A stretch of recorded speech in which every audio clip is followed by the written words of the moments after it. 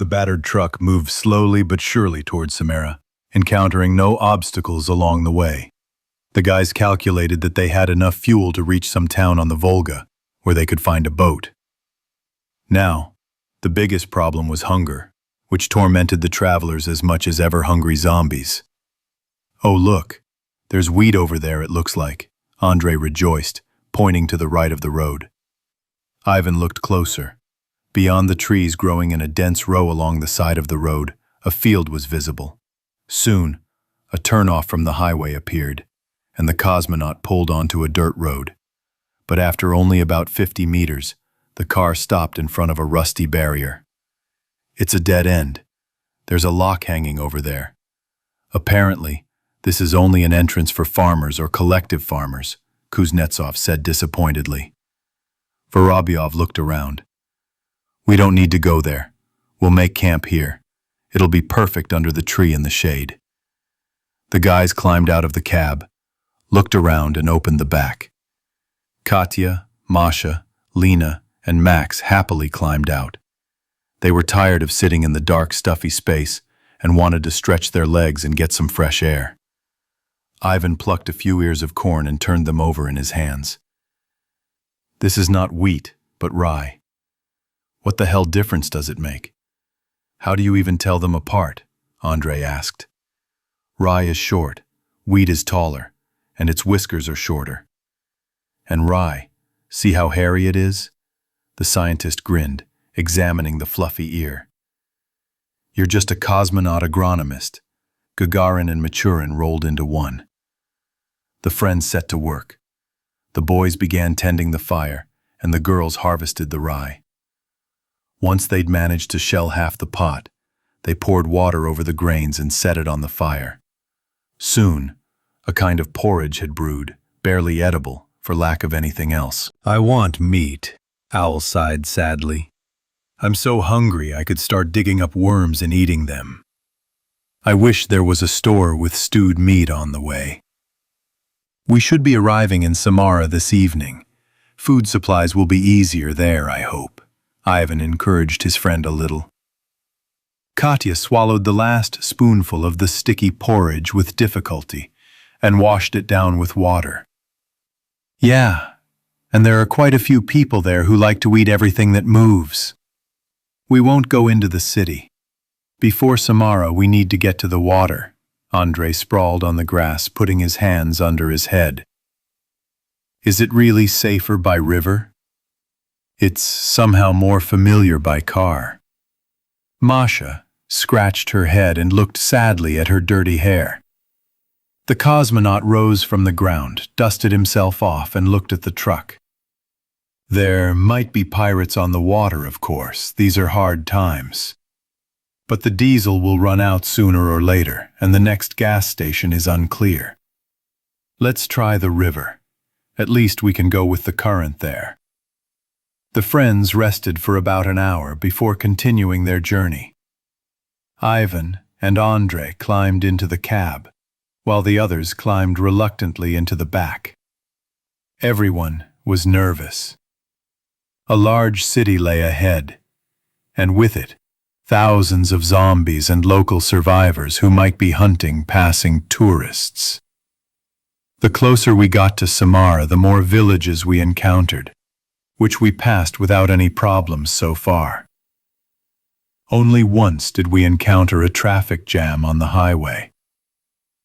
After a preliminary reconnaissance for an ambush, we managed to safely bypass it. With just over 30 kilometers left to the city, the truck suddenly slowed and pulled to the side of the road. Everyone in the back became nervous. The passengers couldn't see what was happening outside and braced themselves for the worst. The truck stopped. The latch creaked and Andrei's voice was heard. "Get out, there's a problem on the road." A checkpoint was visible up the road. Ivan spotted it from afar, but he knew the truck could have been spotted even earlier.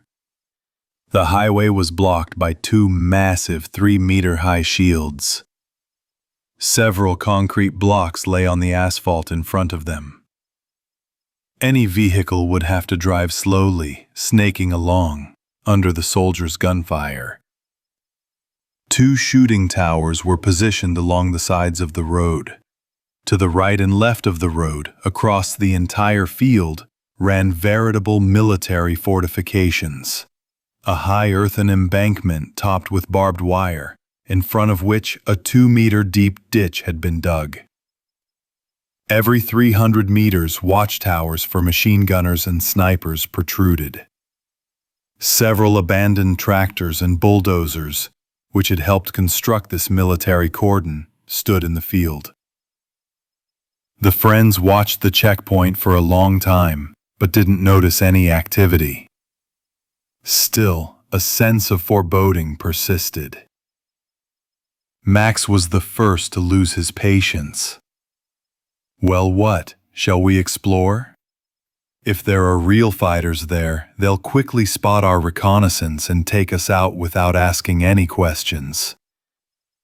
We need to go in openly, with our hands up and a white flag. They've set up such barricades here that there's no way around them. Taking a detour is certainly possible, but who knows how far they stretch and what's beyond that forest. Plus, the field could have been mined if they were serious. Vorobyov shared his gloomy thoughts. Then the girls stay here and we go and surrender? Kuznetsov clarified. Uh-huh, the cosmonaut nodded. Any other ideas? Maybe all together? Lizitsina squeezed Andrei's fingers. Vorobyov relaced his sneaker and straightened up. Don't wiggle your butts around there. Wait, and if the cans show up, lock yourself in the back. The 3 men walked toward the checkpoint, peering closely at its barriers. The closer they got to the cordon, the more certain they became that the fortifications had been abandoned. Andrei waved his arms above his head. Hey, is anyone alive? Suddenly, a noise was heard behind the shields, and the boys froze. Max felt an unpleasant chill in his stomach, and his knees began to tremble treacherously. A few seconds later, a dog peeked out from behind the fortifications, looked at the men, tucked its tail between its legs, and ran into the field. Phew, Owl let out a sigh of relief, and I was almost scared.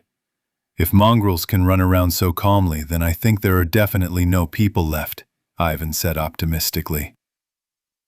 A foul, putrid smell filled the air. The boys passed the concrete barriers and approached the checkpoint. 2 massive, heavy shields fastened together like gates blocked the passage. They stood on wheels. The men removed the bolts and quickly rolled them to the side of the road. The sight that met the friends' eyes made everyone shudder. Hundreds of corpses littered the asphalt. The road was littered with the dead as far as the eye could see. Shot zombies lay in the field, sprawled in the ravines in front of the embankments. They were everywhere. Fat crows strolled carelessly across the ground, pecking at easy prey. Somewhere in the distance, the anxious barking of dogs could be heard. The soldiers abandoned the fortifications and took all the weapons, which greatly saddened the boys.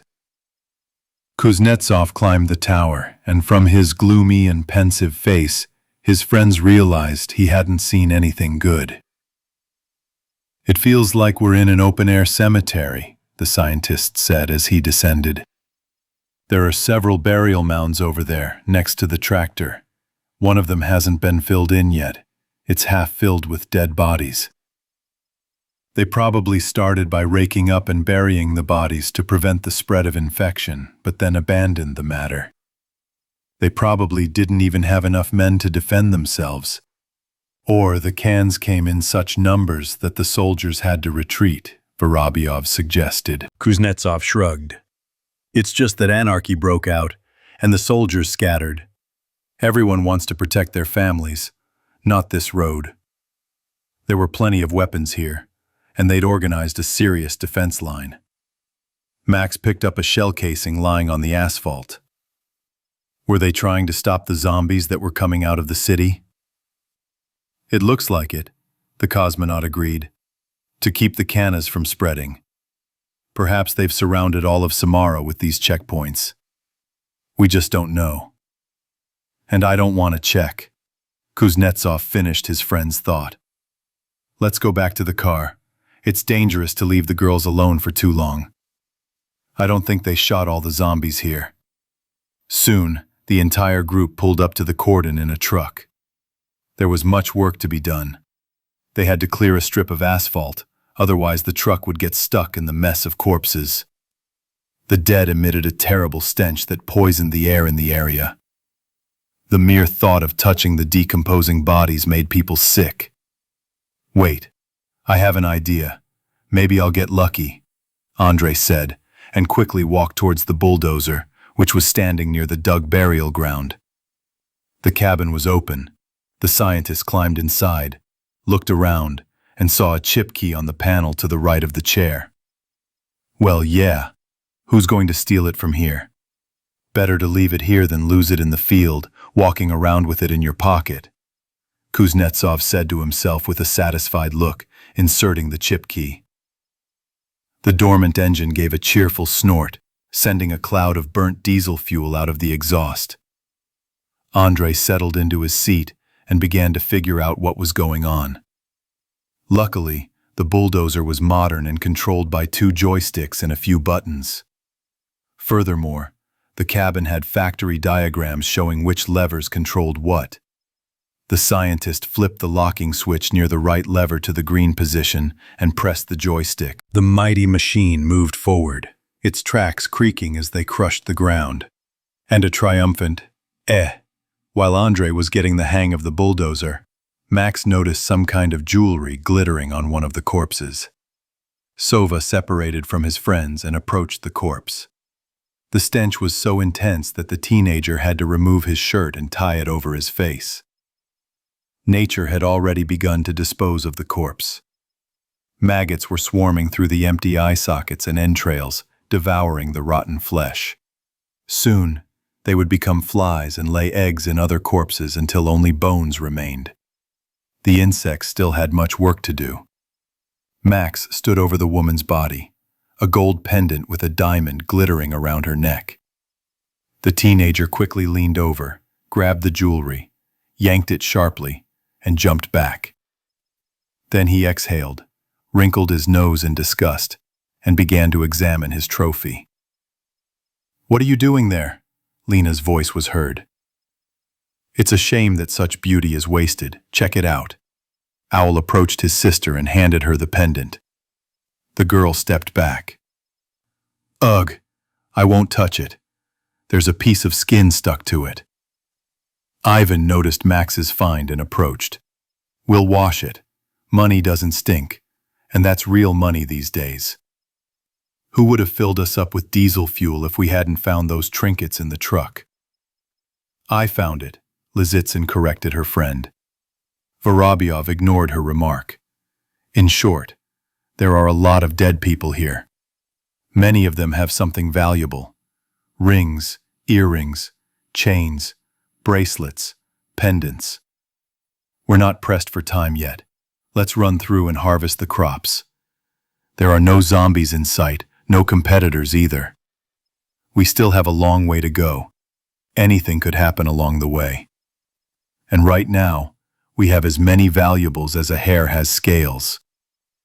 We need to pick up what's lying around. Agreed?" "I don't mind. Let's go," Max immediately volunteered. "And I'm against it. Or rather, not exactly against it. I just can't. The smell from them, even from 100 meters away, is so bad that I can't breathe. And if I have to get into the thick of it, excuse me, but I'll throw up." Katya crossed her arms over her chest and looked at Masha, hoping for support. "Vanya's right. We'll have to be patient. We still need to get settled in, establish contacts, and we'll need money," the blonde Vorobyova replied rationally. "Well, there's also that set of earrings, a ring. and a necklace with emeralds. Maybe we'll find some less rotten corpses later and take something valuable from them, Lizitsina said pitifully.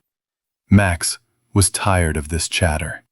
Katya, well, if you're embarrassed to get your hands dirty and rob dead people, we won't force you.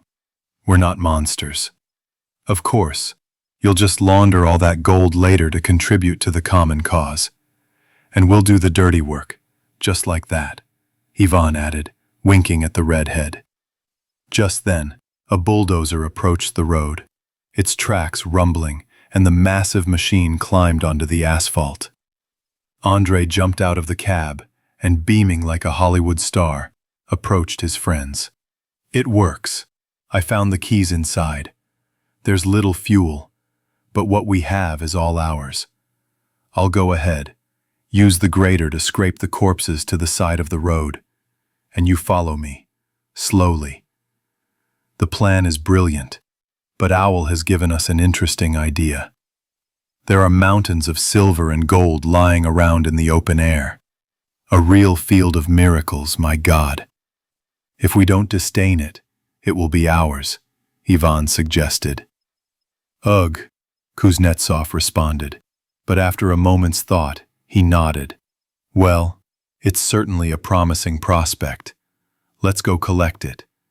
A field of miracles, you say. And guess who our fox Alice is?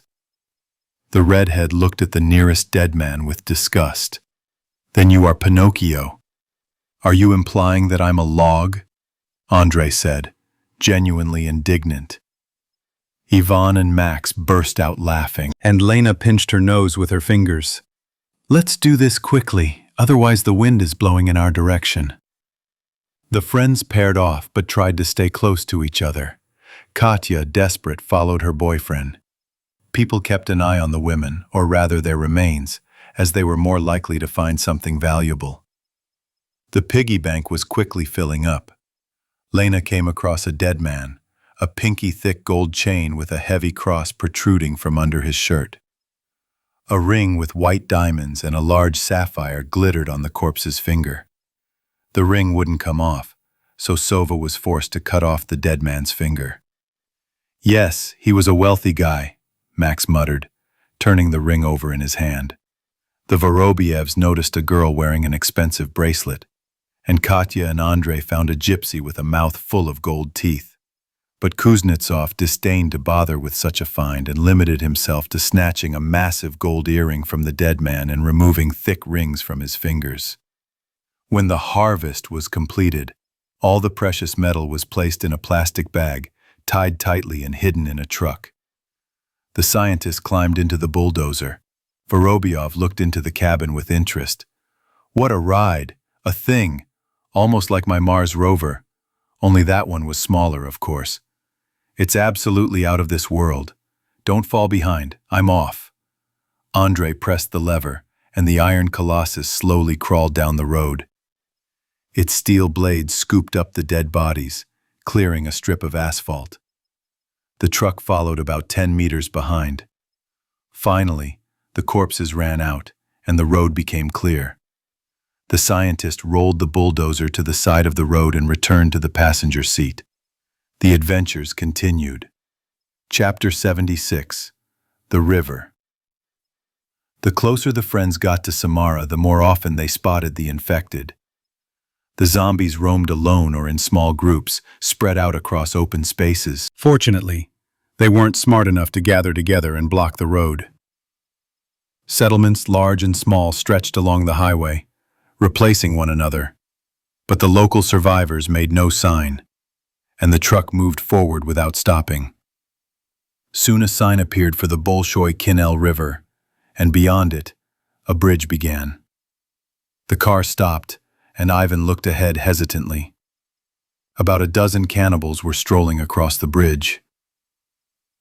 Andrei leaned out the window. The locals seem to have completely died out. The bridge is the main strategic point here, and the zombies are holding it. It's unclear what's more dangerous now, the hungry but predictable zombies or the locals, who you never know what to expect, Vorobyov said, honking loudly at the infected. They noticed the car and followed the sound. Meanwhile, the truck smoothly reversed, luring the infected off the bridge. The zombies spread out across the road. The cosmonaut shifted gears, stepped on the gas, and the truck accelerated sharply. Ivan swerved around 3 cannibals, hit a 4th, then swerved around several more, knocked a one-eyed zombie aside with his bumper, and finally broke free. Having crossed the bridge and found themselves on the other side of the river, the boys breathed a sigh of relief. The others, sitting in the blind bed of the truck, could only guess at the reason for these maneuvers. A few minutes later, a large junction appeared ahead. A sign indicated that they should go straight to Samara, so Ivan took a right detour to avoid the city. For over an hour, the truck meandered along the roads, searching for a safe route to the Volga. Finally, the majestic river appeared on the horizon. The car drove for a long time past an endless line of warehouses, workshops, and factories. When they ended, the friends' attention was drawn to a high stone fence enclosing a gated community. The barrier at the entrance was hospitably up, and there were no signs of fire or looting. Neat streets with perfectly smooth asphalt, paths paved with expensive paving stones, luxurious mansions, and even a small golf club with a green lawn. This place was a true oasis of comfort and well-being.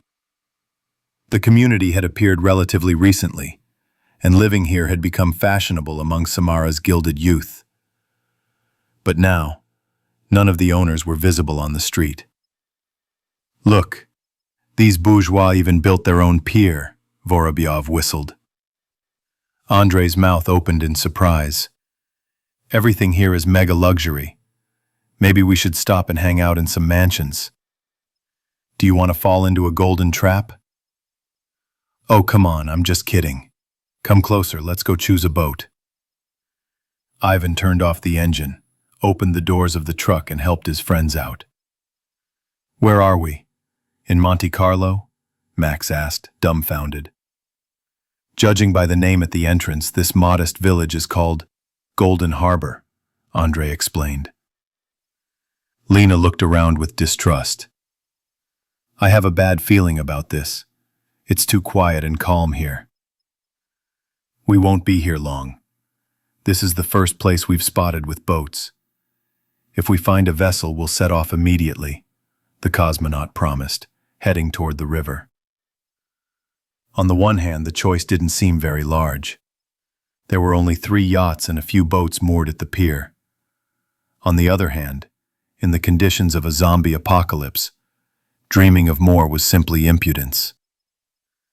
Ivan immediately rejected the largest yacht as too fuel-hungry. The other 2 were similar, but the choice turned out to be easier than expected. On one of them, keys were found in the cabin. The vessel was in good working order and had a nearly full tank of fuel.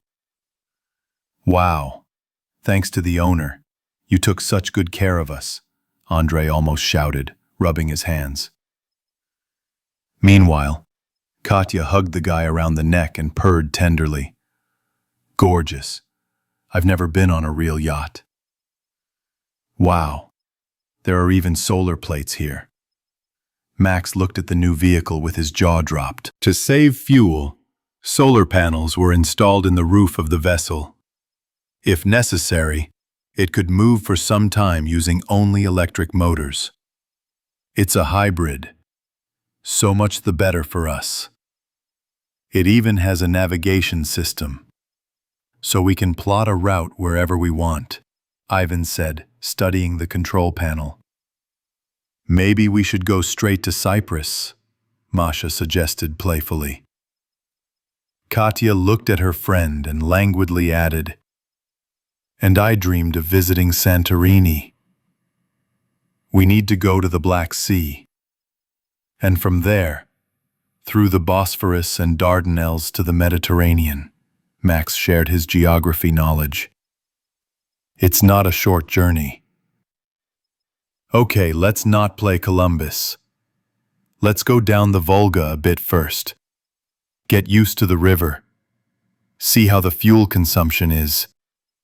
And then we'll decide, Andrei said, trying to dampen the girl's enthusiasm for the trip. Lena ran her hand over the steering wheel and asked, I wonder why they left the keys here. It's kind of strange.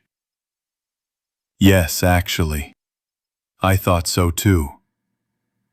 We got this ship too easily, Ivan said suspiciously. Samara is nearby. A big city. There are probably more than 3 cripples left. But no one seems to have come here. The friends didn't know that the boat belonged to the son of a Samara regional prosecutor. His cottage was located in the same village. Naturally, the yacht was registered to some public organization, registered in Panama. The owner was a rather careless guy. After he managed to lose the keys to the boat for the 3rd time, he decided to leave them right on the boat for safekeeping. He wasn't worried about safety. The village was well guarded. Besides, only an idiot would steal a yacht from the prosecutor's son. When the infection broke out, the guy was partying with friends in New Zealand and was unable to return home. Well, how easy is that? And how far did we travel and tramp to find this boat? It's not our fault that the whole area here is deserted. So, should we take it or not? Ivan nervously bit his thumbnail and looked thoughtfully at the dark surface of the river. Let's take it. It'll be dark soon. We need to hurry. We'll move away from the shore and spend the night on the water. The friends quickly moved the valuables from the truck to the ship. Afterward, Max and Andrei suggested breaking into one of the houses.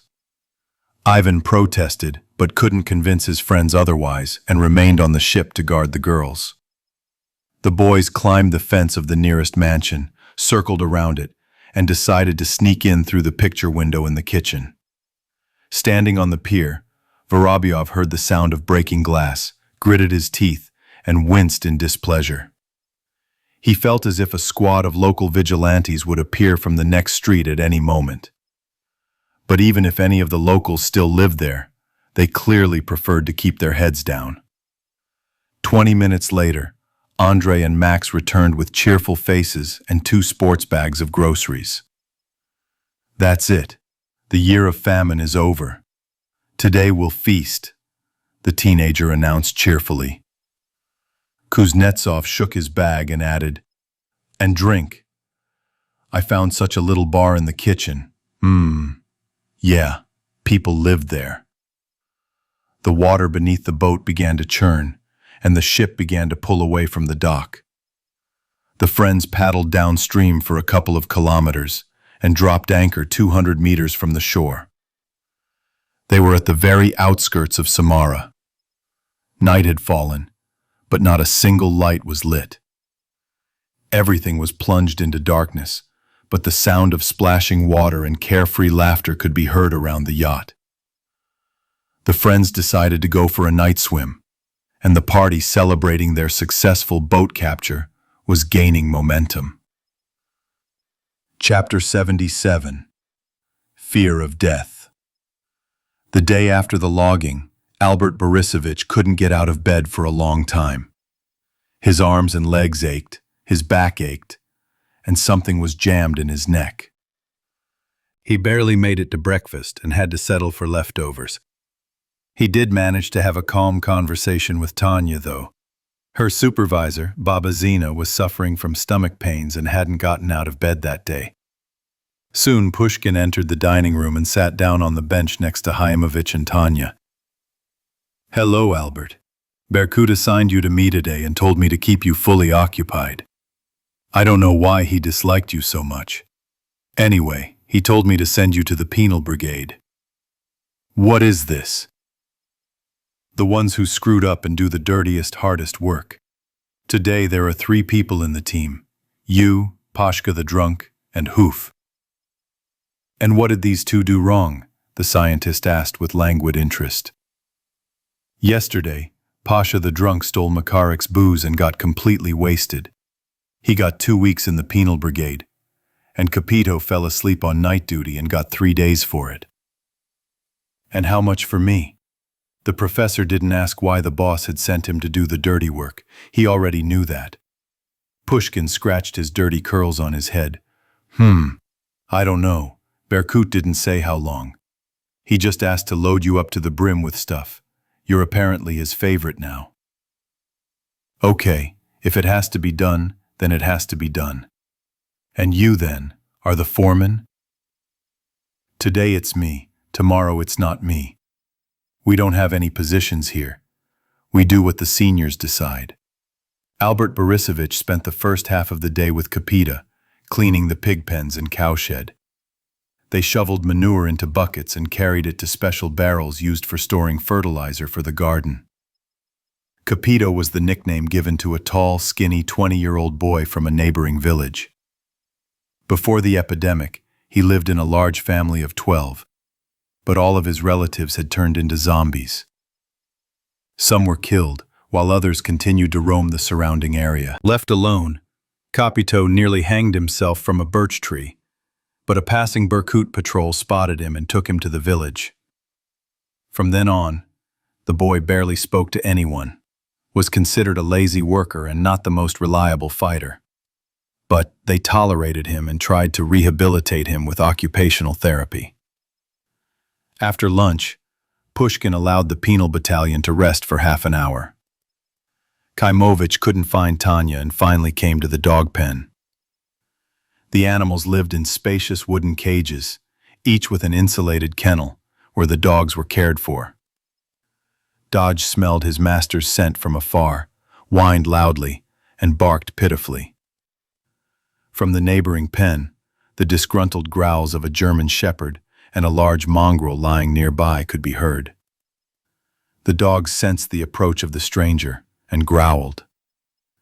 Meanwhile, the boxer leaned his front paws on the wooden gate and wagged his stump of a tail with all his might. Berkut valued his dogs highly and considered them a vital resource. The chief liked to set them on infected animals. Sometimes, he amused himself by deliberately not feeding the animals for a couple of days and then hanging a live rabbit over them. The dogs would leap furiously and tear the prey to pieces alive. Dodge hadn't yet been subjected to such a sacrifice. He was fed modestly, but at least regularly. Missing Tanya and his owner, he whined for long periods, his muzzle resting on his front paws. Kaimovich cautiously approached the enclosure. He'd already visited his pet the previous evening, but the local dogs hadn't yet gotten used to his scent. They barked viciously, and Dodge answered from his cage.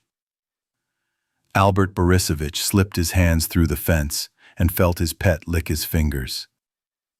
"Hey, buddy. We're both in the cage, though mine's a little bigger." The boxer looked at his master from behind the boards and seemed to say, "Why are we hanging around here? Let's go wander through the forest. Forward to freedom." The professor understood him and sighed wearily. "We need to rest in this sanatorium for now, but it's only temporary. I'll get you and Tanya out of here, I promise. Just be patient. I see you've got an easier life than I did. You're just sitting here, chilling out." Footsteps sounded behind him, and Dodge pressed his ears back tensely. The scientist heard Pushkin's raspy voice. Where are you? We need to fetch water for the bathhouse and chop some wood." "Hoof's already chopping, and you go to the water pump." "Got it." Kaimovich scratched the dog's chin and walked heavily to his new outfit. "So this is your dog?" "Well, yes." Albert Borisovich turned around and stopped, sensing something was wrong. "Berkut's planning to head back toward civilization today," he said, "for 3 or 4 days. To look for weapons, maybe horses or some other useful livestock. He asked not to feed the dogs, so they'll get more aggressive. He likes to set them on zombies. So be careful, don't spoil yours with food. He's on a diet here for now. Aren't you going with Berkut? The professor asked casually. No, only Buck and Shoppy are with him, the curly-haired man blurted out innocently. Kaimovich cast a sad glance at Dodge's enclosure. I see. But who remains in charge of Berkut? Sapper. Albert Borisovich recalled that Sapper was the name given to a soldier who was part of the Berkut's inner circle. But the scientist didn't know that Sapper was the same machine gunner who had wanted to finish off the wounded professor on the road, had the one-armed Buck not intervened. The next couple of hours passed in heavy, monotonous work, which, however, didn't stop Kaimovich from mulling over his escape plan. If the main one is gone, vigilance in the camp will relax. This Sapper isn't as feared as Berkut, so we need to escape tonight. Even though Pushkin said they were leaving for a few days, plans could change, and we can't miss this chance. But dodge. Berkut will take him with him, and I won't be able to stop him. What should we do? The question of his four-legged friend preoccupied Albert Borisovich most. He'd already spotted the best place to escape the perimeter, had thought through the timing and what to say to Tanya, but he couldn't figure out what to do with Dodge. Should he run without Dodge or wait for another moment? But when would that other moment present itself? Kaimovich felt in his bones that every day in this village could be his last. Berkut no longer spoke to him, but the professor repeatedly caught the heavy gaze of his former test subject, and knew that at any moment the leader could begin experiments on him. Or rather, he had already begun. It was no coincidence that the scientist was assigned the most difficult and dirty work. Finally, this agonizing day was over. Albert Borisovich washed up and trudged to the dining room. This time, dinner tasted better. Kaimovich sat with Kopita and a few other men, keeping a constant eye on Tanya. As they left the dining room, he whispered to the girl, "Come to the woodpile in 30 minutes. Understood?" Then the professor hurried toward Dodge. He hadn't noticed Berkut at dinner and was afraid the leader had already left, taking the dogs with him. But his boxer and all the other animals sat in their pens, as if nothing had happened. Albert Borisovich knew he was about to say goodbye to his four-legged friend. He stopped next to the picket fence, and the dog began nuzzling between the wood. His owner slid a piece of bread smeared with stewed meat under his arm, and the dog purred happily. Kaimovich blinked and felt a tear drip from his right eye and roll down his bristly beard. He clenched his teeth and sniffled like a boy to keep from crying. "My friend, I'm so sorry. It looks like we'll have to part ways today. We need to leave tonight. Otherwise, I could be disposed of at any moment. You'll be looked after here. You're strong, smart, and well-bred. Forgive me. I already left you with Andre once and thought I'd never see you again.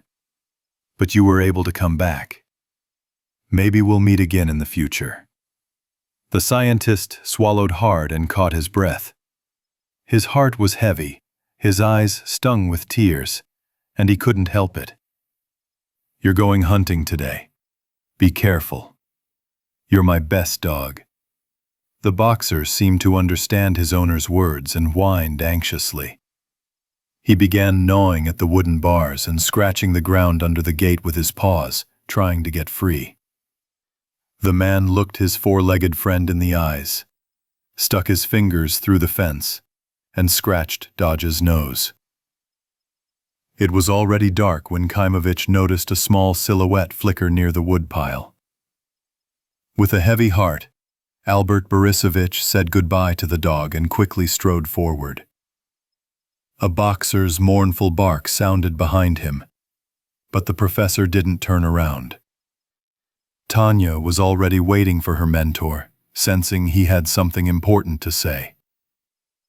The scientist looked around, made sure they were alone, covered his mouth with his hand, and whispered, We're going to run away today.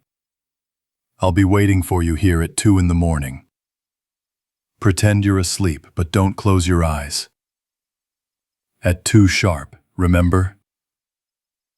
Yes, we have a clock in our house. Its hands glow, the little girl answered happily and clapped her hands. Do you have our backpack with things? Yeah, it's under the bed. Did anyone see him, look at him? No, I removed it as soon as we arrived here. Okay, now go into the hut. Carefully pull him out and wait for me. I'll be there in about 5 minutes. Albert Borisovich and Tanya parted ways. The professor feared his plan would be exposed and was keeping it under wraps. Suddenly, Kaimovich felt drawn to pass by Berkut's house. Soon, the scientist noticed Dr. Makarik emerge from the chief's residence, his expression worried. Good evening, Albert Borisovich greeted, although they had already seen each other today. Is Berkut in? Yeah, what did you want? Well, I heard that some kind of expedition was being planned, so I thought I'd ask him one question before he left. The doctor shook his head and frowned.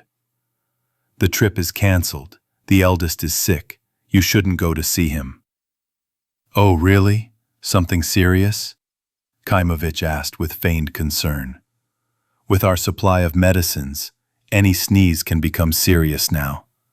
Makarik muttered irritably and went to his room. The professor realized his plan was falling apart. The authorities were staying in the village. Discipline would be strict, and he'd have to wait for another moment. The scientist heard a dog barking and looked up at the sky. On the other hand, why wait? A few minutes later, Albert Borisovich was already standing outside Tanya's house. Besides her, the other residents were 2 old women and a deaf-mute woman with her daughter. The girl carried her backpack out onto the porch. The mentor whispered a few words in her ear, threw the backpack on, and walked toward his new home. After his recovery, the professor was discharged from quarantine and placed in a small, dilapidated 1-story house with 1 room and 2 beds. An old man who had previously worked as a mechanic and now tinkered with all the machines in the village lived there. The old man fell asleep early, soundly, and snored loudly throughout the house. Kaimovich entered the vestibule, closed the door, reached into his backpack, and confirmed the antiviral vials were still there. A snore, like the warning growl of a large dog, could have been a Rottweiler or a Saint Bernard. This was a good sign. His grandfather was already fast asleep. For the first time, Albert Borisovich was glad to hear this powerful snore, which had kept him awake for long periods of time. Suddenly, footsteps were heard near the house, followed by clattering on the porch. The door swung open, and Makarik's silhouette appeared in the dark opening. Albert, come with me. Where to? The scientist squeezed out in fear. The Golden Eagle is calling. The first thing that flashed through the professor's mind was that the boss had somehow found out about the escape. But then he wouldn't have sent a doctor after me, but his thugs. It's something else, Kaimovich tried to calm himself. In any case, he couldn't refuse. Makarik walked quickly ahead, Albert Borisovich barely keeping up. His legs trembled as he crossed the threshold of his former test subject's house. Berkut's home was almost Spartan. Nothing suggested that the village's leader lived there. The owner himself lay in bed, an aluminum mug of hot tea on a stool nearby. Berkut looked, to put it mildly, unwell. A pale face, a painful sweat on his forehead, and heavy breathing alternating with wheezing in his lungs. He's having a seizure. This has happened before. It usually passes in a couple of hours, but today something's wrong. His temperature is almost 40 and I can't bring it down, the doctor explained haltingly, looking anxiously at the chief. Berkut turned his head and looked at the professor with clouded eyes. Come closer. Come on. Treat me. You're smart. You know about illnesses. This morning I was fine, but by evening, you see how it is. Albert Borisovich took off his glasses, scratched the bridge of his nose, wiped the lenses, and looked at Makarik. What medicines are there? The doctor read out a short list which contained nothing suitable. We even ran out of aspirin last week. I've been telling you for a while that we need to go and replenish our supplies. Makarik tried to justify himself. You'll leave tomorrow morning. Leave at dawn. Tell Baku to organize transport and a team, Berkut ordered, but his weak voice trembled and no longer sounded as stern and authoritative. Maybe right now, the doctor suggested. No, the morning is wiser than the evening. So, do you have dried chamomile, oregano, and St. John's wort? The scientist asked, interrupting the conversation between Berkut and Makarych. The doctor scratched the back of his head. Petrovna should have some. She collects all sorts of herbs. Soon, the former test subject was drinking a hot, bitter herbal infusion. Albert Borisovich stood by the window, glancing at the clock above the doorway. Buck, a one-armed, red-bearded man, entered the room. Prepare transport for the morning, a driver and 2 soldiers. You and Makarych will go look for the pills. Got it. I'm on duty today. We can send the sapper and Carmen, the one-armed man suggested. Okay, leave me. Berkut asked everyone to leave, but looking at the professor, he said through clenched teeth, And you stay. Kaimovich approached the bed hesitantly. The boss sat up slightly, but his vision began to spin, and he lowered his head back onto the pillow. Listen up, Albert. Listen carefully to every word I say. You need to do your best to keep me alive as long as possible. Sapper has orders. If I run away, he'll hang you over the dogs like a rabbit, with your daughter next to you. The dogs won't be fed for 3 days beforehand, so they'll be happy to tear you to pieces. Got that? Of course, I'll do everything. The professor lowered his eyes, his whole posture expressing complete submission. Free, Albert Borisovich quickly reached his house and sat down on the bed. His hands were shaking. He had never feared anyone as much as he feared this man with the hooked nose. Without removing his clothes, the scientist lay down on the bed and pulled the blanket over his legs. He stared at the black ceiling for a long time, mentally rehearsing his escape plan. Then he turned to the wall, straining with all his strength to stay awake. But with each passing minute, keeping his eyes open became increasingly difficult. For a brief moment, Kaimovich lost concentration and fell asleep. His snores mingled with the old man's rumble. The professor's facial muscles twitched, and he woke as abruptly as he had fallen asleep. It was as if an electric shock struck the scientist when he realized what had happened. Albert Borisovich looked at his watch. The hands showed 1:45. He took a deep breath, stood up, and looked out the window. The village was lit only by the stars and the moon, which occasionally hid behind the clouds. Kaimovich opened the door slightly and paused. He listened for a couple of minutes, then picked up his backpack and carefully made his way toward the woodpile. The route seemed interminably long to him. The professor walked cautiously, trying to stay close to the houses. The village, or rather the part of it designated for compact living, was surrounded by a high fence. A watchtower was placed at each wall, but 2 men were enough to survey the entire area beyond the perimeter. That's how many were on duty each night. Buck was currently standing on one of the watchtowers, leaning against the wall and leisurely puffing on a cigarette. The smoldering red light was clearly visible in the darkness. On the opposite side, the mute Shoppy stood guard. Currently relying more on his ears than his eyes, he was reading a book, but he could still hear every rustle beyond the wall. From time to time, the guards turned and glanced at the village, but their job was to watch for danger outside, and they didn't even suspect that anyone was planning an escape.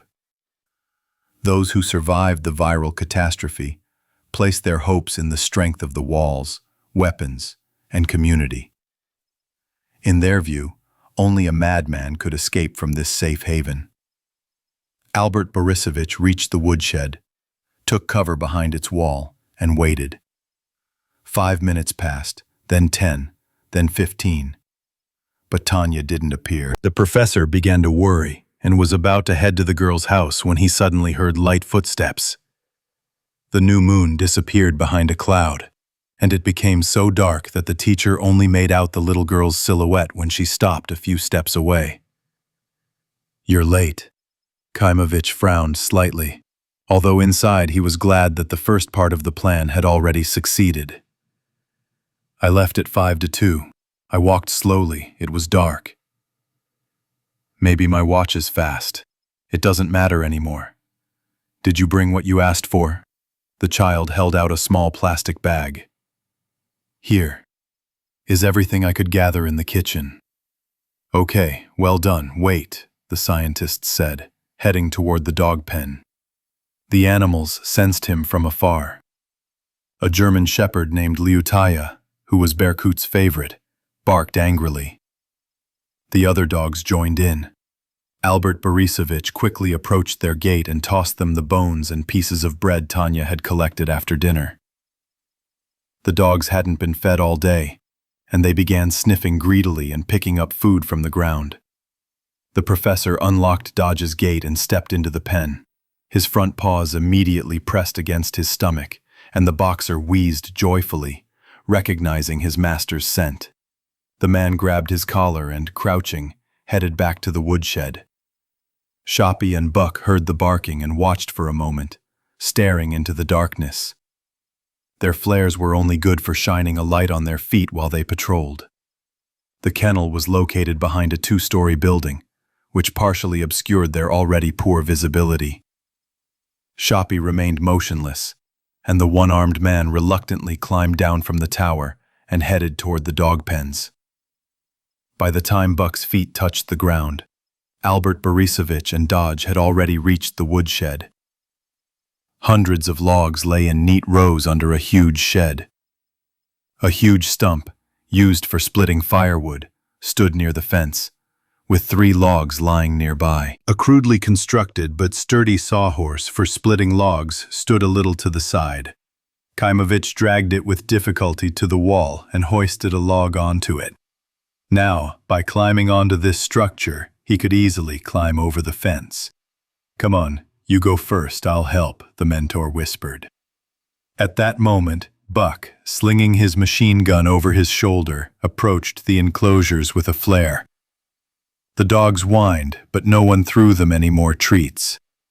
Before leaving, Kaimovich carefully bolted Dodge's gate, so the one-armed man didn't notice anything suspicious.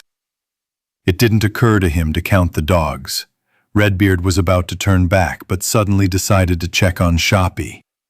His path led past the woodshed, and, lighting the way, the lookout walked briskly forward. When the professor saw the spot of light moving in their direction, 5 possible courses of action ran through his mind in a split second. But he didn't like any of them. There was no time to think. Albert Borisovich took Tanya by the wrist and handed her Dodge. "Hold the collar with both hands very tightly." As he passed the woodshed, Buck blew his nose, wiped it on his sleeve, and froze. He raised the flare a little higher and stared at the girl with the dog sitting next to her. "You're—" The one-armed man didn't have time to finish. A dull thud of a log struck the back of his head, and the sentry's red beard hit the ground.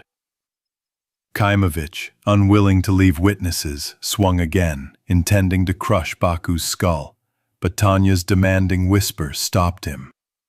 "Wait, don't. He helped us." Back on the road, they didn't want to take you. They thought you'd die anyway. I remember him. He talked them into bringing you here. Don't kill him." The professor hesitated for a few moments, but then carefully put the log back and broke the light bomb. "Okay, let him live.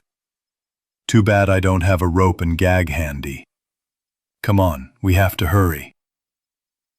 Everything was plunged into darkness again. From the second tower, the area was obscured by the bathhouse, so Shappy continued idly reading an old book with a small flashlight at his post. The scientist groped his way onto the sawhorse, stepped on a log, and helped Tanya up and over the wall. Then he grabbed Dodge, dangled him over the fence, and dropped him to the ground. The dog landed on his feet, snorting heavily. The professor was the last to cross the perimeter, backpack on his back and machine gun in hand. "Now let's run, fast and without stopping. There's a forest over there, and further on is a river. If they catch up, we'll regret not having been eaten by zombies that day." But neither Tanya nor Dodge needed urging. The trio tasted the sweet taste of freedom. The fugitives joyfully rushed forward, leaving the gloomy village behind. An hour later, Shappy found Buck's motionless body. The mute man shook his comrade with difficulty. The one-armed man groaned and rolled over. The back of his head was pounding with a dull, aching pain. "Run to the Berkut. Raise everyone. Our indestructible one has been blown free." Chapter 78. Eltorg and the Dwarves. After all the adventures, wanderings, and hardships on land, the friends' first night on the yacht felt like a true holiday. They were finally able to relax and unwind in safety. The vessel was compact yet spacious. 2 double cabins, a shower, a toilet, and a convenient kitchen with a gas stove and refrigerator. But the most important thing was the ship's artificial intelligence system. The yacht could plot a route to a specified point, scan the bottom with sonar and avoid obstacles, manage the solar battery charge, and receive weather forecasts from satellites. Smart mode was enabled by default. The friends didn't have to change or configure anything. That night, everyone was startled by the roar of the engine, when the vessel suddenly came to life and began to hum. It turned out that the anchor had begun to drag along the bottom. The yacht had drifted from its mooring point, and the artificial intelligence system had engaged the autopilot to return the vessel to its original position before it ran aground or collided with an obstacle. There was no name on the ship's side, only a number. Then, Lena suggested the name Beluga. The yacht's shape and color did indeed vaguely resemble this small toothed whale. The new name quickly caught on, and Beluga became their temporary home and transportation. Everyone agreed to work night shifts in pairs, so the others could rest peacefully in their cabins. Max and Lena took over their shift at 5 in the morning. A chill wafted off the river, and a thick fog enveloped the ship. The girl warmed up some tea and handed the hot mug to her brother. "You should stock up on warm clothes. You could freeze to death here." "We need to stock up on a lot of things, and the weather is really invigorating. I can't wait for the sun to rise." The engines hummed again, and the yacht backed about 10 meters. Sova began crafting casting lines from fishing tackle and making bait from the remains of last night's dinner. "The morning bite should start now. If I catch anything, I can cook fish soup for lunch or just fry the fish." Lena bit into a cookie and took a sip of coffee. "It's great that there's a kitchen here. It's like we have a floating mini hotel. Not a kitchen, but a galley. Let's not get too excited. We've never been river rafting before, so it's not that simple," Max remarked seriously and headed to the bow of the yacht. His sister watched him go. She didn't want to follow. At least the wind wasn't blowing here. Meanwhile, Owl cast his casting nets into the water and waited. About 4 hours later, the door to one of the cabins opened slightly, and the Vorobyovs emerged onto the deck, cooing happily. Max and Lena were sitting together, their legs dangling over the starboard side. The young man immediately showed off the bag of fish they'd managed to catch during that time. I think it's enough for 6 people to have one snack. Maxime, you're a real breadwinner. Well done. Masha gently ruffled the teenager's hair. Handsome. Ivan, sleepily stretching, also praised his friend's efforts. It's teamwork. Lenka made my bait. Sova noted his sister's contribution. Masha looked at the sky, coughed, and bit her lip. I'm afraid that because of these clouds we won't get a tan today. Cough, cough. I'm afraid that these clouds will create such a wave that we'll all start vomiting at once from seasickness. The cosmonaut interrupted her. Oh, then you're the first.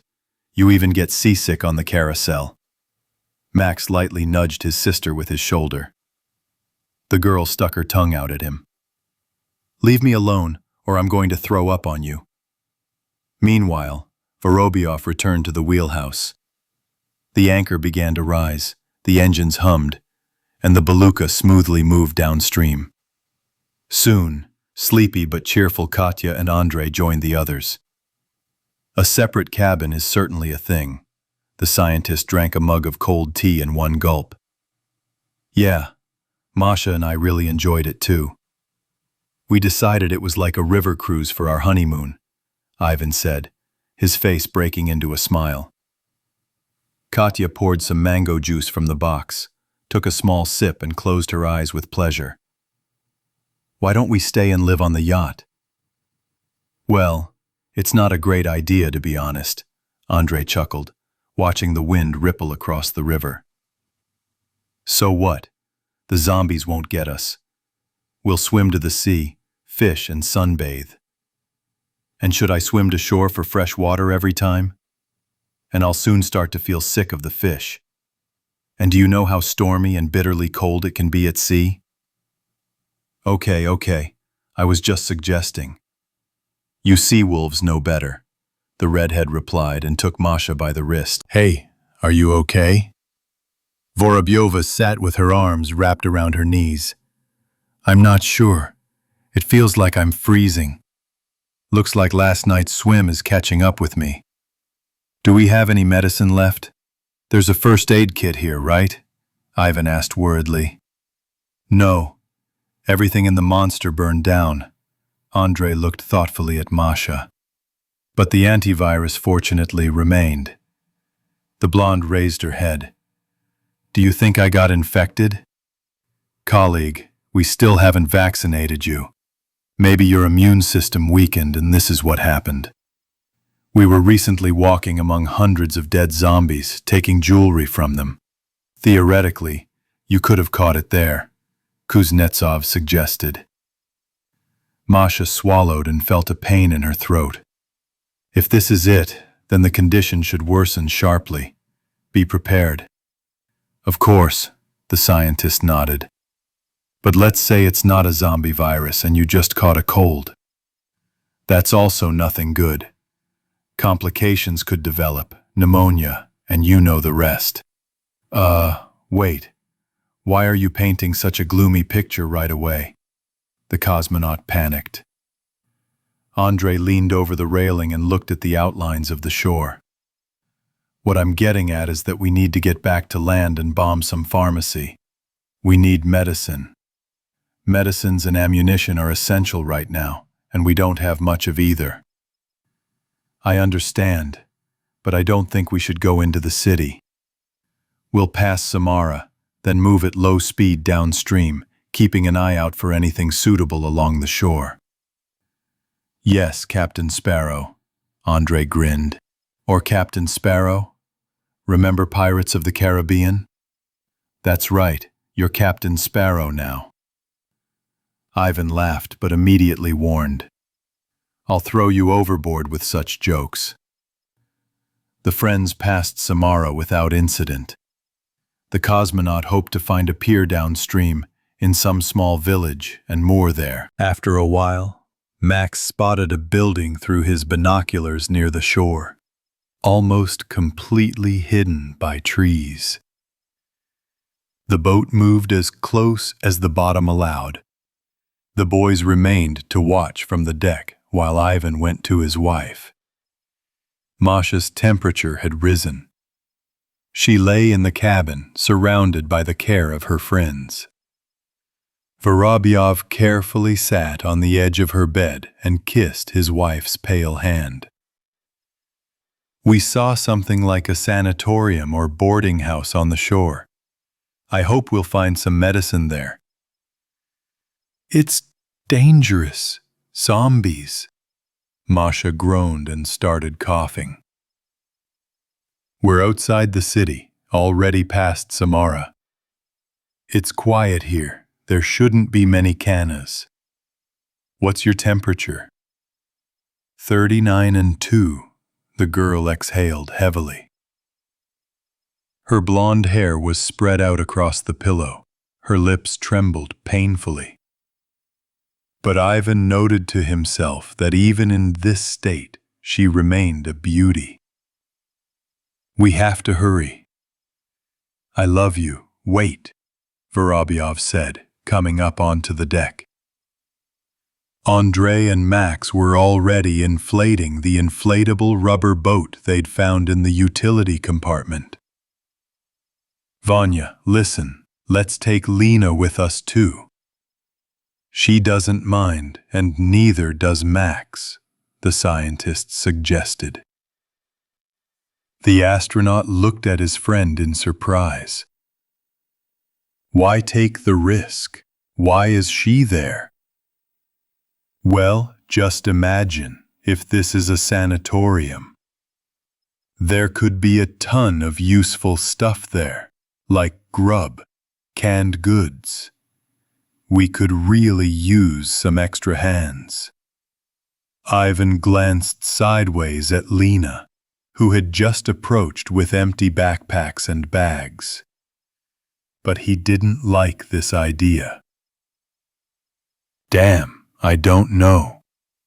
I don't want to leave Masha and Katya alone. What if there's a disaster on the boat?" "Well, what kind, for example?" Andrei scratched his stubble. "The pirates will come." Kuznetsov shrugged skeptically. "If real bandits approach by water, what difference does it make? Whether it's... They'll just shred us from a distance, and that's it." "Vanya, I think Andreyuka's right. We should take Lenka with us. An extra pair of eyes wouldn't hurt," Owl opined. "Well, if it has to be done, then it has to be done, since you're all for it. We have democracy here, after all." Vorobyov agreed without enthusiasm. 10 minutes later, the boat was launched. Kuznetsov took the oars, and the four men slowly began to paddle toward shore. They reached land without any problems. There were no large waves or strong winds. The men pulled the boat out and hid it in the bushes. The wild shore stretched as far as the eye could see, with no descent or stairs leading up. The friends slowly and carefully climbed the hill. A long, peach-colored concrete fence appeared, heavily overgrown in places with green ivy. Behind it loomed the very building they'd spotted from the river. But only now did they notice that its windows had metal bars. "Yeah, the sanatorium doesn't look like much," Andrei drawled disappointedly. "Uh-huh, it's definitely not the energetic boarding house," the cosmonaut added. "But there's nothing to be done. We need to scout it out since we've arrived. Look, there's a surveillance camera over there." Lena pointed to the corner of the perimeter wall. Kuznetsov looked suspiciously at the upper floors and roof of the building. "What the hell is going on here? It doesn't look like a prison. No barbed wire, no watchtowers. But it's clearly some kind of complicated place. A high-security sanatorium. Actually, it looks more like a mental hospital," Lena suggested. The girl's words were soon confirmed. The friends approached the main arch, where a sign read, Specialized Regional Clinical Psychiatric Hospital Number 2. Well, that's good, right? A madhouse is also a hospital, so they have medicine there. Max rejoiced. Andre, hesitantly agreeing, shook his head. Most of the local pills aren't what we need, but I think we'll find something useful. If they haven't already looted it. There were no signs of life anywhere. A freshly paved road led to the psychiatric hospital. The entrance to the main arch was blocked by a long barrier, next to which stood a turnstile with an electronic access control system and a guard station. The friends entered the grounds unhindered, but were in no hurry to get inside. Everyone looked around carefully. The main building was a 3-story structure, constructed in the shape of the letter W, with each wing connected by walkways. From above, the hospital resembled a peculiar latticework. In front of the main building was a small park with green trees, withered flower beds, neat paths, and shabby benches, where, in the old days, the staff and residents would relax in fine weather. The area was clearly visible, and setting up an ambush here seemed problematic, but they were clearly visible to those who could observe the uninvited guests from the building. Ivan and Andre walked slightly ahead, with Lena and Max 5 steps behind them. Vorobyov approached the main entrance and pulled the handle. The door obediently opened, as if inviting them inside.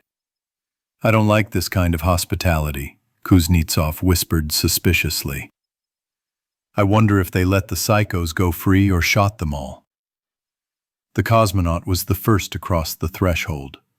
"Well, if the doctors and orderlies ran away, then I think they left the idiots to their own devices. That might be the problem. Judging by the building, there could have been hundreds of them being treated here. And if they all got infected, then we won't have enough ammunition," Owl finished his alarming thought. Lena turned back warily and looked at the green courtyard.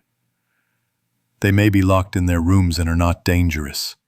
The main thing is not to make noise." "Yeah, and don't shit yourself. That's the main rule in a tank," Ivan added, to the laughter of his friends. Listen, do psycho zombies also attack people, or do their brains work differently? Well, if they weren't quite right in the head before the infection, then maybe they behave differently? Max, you have an interesting hypothesis. But the need to eat exists in both sane and insane people. So I'm not sure your psycho zombies are any different from other infected," Andre explained clearly. Vorobyov urged his friends. "Let's move the loaves before it gets dark." The first floor opened with a large, spacious hallway with light-colored walls. Old, brown, worn sofas lined the walls. 3 staircases led upstairs, 2 side ones and 1 central one, each leading to its own wing. Just like in a fairy tale. You go left, you go right, and you go straight ahead. Max scratched his head thoughtfully. "Maybe we should split up." Ivan pointed the barrel of the sawed-off shotgun at the stairwell. "Owl, after that line in all horror movies, the real shit starts to happen to the main characters. Are you crazy?" The teenager only smirked in response. "I was just kidding. Relax. Am I crazy?" "Well, I don't know. What do you call someone who's in a mental hospital but isn't part of the medical staff? Just like you are now," Andre asked. Okay. I get it. Get lost. Then we're all crazy here. Where are we going?" "Let's start with the central one."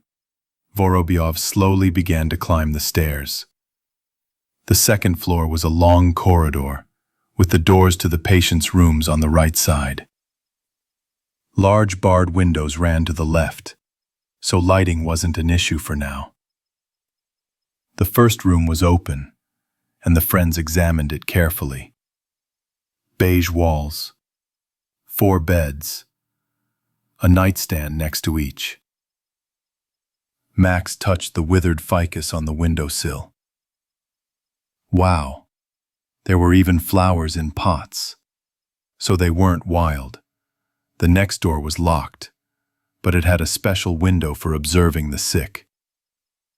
It seems clean there, Andre said uncertainly, looking at the room for a long time through the small tinted glass. Max poked the latex glove that someone had dropped on the floor long ago with the toe of his sneaker. I don't think there's anything to be gained here. Just wards. Where are they going to get the medications? We need to find a warehouse or a special room where they're supposed to be stored. I agree, Andre whispered. But we'll have to inspect and clear the area so that zombies don't get into our rear. The next 3 rooms were empty, too, and as they approached the 6th, they stopped abruptly. A human voice could be heard coming from behind the half-open door. The friends listened intently, but couldn't make out anything in the quiet murmuring. Ivan peered cautiously through the opening, his finger trembling treacherously on the trigger. A man lay in the room. The cosmonaut thought he was tied to the bed. He couldn't see anything else through the small crack. Vorobyov gestured to the others, explaining the plan, and a second later, the men burst into the room. The stranger seemed unaware of the intrusion and continued to calmly stare at the ceiling, chatting to himself. He lay alone in the room. "Hey, who are you?" Ivan asked in greeting. The man slowly turned his emaciated face, looked intently at the uninvited guests, and then screamed piercingly, "Kneel, you pathetic slaves! I will crush you! Submit to Eltorg's will or my punishing hand will touch you." Max almost jumped out of his seat from this shout. "Keep quiet. All the Elans will come running here now." The madman's eyes widened in the direction of the teenager, but he remained silent. "There's no one here. That weirdo would have been eaten long ago. The door's open." Andre lowered the sawed-off shotgun and began examining the nightstands. Ivan looked out the window. There were several smaller buildings in the backyard. There are probably no infected here, but there are people. Well, or there were. Someone tied him to the bed. "Go ahead, tell me. Who else lives here?" "The damned dwarves have betrayed us. Their greed knows no bounds. I swear by the light of the Silmarils, they will pay." "Where is the mage? Call the Astari." "Fools. Go." The cosmonaut said to Kuznetsov in a low voice, "I think I know the diagnosis. The guy's been playing a bit too much 3D action games." "Yeah, a 15th level elf. You don't even need to look at his passport." The scientist agreed and moved a little closer to the stranger. "Friend, we will free you and help you. What is your name?" "On your knees," the patient hissed, frowning menacingly. Then he began banging his head against the pillow, drooling and kicking. At that moment, Lena's voice was heard from the corridor. "Maxime, come here." Sova left the room. Meanwhile, Ivan and Andre continued their heart-to-heart talk with their new acquaintance. Kuznetsov put on a serious face and asked demandingly, "Are there orcs and dwarves in this monastery? And what is your name, Lord?" Suddenly, something switched in the madman's head. He stopped raging and answered in an ingratiating voice. "Eltorg was once my name, but my name and my deeds are covered in the dust of time. My path is near its end. Where are you from, wanderers?" Ivan decided to play along with his friend, noticing that the psycho became more talkative in this language. "We're on our way from Siberia, but trouble has befallen us, and we need help. Are there any remedies for this grave illness in your chamber?" The patient closed his eyes and fell silent. His face turned stony. This continued for almost a minute. Then, he looked at the ceiling and replied, "The Astari is preparing a potion.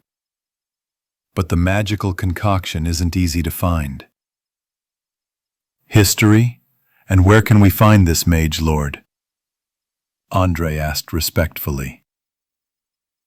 "In a white robe with glass eyes. Under the vaults of the castle is his cell." The madman switched to a whisper. It seemed he was about to fall asleep. Well, the mage is, it seems, his attending physician. It's a dead end. We need to find the warehouse anyway. Vorobyov sat down on the windowsill and rested the sawed-off shotgun on his knee. "Well, yeah, he's not much use. Max, Len, where did you go?" We agreed not to split up. There was no answer. Andrei quickly left the room, Ivan following behind. The psycho watched the guests leave silently, but a mischievous glint flickered in his eyes. Kuznetsov stepped into the hallway and nearly dropped the gun in surprise. Sova lay face up on the floor, his forehead bloodied, and Lena was gone. The boys ran up to their friend. The teenager was breathing but unconscious. "Where's Lenka? What the hell?" Andrei frantically whipped his head around, searching for the girl. 10 steps from Max's body, the central corridor was adjoined by passages that led to the left and right wings of the building. "They took her away. We should have checked everything here first," the cosmonaut said, angry with himself. "Maybe they're still hiding nearby? Let's check the other rooms." The remaining rooms were empty. Lena's kidnappers had left no trace. A few minutes later, Max came to, looked at Andrei, then at Ivan, and tried to crawl away, his face terrified. "Who are you? What do you want? Mom, Dad, where are you? Lena, hey, where am I?" Vorobyov and Kuznetsov exchanged glances. The boys realized that they had gotten themselves into a very serious mess. Chapter 79. Kill or be killed. Berkut awoke to the sound of footsteps and the hubbub of voices in his house. He opened his eyes with difficulty. 2 flashbulbs brightly illuminated the room. The sick man felt his shirt soaked with cold sweat and clinging to his body. Berkut sat up in bed, his mouth bitter. Around him, people were talking, arguing, shouting, cursing. But he couldn't make out what was going on. "We're wasting time. We need to catch up with them before they get too far," Sapper argued furiously, pointing his finger at the window. "Do you know where to go? Which way are they headed?" Dr. Makarik shrugged. Berkut felt a prickly lump in his throat and reached for the bottle of water he often placed next to his bed at night. "What are you yelling about? Who should we catch? What happened?" The sapper was glad that the chief had finally come to his senses and waved his arms. "Berkut, at least explain it to these slowpokes. We've already wasted over an hour, and they're still sniveling, unable to organize a raid." "Who are you raiding?" the leader barked angrily, feeling his head spin and the room begin to swim before his eyes. "On Albert and his daughter, who were rescued from zombies on the road," Makarik explained, looking anxiously into Berkut's face. The sapper walked angrily from side to side, stomping like an elephant.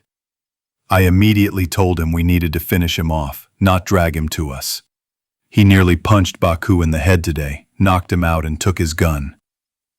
Only then did Berkut notice the one-armed man, sitting on the floor by the wall with a bandaged head. The leader demanded an explanation from Buck, and the red-bearded man guiltily explained what had happened. "I heard a noise, dogs were barking. I went over, they shut up. Then I decided to walk to Shoppy. He was at the second post, and check the area at the same time. I saw a girl near the woodshed, and they immediately hit me on the dome. I don't remember anything else. Berkut looked out the window. It was not yet light outside. He couldn't have gotten far in the dark with the little one. Did he take his dog too? There was a pause. Everyone was silent and shrugged their shoulders, because no one had checked to see if Dodge was there. Without waiting for orders, Pushkin rushed out of the house and soon returned, out of breath from running. No dog. Empty. The golden eagle wanted to get up, but his legs wouldn't obey him. The herbal infusion didn't help. He only got worse. They're not locals and don't know the roads. They'll either try to hide in the forest or they'll head back the same way. It's unlikely they'll go back. They were going somewhere ahead, so they had a goal. Maybe they were heading to a specific place. Makarik suggested. The sapper nervously snapped his fingers and sat down on a stool. Yes, they're lurking in the forest. I'll drag them in by morning, for sure. Okay, sapper. Take 3 of you and comb the forest. Go hard. Maybe he'll catch a scent. 4 of you will ride with me back down the road, where they were picked up. They might pull back. They might. At that moment, Berkut felt a sudden wave of nausea and leaned over the edge of the bed. He vomited, his mouth filled with bitterness, and the smell of vomit hung in the room. Water. Drink some water. Makarik ran up to help, but the leader pushed him away. Berkut wiped his face with a sheet. We must take him alive. We must take him alive. The doctor looked at him sadly, as doctors look at hopelessly ill patients. You don't need to go. We'll manage ourselves. The leader fell back onto the bed. Sapper, you go into the forest and on the road. I'll go, Buck responded unexpectedly. My bad, it was my shift. I'll take Shoppy, Pushkin, and Kopito. Go ahead, just bring him back alive, Berkut answered wearily, and the men dispersed. While the village debated where to catch the fugitives, Albert Borisovich, Tanya, and Dodge made their way through the forest almost non-stop, moving further and further away from the hated place. Luckily, the professor's belongings in his backpack remained untouched, and the travelers were able to light their way with a flashlight. The fugitives made their way slowly, headlong, through the dense forest. Bushes and tree branches caught their clothes and scratched their skin, while roots jutting from the ground seemed eager to trip them. The vagabonds strained every ounce of their strength to gain a head start on their pursuers, knowing that every minute of delay could cost them their lives. Kaimovich had no doubt that pursuit would inevitably follow. If anyone else had escaped, Berkut might have given up, but the leader had a personal score to settle with Albert Borisovich. The scientist knew his former test subject would want to bring him back dead or alive, but preferably alive so he could torture him before his death. The fugitives had been walking for over an hour when the flashlight beam caught a thicket of tall nettles. He didn't want to push through them. He had to take a detour. The professor wasn't good at covering his tracks. He simply hoped to get as far away from the village as possible before pursuit arrived. If they ventured into the deepest wilderness, finding them would be as difficult as finding a needle in a haystack. Kaimovich was almost certain that Berkut's comrades had no experienced trackers, meaning that after circling the surrounding forests for 2 or 3 days, the pursuers would return. But for those 2 or 3 days, they'd have to run as long as their legs could carry them. The girl stopped and leaned against an old larch tree. Right now, I just stabbed my finger. Tanya, we can't stop today. Let's keep going. The little girl whimpered but forced herself to keep going. Dodge ran alongside, glad to finally be out of the enclosure. Only after dawn did Albert Borisovich allow them to stop for a short rest. They drank water and ate some bread and cucumbers that Tanya had stolen from the dining hall that evening. The girl complained of pain in her leg, and the instructor quickly examined her right foot. "Did you hit me? Does it hurt a lot?" "Yeah, a nail. And also a callus. Wait, I had some bandages in my first aid kit." Kaimovich rummaged through his backpack. "Here, take these. Now we'll find some plantain and stick it on the blister. It'll heal faster." Having provided basic first aid in the field, the professor rose to his feet and donned his backpack. The forest had thinned out here, and the clear blue sky was clearly visible between the treetops. "It looks like there's no rain in the morning. On the one hand, that's good, but on the other..." The scientist's sentence was interrupted by the snapping of a branch. A small animal rustled in the bushes, not showing its identity. A few seconds later, the fugitives left the campsite and headed northeast at a brisk pace along the riverbed. The machine gun slung over Albert Borisovich's shoulder, giving him confidence. However, during the escape, everything happened so quickly that Kaimovich forgot to search Bach and take his spare magazine. "We'll have to cross the river. There's bound to be a ford somewhere. Maybe we'll get lucky and find a boat," the scientist muttered dreamily under his breath. Suddenly, Dodge caught his attention. The dog had been running slightly ahead since dawn, but now he stopped, sniffed, and bared his teeth. Tanya noticed it too. Does he sense something? Maybe there's a bear or wolves nearby. It's more like the bloodhounds are on our trail. The mentor gritted his teeth and walked faster. The fugitives kept looking back, Dodge growling and whining, sending his master into the darkest of thoughts. Finally, the dog's bark, sounding like a death sentence, dispelled any remaining doubts. "Well, we caught up with them. It was probably their shepherd who picked up their scent." Albert Borisovich took the machine gun from his shoulder, looking out for a place for an ambush. The professor understood that their chances of surviving the firefight were near zero.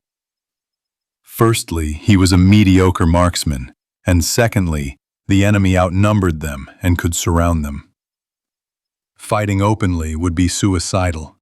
They needed a plan, and fast. "Sit there, take off your shoes and tie up Dodge. When they show up..." The mentor quickly explained his idea to Tanya. The girl even started hiccuping in fear, but she agreed. There were no other options anyway. The child sat down on a fallen tree trunk, wincing in pain. The old rotten log lay in a small clearing amidst the mixed forest. It was surprisingly quiet all around. The little girl listened intently, but kept her eyes down. Dodge growled, nestled at his mistress's feet. About 20 meters away, a man appeared from behind a tree. He was sitting on one knee, looking at Tanya through the sights of a machine gun. Then, a second man emerged from the bushes, holding a hunting rifle. The pursuers slowly approached the girl and the dog, keeping their eyes on them. "Stop! On the ground!" the man with the machine gun barked. Tanya dropped to her knees, stared down, and raised her hands. Dodge jumped up, growling, but the rope held him in place. The second pursuer, with a gun, peered closely into every bush, fearing an ambush. "Where is he? Speak quickly." "He's gone," the little girl answered meekly. "So, he abandoned you, left your daughter in the middle of the forest." "No way." The machine gunner grinned incredulously. "That wasn't my dad. He found me in Novosibirsk," Tanya replied, bursting into tears. "I can't walk. My leg hurts. Uncle Albert told me to stay here, and you'll find me and take care of me. I didn't want to run away at night. He made me. How long has he been gone, and where to? The little girl shrugged uncertainly and pointed to the west. Over there. I've been sitting here for an hour. At that moment, a hoarse male voice was heard from behind her. There was no one nearby, but I couldn't go far. Sapper appeared from behind the trees. He heard the girl's answer, but he didn't believe her. A minute later, a fourth pursuer emerged into the clearing with a German shepherd. Dodge growled, and the German shepherd, named Liutaya, bared its powerful fangs and lunged at the boxer. The leash tightened like a bowstring. The man barely held on to it. The dogs continued barking, and the men waited for Sapper to decide. He pursed his lips and puffed angrily. So, Ria boy, take the girl and the mongrel to the car and wait for us there. What if... Pockmarked didn't have time to finish. A muffled shot rang out, and the man with the gun fell on his stomach. At that very moment, as if on cue, the girl grabbed Dodge by the collar, leaped over the log, and pressed herself to the ground. Short bursts of gunfire crackled, and the machine gunner screamed in pain and collapsed into the bushes. The man with the German shepherd let go of the leash and fell face down, his throat punctured. The sapper managed to fire back, the bullet slamming into the tree trunk just centimeters from Kimovich's head. A few seconds later, the firefight ended. The sapper groaned on the ground, two of his severed fingers lying nearby. Another bullet piercing his tibia. Gritting his teeth, he rolled over onto his stomach and tried to raise the weapon with his healthy left hand. But Tanya got there first. She peered out from behind a log, then jumped over the wounded man and grabbed the machine gun. Little creature! Sapper hissed and screamed so loudly and piercingly that even Dodge pressed his ears back. Albert Borisovich had already climbed down from the tree from which he'd been firing, but the scientist's arms and legs continued to shake. The last time he fired a machine gun was during military field training at the university. And back then, he clearly wasn't among the best cadets. Fortunately, in an emergency, his body quickly recalled its long-forgotten skills with the old Kalashnikov. The pursuers fell for his bait. The risk was enormous, but the plan worked. The professor was forced to leave Tanya and the dog in plain sight, while he hid in the dense canopy, watching from above. Luck smiled on the fugitives. Spotting the girl, the assailants passed the tree where their main target was perched. Albert Borisovich quickly finished off the wounded and, just in case, gave the corpse with a shot through the throat a final shot to the head. The sapper awaited his fate, cursing loudly throughout the forest. He hated and cursed the professor. "You fucking scum! I should have fed you, bitch, to the zombies on the road." The sapper wanted to live and gritted his teeth in pain and anger, watching the scientist slowly approach. Kaimovich silently thrust the barrel of his rifle into the wounded man's mouth. The sapper's head exploded, splattering brains on the grass. Albert Borisovich looked at Tanya. "Don't untie Dodge yet. Where's their shepherd?"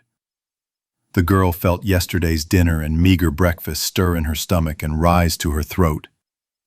She tried her best to suppress her gag reflex. She'd seen more than her share of such things during their journey, but she still felt sick every time. She ran away there. The scientist stared at the wild raspberry bushes behind which the dog had disappeared when the shooting began.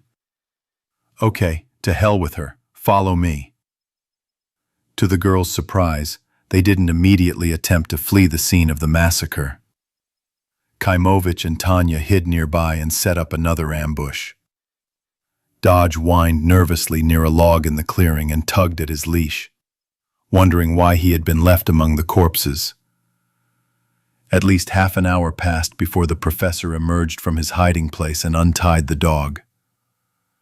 After confirming that no second group of pursuers was expected, Albert Borisovich gave the order to leave. Now the scientist's trudge became even more difficult. In addition to his backpack and Buck's machine gun, he had to lug all the firearms he'd taken. But Kaimovich understood that this burden was worth its weight in gold for them, as the real difficulties were just beginning. Chapter 80. In the dwarf dungeon, Max pressed his back against the wall, threw his hands forward in panic, and screamed, "Quiet, quiet, quiet! Owl, don't you remember us at all, huh? I see you got a good beating." Andrei carefully tried to establish contact with his friend. Ivan looked around nervously. Every second was precious. "Stay with Max and I'll go look for Lenka. If we split up, they'll pick us off one by one. Maybe that's what they're after. They kidnapped her, which means they're afraid of us. They need her for insurance. Sova seems to have partial amnesia, but it should wear off soon." Vorobyov's nerves gave out. "How much is soon? 5 minutes or an hour? We don't even have a minute to spare, don't you understand? Don't yell. If they didn't kill her right there, they won't kill her in 5 minutes either. Let's figure this out. Okay, Max, do you remember anything? The store where Lena and I found you, the fire, the zombies, the river, the car dealership, the monster, the road? Masha, Katya, me, Vanya. Where's Dad?" the teenager asked, looking suspiciously at the strangers. "Max, your parents are long gone. They got infected. Only you and your sister are left. You were just knocked out and she was kidnapped," the cosmonaut explained, clutching his head. "Who?" "Owl, if we'd known, we wouldn't be sitting here. Let me take a look at your head. Maybe I can bandage it up quickly," Andrei said, touching his friend's head with his hand. At that moment, a madman's laughter echoed from the room. "Who else is there? How many of you are there?" Max pulled away from the scientist in disbelief. "The local psycho. We only went to the madhouse for medication because Masha got sick. While we were talking to him, they knocked you out and took Lenka." The cosmonaut looked out the window at the empty backyard.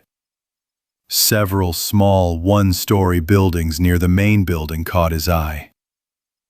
Perhaps the kidnappers had already made it outside and disappeared into one of them. "We need to interrogate the idiot. Maybe he'll say something useful," Kuznetsov suggested. "Owl, come with us to the ward. It's better for you to lie down on the bed now." The teenager hesitated for a second, but he didn't really have much of a choice. The madman greeted the guests with hysterical laughter. This angered Ivan greatly. He grabbed the madman by the neck and glared at him. "Okay, quickly tell us who else is here and where they're hiding. They've kidnapped a girl, our friend. We're going to raze this whole almshouse to the ground right now. Got it?" The madman fell silent and stopped responding. His consciousness, like a turtle, retreated into its shell. "Bitch, he's no use, he just irritates me," Vorobyov barked and walked away from the sick man. Andrei pursed his lips helplessly. Max was sprawled face down on the bed. He felt a dull, aching pain in the back of his head, growing stronger with every careless movement. The teenager felt nauseous. His hands were shaking, his legs were weak. But gradually his memory began to return. Fragmented, in fragments, Sova began to recall his friends and the events of the past weeks. "Vanya, what the hell? I don't remember how I got here." Max's voice interrupted the silence. "Oh, you remembered me. That's good. Okay, come on, Owl. Come to your senses. Hurry up. We need to get Lenka back." At that moment, Andrei approached Eltorg's bed and touched his shoulder with his fingers. The vile dwarves have attacked us. They've kidnapped the little elven princess. Help us defeat them, and everything here will be yours. A new era is dawning, the era of Eltorg. The psycho stared at the scientist's face and snorted. His gaze began to wander thoughtfully around the room. Andre sensed that these words had struck a chord with the resident. With or without you, we will find them. Our weapons will destroy anyone. This battle will become the stuff of legends. The gnomes are cunning and calculating. They know the underground passages. The madman muttered reluctantly. Andre and Ivan exchanged glances. Max stirred on his bunk. What? What underground passages? The psycho rolled his eyes and smiled mysteriously, a hoarse laugh escaping his throat. Kuznetsov sensed the idiot knew something and tried to extract as much information as he could from him. Our path lies westward to new lands. An alliance with us will help you overthrow your enemies and become the master of this land. The patient began to bite his lips greedily, then jerked his head and shouted, "The union is sealed with blood. We'll draw blood from the vile gnomes." The scientist remarked judiciously and demonstratively shook his sawed-off shotgun. Time is running out. It's time to make a choice. Ivan and Max watched this spectacle in silence. The psycho shifted on the bed. Eltorg is ready to embark on the warpath and form an alliance with the visiting warriors. The gnomes are hiding in the dungeon. I'll lead you there. Ivan nodded and suggested that Andre leave the room.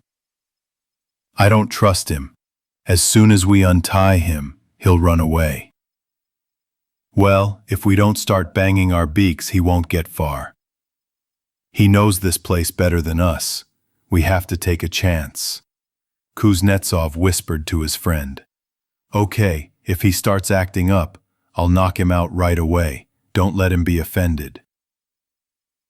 The friends returned to the room and untied their new ally from the bed. He struggled to his feet, groaning and stretching his stiff limbs, back and neck. Take me to the gnomes, the cosmonaut said dryly. Max, are you back to us? Andre asked, looking at his friend with hope. Well, if you're after Lena, I'll go with you. The teenager muttered incoherently and got out of bed, clutching the back of his aching head. The psycho walked out of the ward, then turned into the adjacent passageway between the hospital wings and stopped. He shook his head, muttered something under his breath, and finally walked confidently forward. The men descended to the first floor and, a few minutes later, found themselves on the stairs that led to the basement. The entrance to the dwarves' abode. They're strong, but stupid and greedy. We need to catch them off guard, Eltorg explained pointedly, opening the door which had no lock. Beyond it, a long, dark corridor began, with a low ceiling that almost touched the tops of their heads. Vorobyov pulled out a flashlight, but the madman immediately shushed him and waved his arms.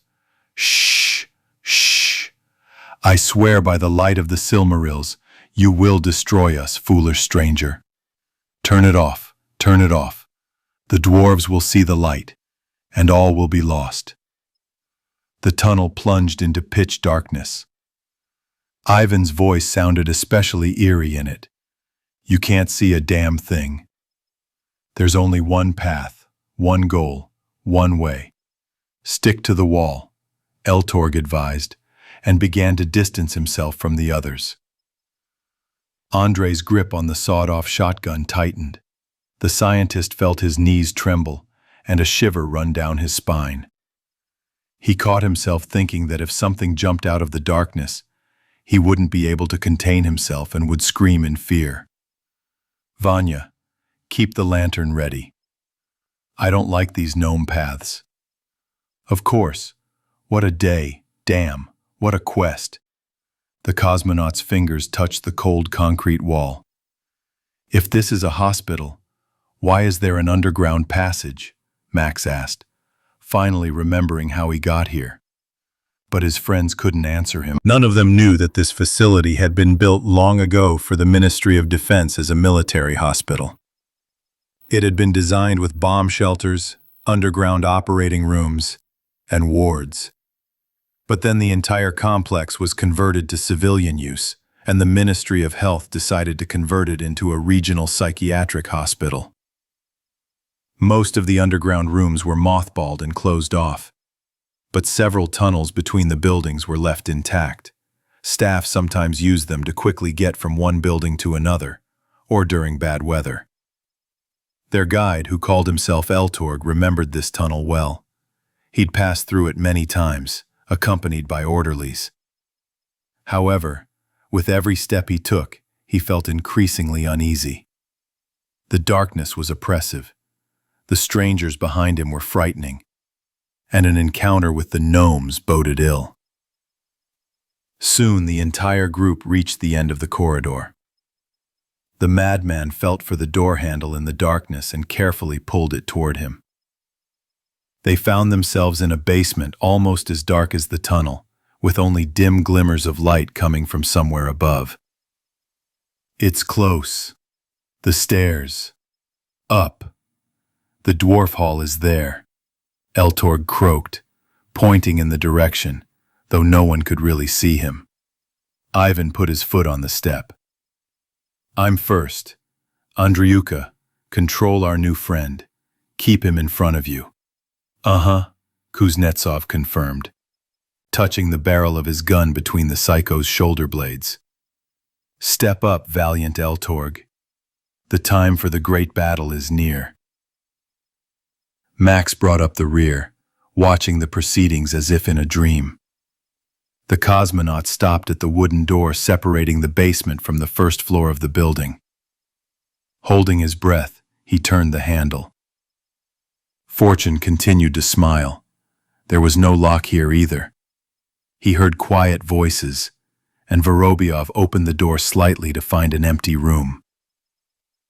Give me the girl right now, I can't wait anymore, insisted a high-pitched, squeaky male voice. A low, rough bass voice answered him.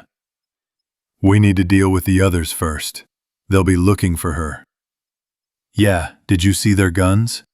And they'll never find us here anyway. How young and tender. I'm definitely the first one, Komar. Watch the door. A third impudent voice intervened in the conversation. Lena woke up a few minutes ago but did not open her eyes, listening in horror to the stranger's conversation. Andrei and Ivan quickly crossed the first room and burst into the second. The orderlies stood frozen for a moment, then one of them rushed to the iron front door. Shots rang out, the roar deafening in the cramped space. Blood and brain matter spattered the walls and floor. 2 corpses collapsed near Lena's bed, and the third kidnapper writhed in pain next to the bolted door. I don't know which of you knocked me out, but let's assume it was you. Max approached the wounded man and stabbed him several times. The carnage was over before it even began. Kuznetsov stepped over the dead man with the bullet in his head and pulled the gag from the girl's mouth. They attacked. I didn't see. Lena's voice trembled and broke. Everything's fine, the cosmonaut reassured her. Do you at least remember us? In terms of...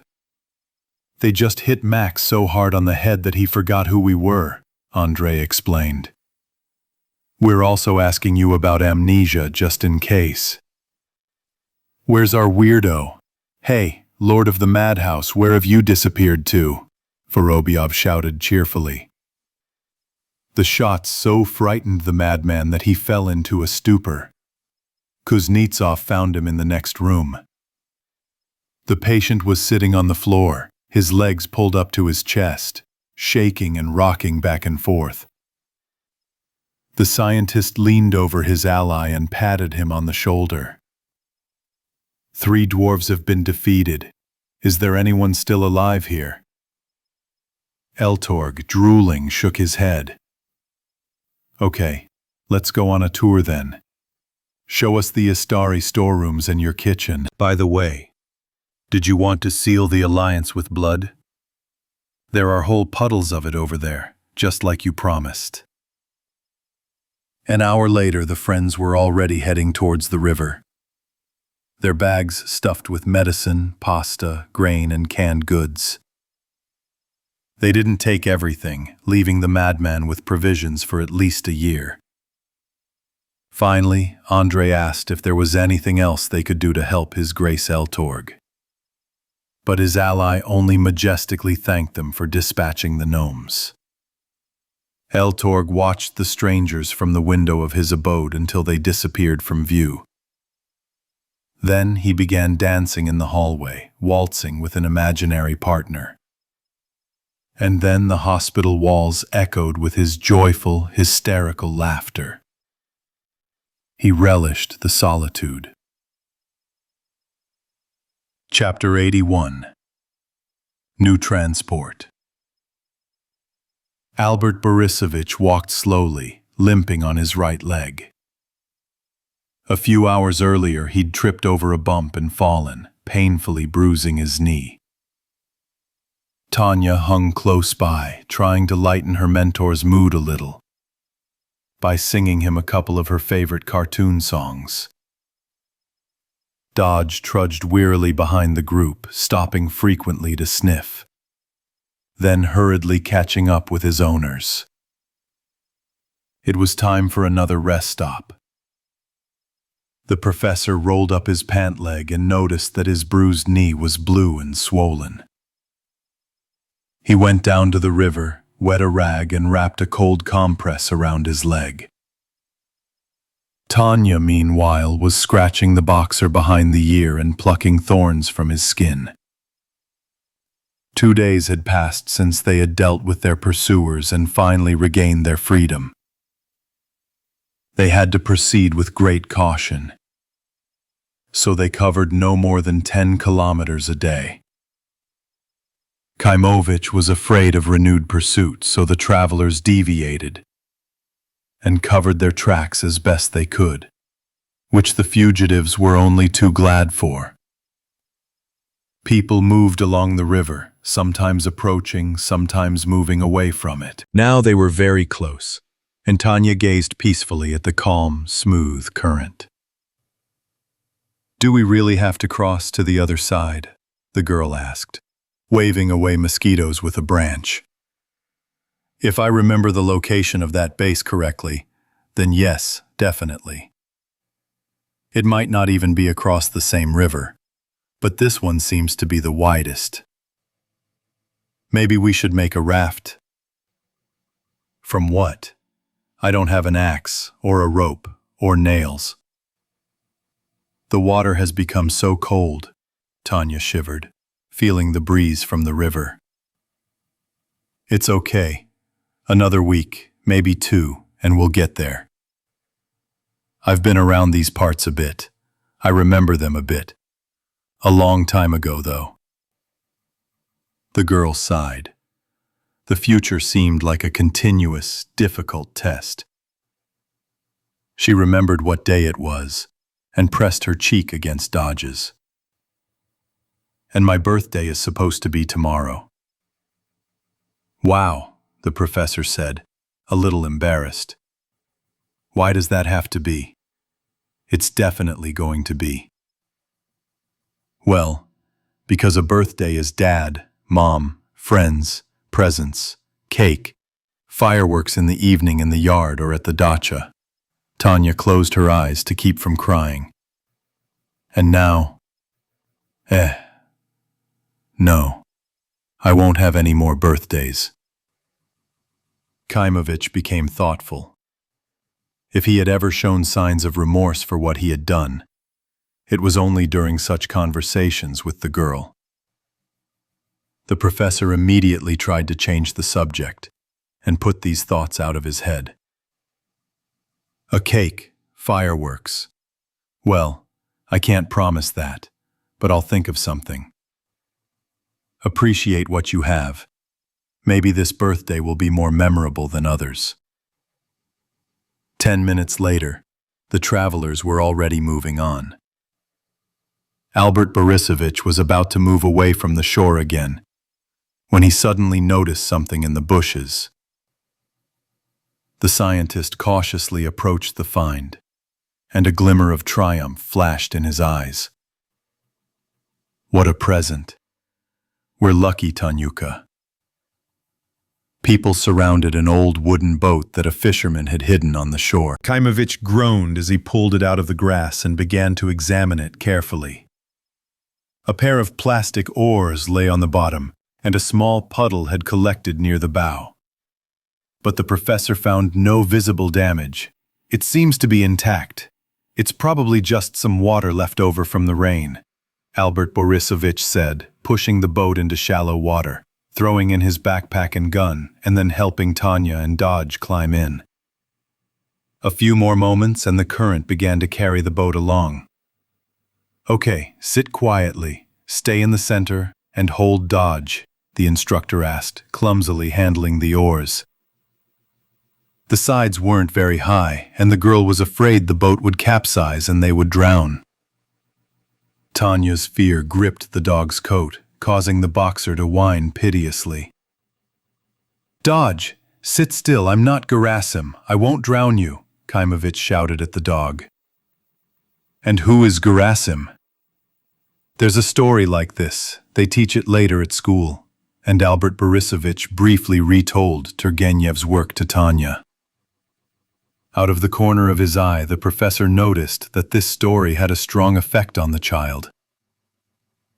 The little girl petted Dodge and pressed her cheek to the dog's muzzle. I feel sorry for them. And you, Dodgik, don't be afraid. We won't abandon you. We love you. Albert Borisovich leaned on the oars. The current carried them sideways quite quickly, making rowing difficult. When the bow of the boat touched the opposite bank, the scientist's entire face and back were covered in sweat. The dog was the first to jump onto the bank and start drinking from the river. Kaimovich pulled the boat away from the water and carefully camouflaged it in the bushes, and Tanya finally felt safe. The girl decided that all the bad people, the infected and other problems were on the other side of the river, and that here everything would be different. After crossing, the professor decided to take a long rest break. He was almost no longer afraid of pursuit. They could now defend themselves from predators and zombies too, although, the scientist assumed, infected people in these parts would be much rarer than hares. 40 minutes later, the travelers set off again. Albert Borisovich felt they had entered a truly wild place where humans are rare. However, this feeling didn't last long. A couple of hours later, when they were already beginning to think about spending the night, the rooftops of houses appeared ahead. Kaimovich was surprised and wary. They crept closer unnoticed, found a good spot for observation, and waited. 4 houses stood not far from the river. A fairly wide path led from them to the shore. The houses appeared abandoned. Dodge sniffed the air, sensing an ominous sign. Albert Borisovich spotted a kennel, next to which a dog lay motionless. If there's a dog, there are people nearby, thought the professor, and he wanted to avoid the place. But hunger, wet clothes, and wandering through the forest had exhausted the travelers. They were already yearning for a roof over their heads and shelter from the storm. They continued to watch. Kaimovich was wary of going on an open reconnaissance mission. Anyone could be living in the houses now, from harmless tourists to hardened criminals. He needed to somehow make the owners reveal themselves. The scientist picked up a stone and hurled it with all his might. The boulder hit the ground next to the dog, but the animal didn't move. A couple of minutes passed before Albert Borisovich threw it again. This time, the stone hit the dog in the hind leg, but the animal remained sprawled on the ground.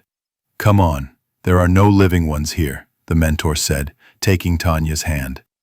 Approaching the dog's motionless body, the girl realized the animal had been dead for a long time. Thin ribs protruded through its skin, maggots swarmed in its eyes and belly, and the stench of the rotting body attracted more flies. She probably died of hunger, the professor suggested. Dodge whined, smelling the death in the air. Let's go and see what this place is. It looks like a tourist shelter. 3 wooden houses made of thick logs, a bathhouse, and a gazebo with a barbecue. To the weary travelers, this estate seemed like a veritable palace. The door to the first house creaked slightly in the wind, and men's shorts and socks hung on a clothesline stretched along the porch. Kaimovich peered in the window and then walked through the door. Inside, the place was relatively tidy. Firewood lay next to the iron stove, and a bucket of water and a metal kettle stood on the table. But the dead dog in the yard and the huge spider web on the window told the professor that this place had long been abandoned by people. We'll spend the night here, have a look around today, and tomorrow we can heat up the bathhouse. Don't get too complacent yet, just stay alert. Kaimovich, Tanya, and Dodge took turns exploring all the buildings, and finally came across a stable. 4 empty stalls, saddles, and tack indicated that the shelter's owners were involved in equestrian tourism. Where are the horses? Tanya asked. They either ran away or were slaughtered. Can you eat horses? The girl winced. Oh yeah, wow, look, they've got a snowmobile right here. It's a really handy thing in winter. Too bad we won't be able to use it now. We could, of course, wait here until the snow settles and then use it, but that's risky. Better now, while there's no frost. And if worst comes to worst, we'll come back here for the winter. Another gift turned out to be a working gasoline generator and several canisters of fuel in the shed. The professor was haunted by the thought, what could have driven people to leave this safe place? Kaimovich began to quietly chat to himself, looking at the supplies in the kitchen. Okay, tourists stopped coming here when the epidemic started. But someone lived here, a guard or a shelter owner, someone who kept order. What happened to him? If he left on his own and left his dog tied up, that means he wasn't planning on leaving this place for long. But he didn't come back. Well, so be it. It's better for us. Tanya remained silent, watching her mentor and glancing out the window that looked out onto the river. Albert Borisovich's mood was improving with each passing minute. They had found plenty of food: stewed meat, canned fish, buckwheat, pasta, pearl barley, rice, tea, instant coffee, tubes of jam, and condensed milk in cans. A real treasure for wanderers like them. The thrifty owner also kept several boxes of candles, dry fuel, a camping gas stove, and a dozen canisters for it. Well, if we don't find my base, we'll definitely come back here. The professor put thin kindling into the stove and lit a match. Even though it's close to the river, it's dangerous. But since we built here, the water shouldn't reach it in the spring. They weren't idiots, I suppose.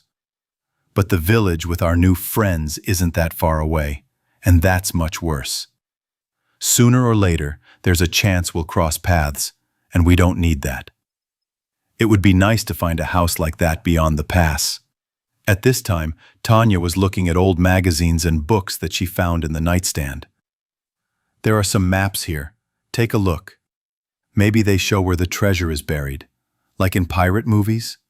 Kaimovich closed the stove damper, coughed from the acrid smoke, and approached the girl. Wait a minute.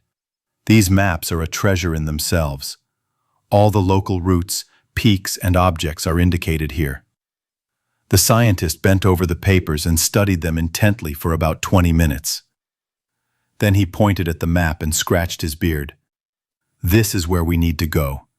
This is where I want to go. No one will find us there for sure. Far? Well, If we're going by the scale here, about 50 kilometers total. A mere trifle compared to how far we've already covered. Only here we won't have to go in a straight line. In some places it's uphill. A pot of water boiled on the stove and the professor began preparing dinner. Then he assigned Tanya to watch the boiling noodles while he went to bury the dead dog. The decomposing animal's body next to the house was not a pleasant sight, and Kaimovich wanted to get rid of it as quickly as possible. After finishing the burial, the scientist took an axe from the woodshed and carried it inside, just in case. It quickly grew dark outside. Albert Borisovich decided not to attract attention with the blaring generator and lit a couple of candles. This is a new place, so we need to keep our eyes open. I'll keep watch tonight and wake you up in the morning. If anything happens, you can sleep later during the day. We'll rest here for a day and see what else there is around. The aroma of a hot dinner quickly filled the room, making it so cozy and calm that even Dodge languished. Smoke from the chimney rose lazily into the black sky, where myriads of cold stars twinkled. The house had 6 beds. 3 bunk beds lined the walls. Albert Borisovich sat closest to the door, while Tanya settled into the far corner of their new home. The dog lay at his master's feet, sighing heavily from time to time, as if complaining. The professor leisurely sipped black tea from an old iron mug, crunching on oatmeal cookies. The night passed peacefully. The mentor woke Tanya around 7 in the morning and went to rest himself. The scientist asked to be woken in 5 hours, turned to the wall, and began snoring. The girl took Dodge for a walk, sat by the river for a while, and then returned to the house. When the professor woke up, they wandered around the neighborhood for about an hour, but discovered nothing remarkable. During the day, Albert Borisovich fetched water and heated up the sauna. While Tanya was washing, he decided to surprise her. Kaimovich crushed several packages of cookies in a small saucepan, poured condensed milk over them, stirred, and hid them. That evening, he took out the dessert, humming the tune of Happy Birthday under his breath, and set the delicacy on the table. Tanya looked into the pot with interest and was surprised. "Oh, what is this? I promised you there would be a birthday party, didn't I? I made a cake. You've probably never tried anything like it." "That? Definitely not," the little girl giggled. Dodge twirled around the table, licking his lips, also hoping for a treat. In honor of the occasion, Kaimovich served the dog a double portion of noodles and stew. "How old are you? 8? "Yeah, I was supposed to go to 2nd grade. Albert Borisovich with difficulty stuck 8 candles into the dense cake and lit them. "Blow it out, and don't forget to make a wish." That evening turned out to be one of the most fun Tanya had had since the epidemic began. She and the professor chatted and laughed until midnight, making plans for the winter and next year. "Okay, I suggest we set off tomorrow. We'll be up at 7 and out at 8. You go to bed. I'll stay on duty for a couple more hours." "It's so nice here," the girl said dreamily. "I don't even want to leave." "It's even better there, because it's further away from people. And there are definitely no zombies there. I told you. If worst comes to worst, we'll come back here." When Tanya fell asleep, the scientist extinguished all the candles and stared out the window for a long time, listening to the sounds outside. The forest was living its own restless nocturnal life. Fish splashed in the river. Leaves rustled anxiously. The crunch of branches and the scurry of animals echoed around the house. Finally, yawning widely, Kaimovich lay down on the bed closest to the entrance. placed his machine gun against the wall, and dozed off. Only Dodge remained awake in the house. Boxer lapped up some water from a bowl, stretched out near the stove, and watched the sparks and thin flames flicker behind the damper. Rain woke the professor before dawn. Heavy drops pounded the roof, and the wind swayed the trees outside the window and hummed somewhere in the attic. Every living thing hid in shelters from the storm. Albert Borisovich looked outside and checked his watch. After a moment's thought, he returned to bed and 3 minutes later was snoring again. When Tanya woke up, a kettle was already brewed, and a pot of water was boiling on the stove. The mentor was busy in the kitchen, preparing breakfast. "What time is it?" the girl asked sleepily, opening her eyes with difficulty. "Almost 9. 9? And we don't—" "It's drizzling. There was a thunderstorm last night. There's no point in going now. Let's wait until the sky clears and the trail dries out. We still have time." They had to wait for 2 days, the rain occasionally subsiding briefly, then turning into a downpour again. The professor studied the maps Tanya had found with interest, drank strong tea, and gazed thoughtfully out the window. The thought that the long-awaited refuge was already very close to him constantly tormented him. Finally, the sky cleared, and the travelers set out again. Tanya was reluctant to leave the house on the riverbank, but her mentor was adamant. While Kaimovich filled his backpack with food, the girl decided to go to the river and fill a flask for the journey. But as soon as Tanya stepped over the threshold, she cried out in surprise. The scientist grabbed his machine gun and crept to the window, his heart sinking, terrified to see Berkut and his gang on the street. But to his surprise, instead of enemies, 3 horses were grazing in the clearing right in front of the house. More precisely, 1 horse and 2 mares, calmly grazing on the lush grass. "Albert Borisovich, look!" Tanya cried joyfully. "Yes, I see, don't scare them." The mentor left the house, looking around warily. Dodge growled softly, sniffing the horses.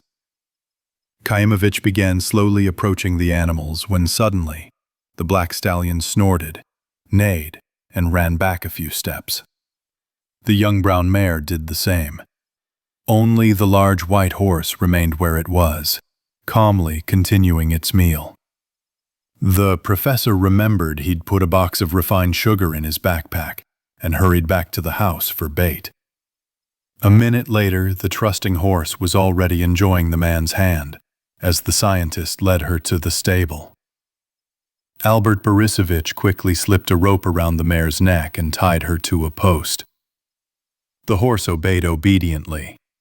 It was a calm and gentle animal, long tamed by humans and sensitive to what was wanted of it. Kaimovich hastily set about equipping their new vehicle, but since it was his first time, he spent a long time fiddling with the saddle and reins. Luckily, the horse tolerated his clumsy movements without any problems. "Fortune continues to smile on us." The scientist patted the mare on her white, round side. "We won't have to beat our legs. We'll get there much faster on horseback." A few minutes later, Tanya and Albert Borisovich mounted a white horse and set off. Dodge ran slightly behind, watching his hosts. The black stallion and brown mare silently watched the men ride off to an unknown destination on their old friend. Then, the free animals went down to the river to drink and galloped along the bank, frolicking and playing. They reveled in their freedom, unaware that the cold winter would soon arrive, which They would not be able to survive without humans. Chapter 82. Gateways. Returning to the yacht, the friends could finally breathe a sigh of relief. The foray ashore and the adventures in the madhouse nearly ended fatally, if not for the help of an unexpected ally. Only on the boat could they now relax. The boat quickly became their shared home and a safe haven. The evening passed with heated discussions of the details of the story in the mental hospital. Even Masha left her cabin and joined the general group. It's brutal. There are no safe places left on Earth. If it's not the cans, then some maniacs are sure to come across us. Katya sighed, sipping hot tea and leaning against Andrei. Luckily, we're not on the ground now. Lena was still shaking a little as she recalled the room with the orderlies. Ivan reached for a piece of refined sugar. Yes, I also felt somehow calmer on the boat. There in the forest, even in the car, I was constantly afraid that zombies would appear. But here the river protects me from these creatures. The river has a fickle nature. Today it protects you, and tomorrow it wants to drown you. Kuznetsov shrugged and kissed the redhead on the nose. Well, we're not on a leaky raft, are we? This thing costs a fortune. You'll never sink it, Max chuckled. Masha shook her head. They used to say the same thing about the Titanic. There are no icebergs on the Volga, Owl immediately retorted. But there are locks, the cosmonaut said thoughtfully. And judging by the navigator's calculations, tomorrow we'll reach the first of them. But whether we'll get further downstream is a big question. Locks? Damn, I didn't think about them, the teenager replied dejectedly. So they might get locked and then we're done for. Uh-huh, Vorobyov nodded, and again with his feet on the ground. Lena looked at Ivan with hope. Maybe they're automatic? Like the doors at the supermarket? That's optimistic, but I don't think it's that simple. We'll find out tomorrow. Andrei coughed and went to the toilet. But tomorrow brought its own changes. A gusty headwind blew in the morning, significantly increasing energy and fuel consumption. Then the wind died down, but a fog so thickened around the boat that it seemed as if a cloud had settled on the river. The friends conferred, decided to wait out the storm and dropped anchor closer to shore. Soon, a real storm hit the ship. The rain lashed down so hard it seemed ready to shatter the windows. Waves rolled in, one after another, and drenched the deck. People clung to their cabins as best they could, trying to weather the storm. Lena and Masha were seasick, so Ivan advised everyone to keep their bags handy. The storm continued for over 3 hours. Then the wind died down, but the rain continued until evening. Damn rain, we lost the whole day because of it. Max grumbled about the bad weather, warming his hands on a mug of instant coffee. More in a day, less in a day, Masha noted philosophically, washing down her medicine. Fortunately, the suspicions of a Novaya Zvezda infection were unfounded. The antibiotics worked, and the girl was recovering, although she wasn't yet in her best shape. Andrei broke off a piece of chocolate. Well, I wouldn't say that. It's not May anymore. It's autumn after all, and I want to decide on a new house before the cold weather sets in. Sova winced and put his hand to the back of his head. His memory had already returned, but the sudden, sharp pain still persisted from time to time. The friends decided to remain where they were until the following morning. At dawn, Vorobyov went out on deck, shivered in the cool breeze, and was pleased with the weather. The clouds had thinned, the cyclone was moving away, and a clear strip of sky was visible in the west. The boat's engines awoke, the water beneath the stern began to churn, and the vessel began to slowly pick up speed. The riverbank changed, and villages became more frequent. Some had burned to the ground, while others seemed to still have a glimmer of life. As they approached Saratov, the crew's path was blocked by the dam of the Saratov hydroelectric power station. Dozens of tall iron power lines, like sentries, silently watched over the lone boat as it made its way downriver. This had once been a bustling place, filled with a multitude of vessels, from large ships to small fishing boats. Now, everything was deserted, and only seagulls crying hungrily darted through the air above the river. The navigation system led to a shipping channel, bypassing the hydroelectric power station. The Beluga passed under a road bridge, and the friends noticed it was partially blocked by a mangled bus, allowing only one vehicle to pass. "It looks like there are some partisans here," Ivan nodded, pointing to the barricade from the bus. Kuznetsov looked ahead with apprehension. "There are or were. The main thing is that they don't shoot from above. I don't like it here." Soon the bridge was behind them, but that didn't make things any calmer. The people on deck silently watched the enormous cranes standing idle on the shore. Just recently they had been unloading massive barges and bulk carriers, but now they stood idle. Somewhere in the distance, plumes of black, acrid smoke rose, as if a multitude of tires were burning. Although anything could have been burning, including mounds of human corpses. The concrete embankment was overgrown with grass and bushes. Several ships and motorboats lay motionless at the quay wall of the local shipyard. The iron hulks of old, decommissioned vessels rusted on the shore. Now the place had become a ship graveyard. Surprisingly, not a single zombie appeared. Of all the living creatures, only 2 dogs gave themselves away by going down to the river for a drink. Suddenly, a small boat pulled away from the shore. Meanwhile, Ivan was unsuccessfully scanning radio frequencies to try to contact the lock controller. "Oh, it looks like we have guests," Andrei said, watching the boat approach their vessel. "We are the guests here, and they are the hosts," Ivan corrected his friend. "Well, yes, now we'll see how welcoming they are," Katya sighed. Vorobyov glanced sideways at the girls.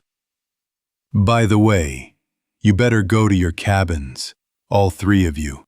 You never know." A couple of minutes later, the boat stopped a few meters from the Beluga. 2 strangers arrived, one with a battered Kalashnikov AK-12, the other holding a double-barreled hunting shotgun. "Hello, guys," Andrei greeted the locals. "You don't care either. Want to go through the locks?" replied a burly old man with a full beard. His partner with the Kalashnikov was younger, about 40, with a crooked, broken nose and black sunglasses. A large, fresh abrasion was visible on his clean-shaven scalp. "Well, we can't fly over, we have to get there somehow," Vorobyov answered kindly. "There's a fee to enter. Got any money?" the bald man asked matter-of-factly. Ivan glanced toward the locks, where 2 AGS-17 30mm automatic grenade launchers, mounted on the control tower, stood. Even in peacetime, the locks were considered a strategic asset, and even more so now. So the owners had converted them into a well-armed outpost. The men knew that a couple of well-placed blasts from these guns would send the Beluga irresistibly sinking. Vorobyov shrugged casually. "Well, let's come to an agreement. What's the rate? How do you charge?" The bearded old man with a gun spat into the water. "Gold, weapons, please. Don't offer stew. We have 2 warehouses ourselves." "Understood. And where's the guarantee that we'll pay the fee and get through?" Andrei asked, trying to sound confident, but his voice came out weak. The tension in the conversation grew. The friends saw that the balance of power was far from in their favor, and in fact there was little in this situation to their advantage. Grandfather glanced around the Beluga's crew. "I'm your guarantee. I'll go with you. Drop me off on the other side. Is that okay?" "Very well, you are welcome," Vorobyov invited the old man, and whispered to Max to go down to the... A couple of minutes later, Kuznetsov handed the bearded guest a bag of jewelry. "Enough?" The grandfather weighed the bag in his hand, looked at the contents, bit the chain with the pendant for good measure, and was satisfied. "Fine." He immediately pulled out a radio from his inside jacket pocket and commanded, "Let me through." Soon the lock gates began to move, revealing a long, reinforced concrete mouth, 30 meters wide and 300 meters long. An entire ship could easily have disappeared there. Ivan slowly steered the boat toward the gate. Baldy followed in his boat at a short distance. The bearded guest hostage watched the process calmly and indifferently. "Where are you even from on such a vessel?" "We're moving from Novosibirsk, and this is our stage horse," the cosmonaut explained, tapping on the instrument panel. "Gluttonous," the old man grunted skeptically. "But it's a hybrid. You can go with the current and use batteries.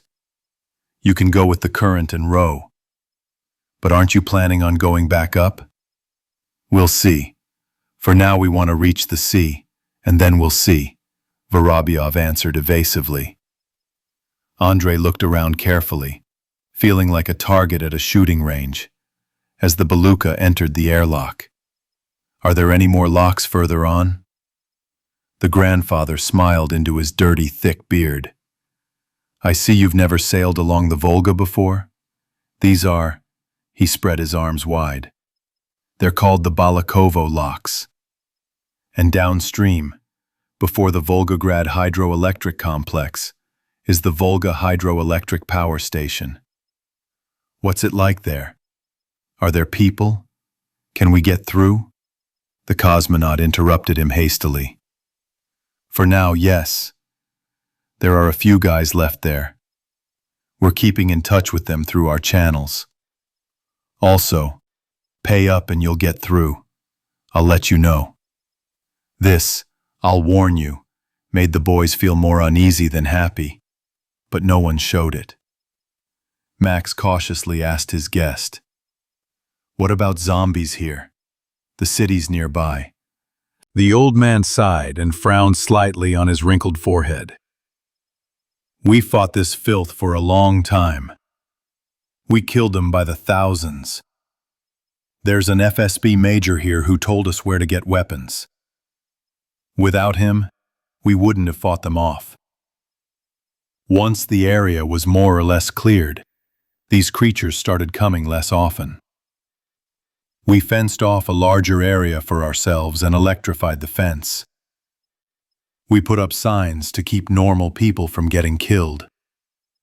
Basically, the electric fence keeps this pest away from us, and things have become calmer."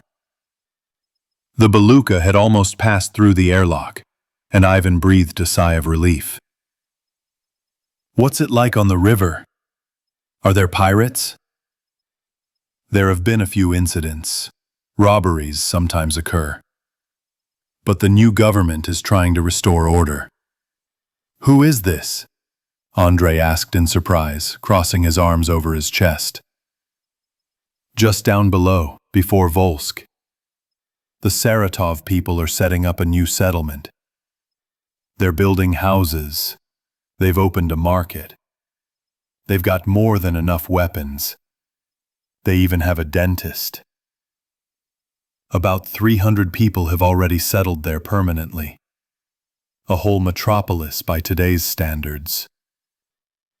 The man in charge there is Gordy Mikhailovich, a smart guy, though I don't know what he used to do. We visited them, discussed electricity. We'll get it hooked up." Anyway, they've set up a patrol along the river. A small boat with soldiers is sailing, sort of like a new police force. If you want, stop by their place. Maybe you can trade something at the market. Talk to the people. Tell them you're from Demidich. Understood. Thanks for the information. And you mentioned the waterworks with the lock. Is that the only obstacle to the sea? This was the question that was currently top of Vorobyov's mind. It depends on which sea you're going to. The bearded man pulled a cigarette from his pocket and lit it without asking permission. Andrei, who had almost kicked the habit, felt a painful lurch in his stomach. The grandfather continued slowly. If you need to go to Chernoy, I wouldn't recommend it. That's through the Volga-Don Canal, and there's lock after lock. 13 of them. We lost contact with them a month ago, so the chances of getting through are extremely slim. But if you go to Kaspiskoy, no problem. After the Volga hydroelectric power station, there's only the Astrakhan water separator. But it hasn't worked since the 1990s, when everything started going wrong. I see you have a navigator, AI, sonars, everything. Even a fool could get through on a frigate like that. At that moment, the Beluga emerged from the lock and stopped. Demidich said goodbye to his new acquaintances and, jingling the gold in his pocket, returned to his boat. About 10 minutes later, when the yacht had moved a sufficient distance from the locks, the girls came up onto the deck. "Phew, you're great! This deserves to be celebrated," Katya exclaimed, sipping juice from a carton through a straw. Everyone readily agreed to this proposal. The Beluga passed through the shipping channel and found itself in the Balakovo Arm, which skirted Pustiny Island. Soon the river widened, and the Volga regained its wild natural grandeur, passing through the hydroelectric power station's locks and escaping into freedom. Chapter 83. From Ship to Shore. Having safely passed the locks, the friends decided to sail until dark. The navigation system and autopilot could have kept the yacht steered at night, but they didn't want to risk it. They also didn't want to drop anchor near a populated area, fearing a nighttime boarding. After a while, leaving Volsk behind, the Beluga crew spotted the settlement the bearded old man had mentioned. It was indeed bustling with life. A tugboat was towing a small barge loaded with lumber down the river. 3 boats were setting nets, and people were bustling about on the shore. "Remember we were talking about the guns? Or rather, the lack thereof?" Andrei asked, looking at the pier. Ivan stood nearby, looking in the same direction. "Well, Demidich said they have a lot of weapons, so they're definitely selling them at the market. What else are they supposed to sell now?" Kuznetsov continued. The cosmonaut thought about it. He didn't want to make another sortie. "Are you suggesting we go shopping? We need machine guns at least. Grandpa said there are pirates here, but what will we do with our sawed-off shotguns if we have to fight back?" The scientist's question had been on the whole group's mind for a long time. What if the locals get wind that we have a problem with weapons and decide to board us themselves? Well, we won't waste time chatting at the market. We'll just pretend there's no such thing as too many guns, and we just wanted to stretch our legs and meet some people. We've still got enough gold for 10 more locks like that, but we're in trouble with the cannons. Anyway, it's a quick get there and back. What do you say, Captain? Andrei argued everything clearly and was 100% right. Ivan couldn't object to his friend. All that remained was to decide who would go and who would stay on the Beluga. After some discussion, they agreed that Andrei and Max would go ashore. In the worst-case scenario, Ivan would be better placed than anyone else to quickly maneuver the ship away to rescue the girls. The friends inflated the rubber dinghy again and headed for the village. People on the shore were already eyeing the strangers with curiosity. An hour passed, and the boys still hadn't returned. The yacht crew was starting to get restless, Katya especially. "They're swimming," Lena finally shouted, having been watching the shore intently. When Andrei and Max climbed on board and pulled the boat up, Kuznetsov quickly said to Ivan, "Come on, let's not get in the way here." The cosmonaut didn't ask any unnecessary questions. The Beluga's engines revved up, and soon the village was far behind. To be on the safe side, Max sat at the stern for over 2 hours, but didn't notice any surveillance. The guys didn't return empty-handed. For the same bag of gold they'd paid Demidich, they managed to buy a police-spec AK-12 assault rifle, which looked almost new, and a well-worn FN F2000 assault rifle, plus 500 rounds of ammunition for each barrel. What kind of freak is this? Couldn't they take 2 Kalashnikovs? Vorobyov asked in surprise, hefting the short-barreled rifle in his hands. Kuznetsov spread his hands. "We didn't have enough for 2. We had to haggle even then, and they didn't have that much of a selection. Someone arrived before us and took 50 guns at once. We had to choose from what was left." "Why the ugly one?"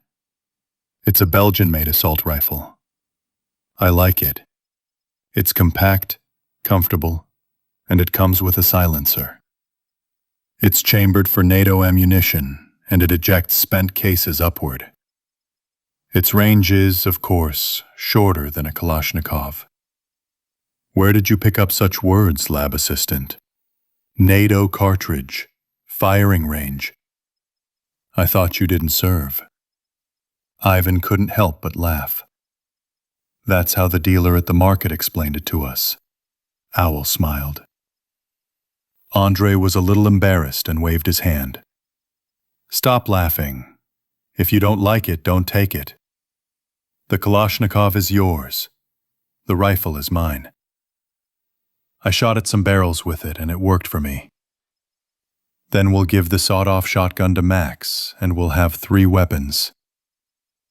"Did you forget about the knives?" Owl replied, pulling a throwing blade from his belt. The astronaut shook his head. "No, I won't give up my sawed-off shotgun. I'm used to it. And I'll give it back." "Take it, Owl, but you need to practice with it." When it became completely dark, the Beluga dropped anchor, and the crew gathered for an evening meeting. They decided to keep a heightened watch, 3 people at a time. Fortunately, the night passed peacefully, and early the next morning, the friends continued their journey down the river. The voyage all the way to the Caspian Sea proceeded smoothly and without any unexpected incidents, except, of course, for a couple of nights when a thunderstorm raged, and the yacht rocked like a paper boat in a turbulent current. But the Beluga mastered the elements with confidence, and the friends slowly but surely approached their intermediate destination. The crew of the glamorous yacht was indeed awaited at the Volga hydroelectric power station. Demidich from Balikovo hadn't deceived them. They were allowed through the locks without any problems for the same fee, and were given a few valuable tips on how to safely enter the Caspian Sea. The travelers bought 2 more barrels of fuel from the locals, just to be on the safe side. The riverbank here seemed more populated than near Saratov. Many of those who survived in Volgograd and the surrounding area flocked to the Volga. The river provided food and, at least on one side, protection from zombies. We also passed the Astrakhan water separator without incident, once again being amazed by the scale of Soviet construction projects. "When will we be able to make things like this again?" Vorobyov asked rhetorically. "Hydroelectric power plants, dams, This water separator. They're such enormous, colossal things. We need the technology, and we need so many people, so many technicians. Oh, not anytime soon. We just need to survive here, eat, stay warm, and not die. That's all we have planned for the next 5 years, like in the Stone Age. Andrei stood shirtless, exposing his tanned back to the sun. At this time, Lena was cleaning the fish that her brother had recently caught. No, well, the technology will remain. In technical libraries, everything should be stored on hard drives, on servers. But someone needs to preserve these drives. There are plenty of computers and spare parts for them, enough for 100 years. We won't have time for that now. What the hell are computers for? Kuznetsov chuckled. Well, I was exaggerating about the Stone Age, of course, but we'll definitely slide back into the Middle Ages. We'll all start living off subsistence farming, plus hunting and gathering. Giants like this hydroelectric power station will only be needed when people populate the planet again. Then, the Industrial Revolution will begin. Industrialization and all that. But what's the point of such power now? A handful of scared little people? No. Our children, if they're even born, which I hope they will live like they did in the 17th century, in the best-case scenario. Maybe we should go for a swim while the weather's nice, Katya yawned, abruptly changing the subject. You go ahead and swim, but I won't take any risks, Masha refused. The cosmonaut looked at the others and shrugged. Well, if the majority wants to, we can drop anchor. The autopilot says we'll be out to sea tomorrow. Right now we're going slowly to conserve diesel. The navigator hadn't deceived them. The next day, the Beluga, having slipped through one of the many channels at the mouth of the Volga, found itself in the Caspian Sea. The cosmonaut tried to keep the coastline in sight, not going out to sea, and steered the vessel south.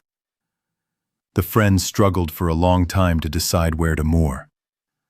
Finally, after passing Kaspiask and its immediate environs, the crew began preparing to disembark. The yacht stopped opposite a small resort. The spot seemed secluded, with no other signs of civilization nearby. The crew began to watch and wait. The resort seemed deserted, even abandoned. The epidemic had broken out before the tourist season, so the friends hoped there weren't many people there. The grounds were clearly visible. One 2-story building with 16 rooms, 4 bungalows for wealthier tourists, a cafe, and the administration building. A couple of hours later, when the crew had already decided the area was deserted and it was time to disembark, a stir began on the beach. 3 people emerged from around the corner of the main hull and hurried toward the sea. It soon became clear that the men were chasing something small, but it was impossible to see from the ship. The friends immediately realized that zombies were prowling the shore. A few minutes later, the infected's pursuit was successful, and they began tearing their prey apart 20 paces from the sea. There are only 3 of them.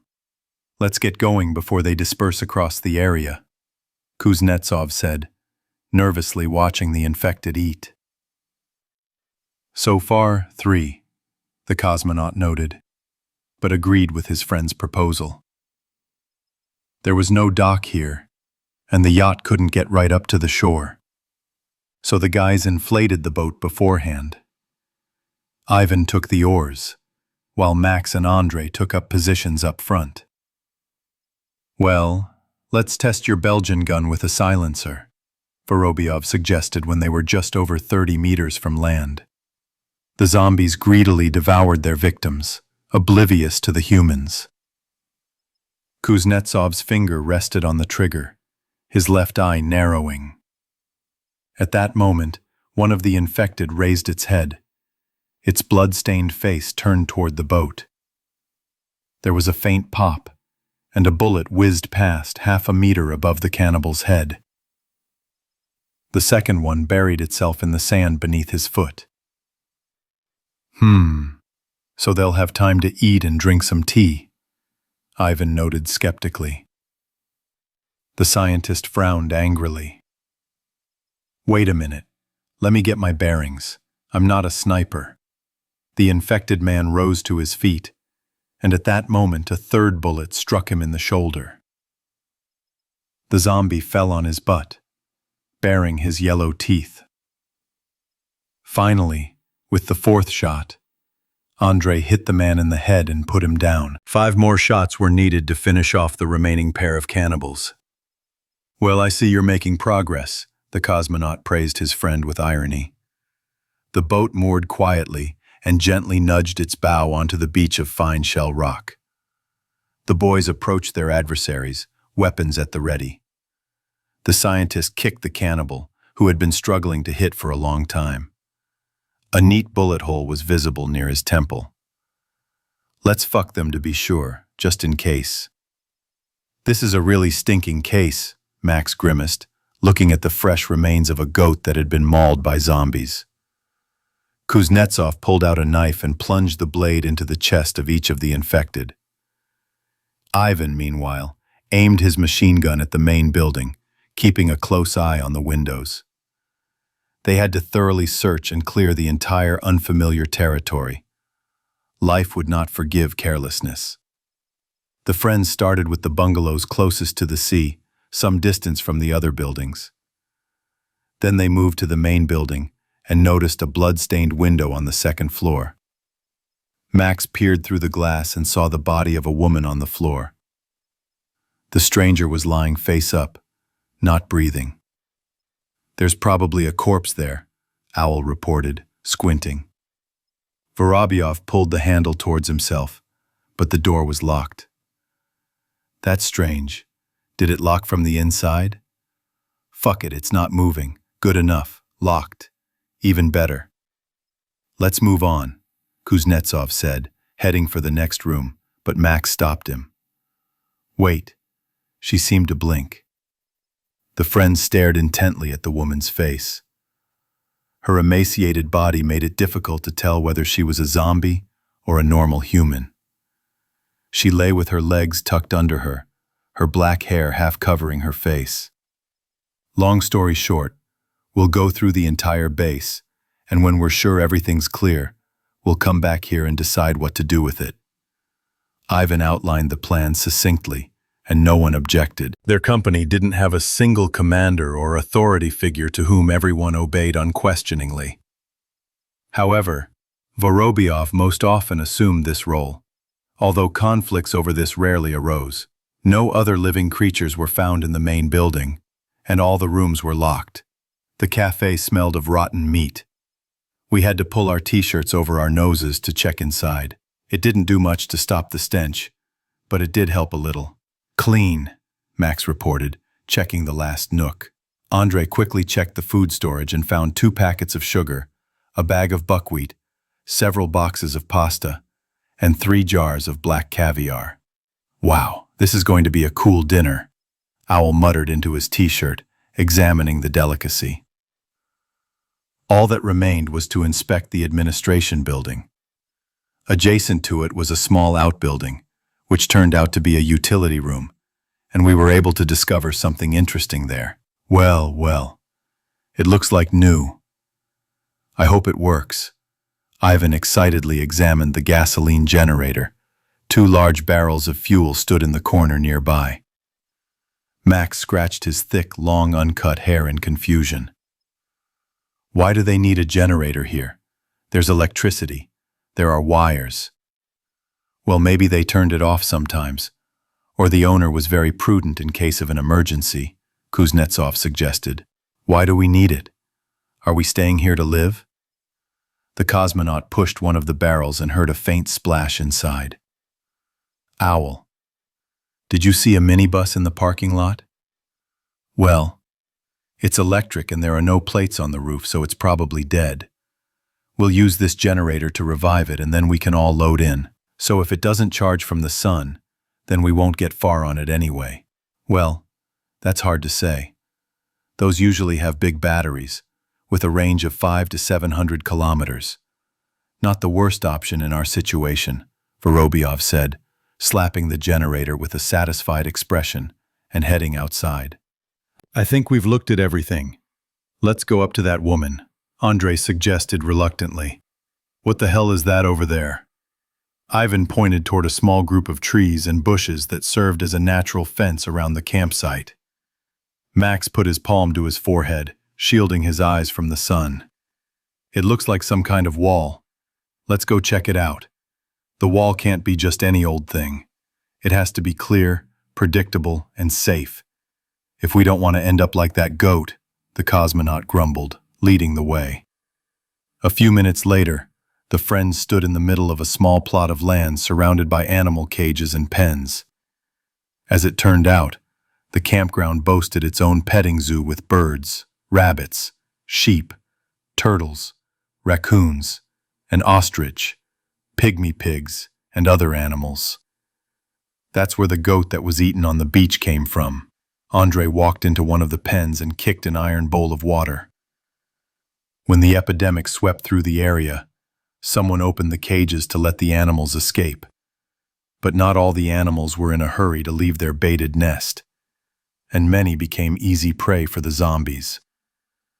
Bloody skins, rotten entrails, torn feathers, torn parrot carcasses, and gnawed bones. This is what remains on the site of the menagerie where tourists' children once happily played.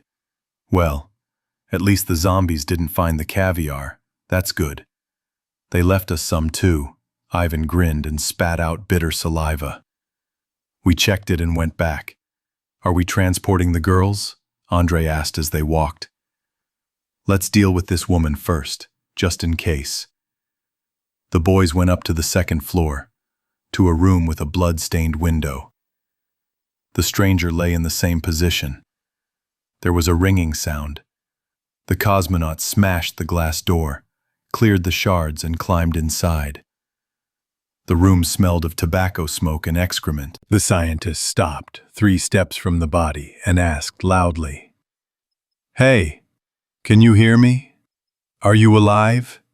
Several seconds passed before the woman cracked open one eye, cast a bleary gaze at the strangers, and moaned. The moan quickly turned into a sob and a pitiful wail.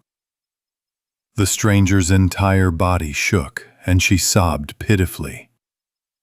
Finally, she reached out with one hand and tried to touch Vorobyov's leg. Ivan's finger reflexively touched the trigger, but the man pulled it back in time. I've never heard a zombie cry like that before. She's normal, Kuznetsov said, biting his lower lip. Well, how can I say it's normal? Just look at your leg, Max nodded to his friend. The woman's right shin swelled, became dark purple, and appeared twice its normal size. Yes, it looks very bad, the scientist agreed, smelling a faint smell of decay in the air. Help! Help me! The stranger squeezed out with difficulty. What should we do with her? Andrei became nervous. The cosmonaut leaned over the wounded woman. Let's put him on the bed first. Help him. A couple of minutes later, Max brought some water, and Ivan opened one of the cans of black caviar. The woman took a few sips and a couple of spoonfuls. She was so weak she could barely chew. From the quiet, broken sentences of her new acquaintance, the guys learned that her name was Tamara. She was from Elista, and for the past 5 years she had been coming here seasonally to work as a cook in the cafe. As the owner of the base was a distant relative of hers. The owner himself lived in St. Petersburg and was rarely here. Contact with him had been lost with the onset of the epidemic. Most of the remaining staff had fled or become infected when the virus reached the area. She stayed, as she had nowhere to run, and no one was waiting for her at home. Having caught her breath, the woman asked for more water and caviar. When chaos erupted, Tamara locked herself in her room, making rare forays to stock up on food and get water. The last time the infected chased her, she fell and broke her leg, but managed to hobble back to her room and lock herself in. Soon, her supplies ran out, and her leg became inflamed. She howled in her room in excruciating pain, but no one came to her aid, and she prepared herself to die. I started losing consciousness often, and every time I woke up, I regretted that I hadn't died yet. The wounded woman babbled with pain in her voice. Andrei carefully examined her leg. Then he and Ivan went outside. There needs to be an operation, or even an amputation. I'm not a surgeon, but the woman's situation is bad. Well, damn it. I can't just abandon her like that. It's somehow inhumane. The cosmonaut replied and looked sadly towards the sea, where the beluga was rocking on the waves. Let's take care of the car first, and then we'll think about it. We've helped her as much as we can now. She still can't eat much after being hungry for so long. It'll only make things worse. Okay, but let's get the girls ashore first. It's generally quiet and peaceful here, and I feel more at ease when my wife is nearby. I'll go for a swim, and you take care of the car. Have the owl climb up on the roof and keep watch. Kuznetsov assigned the roles. Yes, but first we'll move the generator. It's heavy. I'll strain myself on my own, but 3 of us will be easier. When the gasoline power plant was placed next to the minibus, the cosmonaut pulled the driver's door. It's locked. Damn, I don't want to break the glass. And even if I do get inside, I'm not sure I'll be able to start it without the smart key. This is a serious device. They're probably equipped with anti-theft locks. The car's chip is bound to be somewhere in the database. The driver might have the key too. And if he's infected, he's probably wandering around somewhere far away with our key in his pocket, or just rotting peacefully in the sun. Andrei suggested without optimism. Max scratched his nails behind his ear. And if the driver is among those 3 cans that we killed on the beach? There's a chance. Okay, go ahead, Andruka. Go get the girls. Owl, you go on the roof as a lookout, and I'll go look for the key. Vorobyov went to the administration building, but the car chip was missing from the reception desk. Ivan searched through everything, but to no avail. No, then no. Let's go search the dead men, the cosmonaut said to himself and headed for the beach. He tried to guess which of the 3 dead men might have been the driver. Lying on the sand were a bald, pot-bellied man in tracksuit bottoms and a t-shirt, a stocky woman with a short crew cut, and a fashionable guy in his 20s in a torn shirt and dirty gray pants. So, if they're all local, then this guy looks more like a waiter. The woman is probably an administrator, and the fat guy looks just like a driver. Vorobyov turned on his deduction and began to examine the pot-bellied man.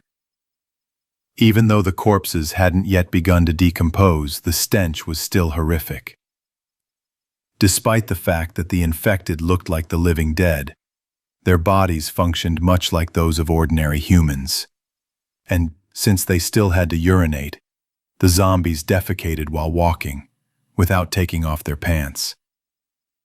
This didn't seem to bother them much. So, even without rotting flesh, their stench was noticeable from afar. To Ivan's disappointment, the man didn't have a smart key, so he had to pat down the waiter.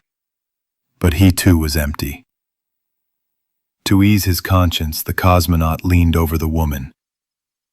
Blue jeans hugged her plump thighs, and her crooked legs, clad in sneakers, were spread wide. A pale pink t-shirt peeked out from under her denim vest. Vorobyov's gaze lingered on the dead woman's face. A piercing gleamed in her right eyebrow, and a small butterfly tattoo glowed red on her neck. Her lower lip was split, her mouth slightly open. Ivan thought he saw a tremor cross the woman's face. He pulled out his knife and, just to be sure, slashed the blade across her throat. The blood was barely flowing. Her heart was no longer beating and the corpse was cooling, but its ominous appearance still terrified him. The cosmonaut quickly searched his vest and in one of the pockets found a teardrop-shaped piece of plastic, the size of a matchbox. "Oh, what a surprise! I hope you, my beauty, were the driver of our new car." Vorobyov clutched the smart key in his fist and practically ran to the minivan. The central locking system was powered by a separate battery that held a charge for over a year, allowing the owner to enter the car even if the main batteries were completely dead. There was a soft click.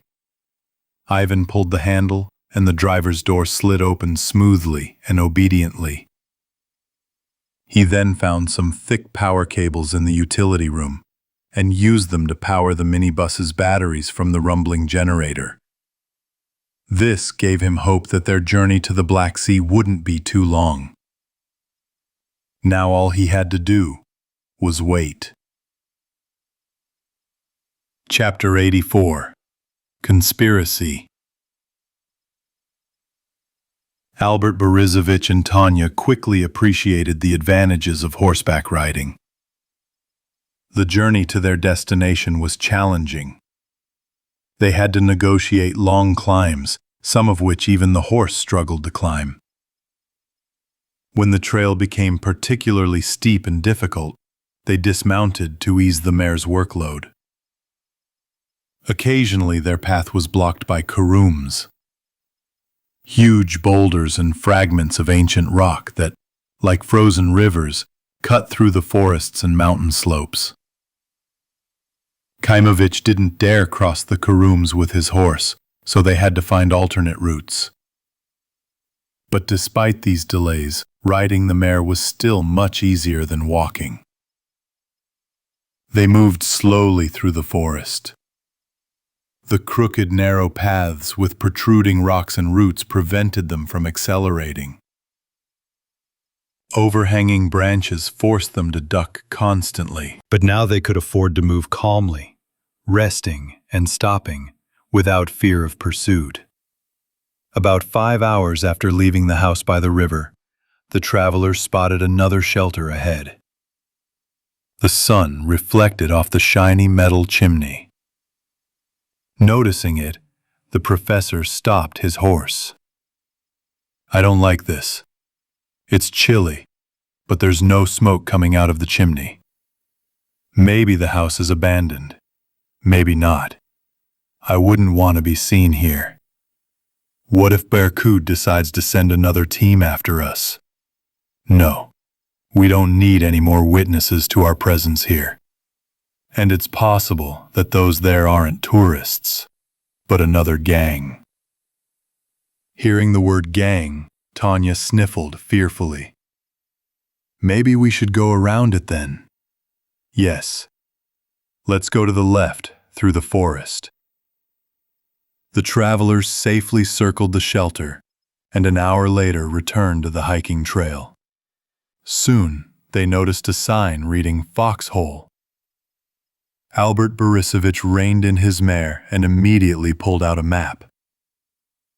"So, another tourist center. It's marked here.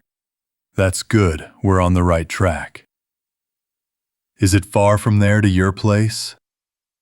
"Uh-huh. We definitely won't get there today. Maybe tomorrow," the mentor suggested uncertainly. 2 hours later, the travelers were already starting to think about spending the night, when they suddenly heard a loud hello behind them. Kaimovich grabbed his machine gun and turned around abruptly. A dark-skinned young man wearing an old camouflage suit and carrying a light backpack emerged from the forest. He raised his right hand, palm open. "Hello." The stranger greeted him again kindly. "I haven't seen anyone here in a while. Is everyone dead there?" "Huh? Yeah, almost everything. There's an epidemic there. Albert Borisovich nodded, noticing the boy glance enviously at his machine gun and rifle. Oh my. Polich told me about it, but I didn't believe him. Is that even possible? For everyone to die? Without waiting for an answer to his rhetorical question, he rattled on again. Are you going to the foxhole? It's empty now, you can stop there. The stream is nearby, and the stove is good. There's enough firewood for a long time. But it's better to stock up on more, of course. There's a saw and diesel fuel there. Kaimovich glanced around cautiously. Who is Polich? Does he live here? I haven't seen him for 2 months. He left for Belovo when he heard about the epidemic. He has family there. He said he'd return with them. He hasn't arrived yet. These words delighted the scientist. With each passing day, Albert Borisovich became increasingly chronically introverted. And the fewer people inhabited these mountains, the more at ease he felt. Okay, then we'll stay at the foxhole. And where do you live? You must have passed by it in the Bear's Ear. The guy waved his hand in the direction of the shelter, which the travelers were so diligently avoiding. And whose horse is this? Now ours, grazing on its own. Kaimovich tried to anticipate the stranger's actions. The scientist spoke calmly, even amiably, but kept his hand on the butt of his rifle. Ah, probably from the river shelter? It's good you caught her. Winter is coming soon. She'll die of hunger and cold without an owner. By the way, my name is Jekka. The new acquaintance introduced himself innocently. Igor, and my daughter is Sonia. The professor lied after thinking for a moment. Listen, sell me your gun. I see you have a lot of weapons. No, I need to do it myself. Sell it. Ask for whatever you want. Meat, fish, I'll get it all. I'm a Shorian, and we're the best hunters in these parts. I know how to set snares, and I can even hit a squirrel in the eye with a gun from 100 meters away. So you must have a gun if you can hit. Albert Borisovich grinned. It was. Not anymore. Jekka answered with a touch of sadness. And in the winter I really need a gun. The animals have become brazen. I'll give you some game. I can work for you for as long as you want. Chop wood, shovel snow. Sell it, okay? Let's discuss this later. I think we'll meet again. My daughter and I will stay at the shelter for now, and then we'll see. The scientist promised vaguely. Okay, Igor. I'll come by in a couple of days and we'll discuss it. The Shorin nodded, smiling and backing away. Kaimovich waved his hand. Yeah, go ahead, Jekka. Okay, bye. Nice to meet you. The professor nudged his horse forward but continued to ride with his head turned back, watching the shores with his eyes. Despite his outward calm, a tense struggle raged within Albert Borisovich. If not for Tanya, he would have shot the boy without a twinge of conscience. The professor didn't want to share this territory with anyone and saw everyone as an enemy, but he feared the girl would condemn him. This was the only thing that stopped Kaimovich from taking revenge. Ultimately, the scientist decided to deal with his new acquaintance later and in private. He certainly had no intention of staying at the foxhole and turned off the trail before reaching the shelter. The prospect of a warm bed and a roof over his head was very tempting, but Albert Borisovich was afraid that Jekka, tempted by his arsenal, might visit them at night. Stealth is no less effective a weapon than a machine gun, Kaimovich reasoned, turning into the dense forest. About 15 minutes later, slowly making their way through the trees, they spotted a cozy green clearing, and the professor suggested they stop there for the night. There's a house nearby, right? Foxhole. So why should we sleep in the forest? Tanya said, upset, imagining another damp, cold night outdoors. The mentor got off his horse and tied the mare to a tree. I didn't like this Jekka. I don't trust him. Did you see how he looked at the machine gun? He could break into that house at night with a knife and stab us for the gun. No, he can't know where we're staying. We'll spend the night here, get up early, and pass by this hole tomorrow. Maybe we'll even make it to the base in a day. I don't know what the road is like there, and the map doesn't tell me. But you said you were there? The girl asked warily. There was, but we were delivered by helicopter. Listen, where's Dodge? The scientist suddenly turned around. He was following behind, wasn't he? Yes. He was sometimes lagging behind, sometimes catching up. When we turned off the path, did you see him? No, the little girl shook her head in fear. Dodge! Dodge! The professor called to his four-legged friend in a short, low voice. Albert Borisovich was afraid to shout loudly, fearing that their new acquaintance might be watching them. Dodge! Tanya shouted loudly. The mentor winced and put his index finger to his lips. Shh, so not only he can hear us. The dog didn't respond, and people were starting to get really nervous. Okay. Stay here. No, let's not split up. Let's go together. The professor began to fuss, sensing something was wrong. They abandoned the mare and began to quickly make their way back through the forest, cautiously calling out their pet's name. Finally, they reached the main trail and stopped. Where did he go? Dodge, what a fool. Maybe he went chasing a hare. He'll get lost. Albert Borisovich was almost panicking. He was terrified of being left without his pet. Doe. The travelers went back along the path, but after a couple of minutes the mentor froze in place. Stop, we need to leave something with our scent and a few more in the forest on the way to the clearing. Maybe that's how he'll find us. But before Kaimovich could take off his sock, the boxer appeared from behind the tree. Here he is, the girl squealed joyfully. The dog hobbled slowly towards his owners, wagging his tail with the last of his strength, and whining pitifully. Dodge really was lost. During another climb, he grew tired and lay down to rest under a tree. Then he heard a rustling sound in the grass nearby, and began hunting for a gopher. By this time, the people had wandered far away and turned off the trail. The dog lost the scent and began running in circles through the forest, trying to find his owners.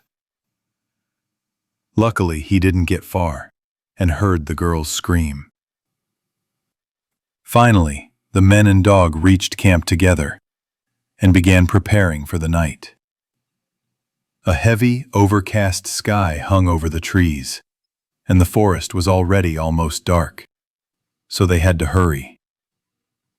Albert Borisovich broke off a thick layer of spruce branches and laid out a pine mattress next to an old cedar tree. Well, it's almost a roof over your head. Its branches are so thick that they even provide shelter from the rain. The scientist looked at the mighty tree with respect. Soon, Kaimovich lit a fire nearby, and the travelers warmed up a simple supper. After refreshing herself, Tanya began to yawn, curled up on the spruce branches, and covered herself with a blanket. Dodge was already snoring loudly, exhausted from the day. We'll leave early tomorrow. Get some sleep, the mentor warned, leaning his back against the cedar trunk. A small fire crackled grumpily, devouring the slightly damp branches. The professor watched the treetops sway majestically. The forest provided shelter from the strong wind, but it had still become incredibly cold and uncomfortable to sleep outside at night. Kaimovich had never imagined that sleeping outdoors would become a regular occurrence for him. In the first days of their wanderings, after he and Tanya were forced to flee their cottage, The scientist feared he'd catch pneumonia, and that would be the end of it all.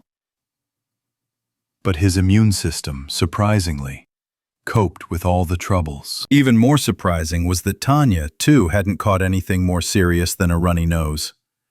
With each passing day, Albert Borisovich grew more and more certain that their robust health was a side effect of the virus vaccination. Yes, if only these idiots had behaved properly, everything would have gone differently. What prospects? What possibilities? Ah, it's their own fault, their own. The professor muttered under his breath. He tried hard to push away thoughts of the other billions of people who weren't even aware of his existence. Albert Borisovich threw a few more sticks on the fire and recalled his recent meeting with the shore's Jekka. He knows all the paths here. He could find us any time if he wanted. He might even be watching from those bushes right now. Kaimovich glanced suspiciously at the dark forest thicket. The wind blew harder. A chill washed over the professor, and Tanya began to sob restlessly in her sleep. It's cold. Screw the conspiracy. We need to make a bigger fire, otherwise we'll freeze here by morning. The scientist began to feed the fire more intensively. It had gotten warmer, though Albert Borisovich knew there definitely wouldn't be enough firewood to last until morning, and there was no point in wandering around in the dark looking for it. He was already cursing himself for playing it safe and not stopping at that foxhole. The professor glanced at the girl, who was huddled against Dodge, instinctively trying to keep warm. Yeah, shit, Kaimovich whispered. I should have locked the doors and slept with a machine gun in my arms. Even if he had tried to come at me, I would have taken a bullet right away. I'm an idiot. He wouldn't have come after us, no. If he wants a weapon, he'll be more cunning. He'll try to catch us in the woods or something. I can't turn my back on him. Absolutely not. It would have been better to just kill him on the trail and save myself the trouble. Tanya sneezed at that moment and woke up. She looked around and wearily laid her head down on the blanket. Albert Borisovich was once again lost in his dark thoughts. This can't be done. At least, not in front of her. She'll start thinking of me as a monster. In her presence, I only killed in self-defense, and she knew it. But that Shoritz didn't attack us. That bug was pretending to befriend us. But you can't fool me. He's just cunning. We'll meet again. The wind shifted, and a soft, lulling warmth wafted from the fire. With these thoughts, Kaimovich soon fell asleep. The night was difficult for everyone. Albert Borisovich was plagued by nightmares again. First, he dreamed of Masha's charred corpse floating down the river, holding a candle and laughing. Andrei stood on the opposite bank, firing a flare gun into the air. Then the scientist saw Tanya's dead parents with their severed heads. The professor tried to hide from them, but he sensed they were about to find him. And then, in the morning, he suddenly dreamed of presidential advisor Alexander Chernov. In the dream, the official again offered him a deal on biochips, and when Kaimovich refused, Chernov suddenly tore off his own arm and began gnawing on it. After each nightmare, Albert Borisovich woke up, came to his senses, threw more wood on the fire, and plunged into another terrible dream. Tanya was freezing and shivering. The baby slept poorly, only fitfully. She dreamed only of the night ending and the sun coming out. Dodge shuddered and whined without opening his eyes, as if complaining of sore paws. Only the mare remained calm, snoring occasionally behind a tree. Chapter 85. Light in the Window. Albert Borisovich woke before dawn. In the morning twilight, he went looking for firewood and tended to the fire, which had already died down. When the flames flared up, Tanya rose from her mattress of spruce branches and, wrapped in a blanket, moved closer to the fire. They ate a quick breakfast. The professor was eager to leave early. As soon as the path through the forest became more or less visible, the travelers set off on horseback. Now Kaimovich kept an eye on Dodge, who stayed slightly behind the horse. About an hour later, the hut of the foxhole shelter appeared. Hidden among the fir trees was an old, one-story house made of wood darkened by time. But it had a satellite TV dish on the roof. A small bathhouse stood nearby. A wide stream gurgled nearby. A local shelter owner had built a wooden bridge across it. Another quiet spot, where zombies would never reach, tempted Kaimovich with its accessibility. But he ignored it. Around noon, the guide announced a lunch break. As usual, the travelers turned off the trail and went about 50 meters into the forest to escape prying eyes. "Keep an eye on the fire. I'll be back soon," Albert Borisovich said, and went off to relieve himself. He retreated behind the trees, but suddenly caught a faint, unpleasant odor. The scientist assumed some kind of decomposing animal was nearby, and at first, he didn't pay any attention to it. But something was bothering the professor, and his intuition told him he needed to inspect the area. Kaimovich sniffed the air, and then slowly and carefully began to make his way through the thickets until he finally came across a bloody boot. "Oh wow. It looks like it's not some animal polluting the air here," the scientist said, clutching his machine gun and once again rejoicing at having managed to get his hands on a weapon. A couple of minutes later, Albert Borisovich found a gnawed human skeleton in the grass. Judging by the torn shreds of clothing, it was a man. But the professor couldn't determine anything else. The right arm was lying separate from the body. The predators had torn out the ribs and were trying to crush the skull. Several white bones lay scattered around the corpse.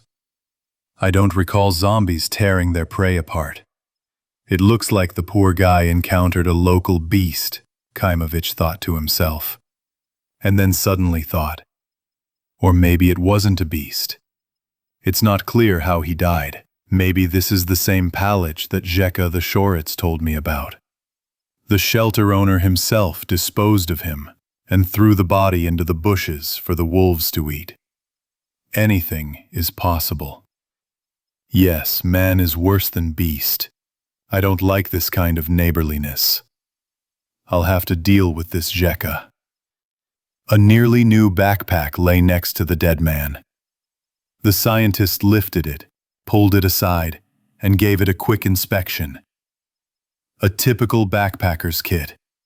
2 small pots, a sleeping bag, a camping mat, spare clothes, sneakers, 3 cans of sari, 4 cans of stewed meat, a packet of rice, noodles, buckwheat, dried spices, and seasonings. Albert Borisovich appraised the knife with a flashlight in the handle. Strange, they didn't touch the backpack. So, the beast did snatch it after all, although it doesn't matter anymore. Kaimovich shouldered the backpack and decided to examine the find more closely once he was back at camp. There was no time for disgust now. The dead man no longer needed these things, but they would be very useful to him and Tanya. A long winter lay ahead, one like they had never seen before. Without civilization, help, or a chance for error. The girl was surprised when the mentor returned with a large backpack. "Oh, someone lost?" "Well, I guess I almost did. I didn't steal it, because its former owner certainly wouldn't have any use for it. A second backpack wouldn't hurt us, especially since it's so full of goodies," The professor decided not to tell the little girl the details. Let's consider them gifts of the forest, just like the berries and mushrooms around here. By the way, do you see those low bushes with berries? Yeah, these are blueberries. You can eat them. They are tasty and very healthy. Wow, I was just about to try some, but I was afraid. I thought they might be poisonous. I was waiting for you to ask, Tanya said, delighted with the dessert. Good girl, don't eat anything without asking. After lunch, Albert Borisovich began carefully unpacking the dead man's backpack. A pleasant bonus to the clothes and food were a flint and steel striker, 3 packs of dry fuel, a compass, a pocket saw, and a large first aid kit. The backpack was damp, but all the belongings were neatly packed in bags and undamaged by the vagaries of the weather. The man had prepared thoroughly for the hike, but it still didn't save him. Okay, we need to move on. Kaimovich had to tie his backpack to the saddle next to Tanya and walk himself, because there was no more room on the horse. A large pass lay ahead, and the path grew increasingly difficult. Several times they forded wide, cold streams, after which Kaimovich made short stops to rub his frozen feet. When the wanderers finally reached the top, a picturesque panorama of a green valley opened up before them, cut by a clear river, with several mountain peaks rising on the horizon. It's beautiful here, isn't it? Albert Borisovich was breathing heavily, but smiling. Yes. Everything is so calm. Tanya looked at the valley in enchantment. The professor wiped the sweat from his forehead and cleaned his glasses with his t-shirt. The sun will be setting soon. We have little time. We need to find a place for the camp. Are there any shelters nearby? Should we spend the night in the forest again? I was so cold last night, Tanya sighed pitifully. Kaimovich took out the map and looked at it tensely for several minutes. There don't seem to be any shelters. Honestly, I'm not quite sure where we are. Maybe we'll find a sign further down. But after half an hour's journey, they found something more than a sign. A brand new, bright, 2-story house in the middle of the forest hospitably invited weary travelers to rest. On the facade hung a slightly faded poster with the abbreviation, Tourist House of the Ministry of Emergency Situations. The door was bolted only from the outside to prevent animals from accidentally getting in. Inside stood a large table, a stove, 4 beds, and kitchen drawers filled with utensils hung on the walls. Half of the second floor was taken up by wide bunks which could accommodate another 10 or 15 people. Albert Borisovich buried himself in his map, but still couldn't find this object. It was probably built quite recently. Maybe a year or 2 ago. Looks brand new. And this map is already, 10 years old. I like it here. We'll definitely have a roof over our heads tonight. And tomorrow, I hope, we'll reach our destination. If we don't accidentally lose our way, I'm quite the tourist, to be honest. If worst comes to worst, we can always come back here. A warm night's lodging, a hot dinner, a soft bed. What more could the weary wanderers need after a difficult journey? This shelter, built by the Ministry of Emergency Situations under the federal Safe Tourism in Russia program, seemed more luxurious than any hotel in Courchevel, which, admittedly, they had never stayed in. It's no surprise that in such hothouse conditions the travelers slept much longer. It wasn't until lunchtime that they prepared to set out, but the sky was overcast. I have a nagging feeling that if we go now, we'll definitely get soaked to the skin. What do you think? The professor asked Tanya when they were already standing on the porch. I don't want to walk in the rain. No, I'm definitely not going anywhere from here now. Wow, are you showing some character? Okay, let's wait out the bad weather. I hope it clears up tomorrow. Haimovich's intuition was right. Rain began to pound the roof in the late afternoon and continued almost all night. In the morning, the wind picked up, the clouds parted slightly, and the vagabonds continued their journey. Anxious thoughts were gathering momentum in the scientist's mind. He wasn't panicking yet, but he was already starting to get nervous. With each passing hour, Albert Borisovich became increasingly certain they'd taken a wrong turn, and now wouldn't find his base. Haimovich considered various options, such as returning to the foxhole and taking a different route from there. He was tempted by the idea of talking to the shelter's host, Zheka, and if he turned out to know the way, asking him to act as a guide. The professor understood perfectly well the price the Shorin would ask for, and knew how to pay him back. But if Zheka hadn't heard anything about that base, then all he could do was rely on himself and luck. The day flew by, and the wanderers watched the sunset surrounded by a wild, gloomy forest, with no sign of a scientific base nearby.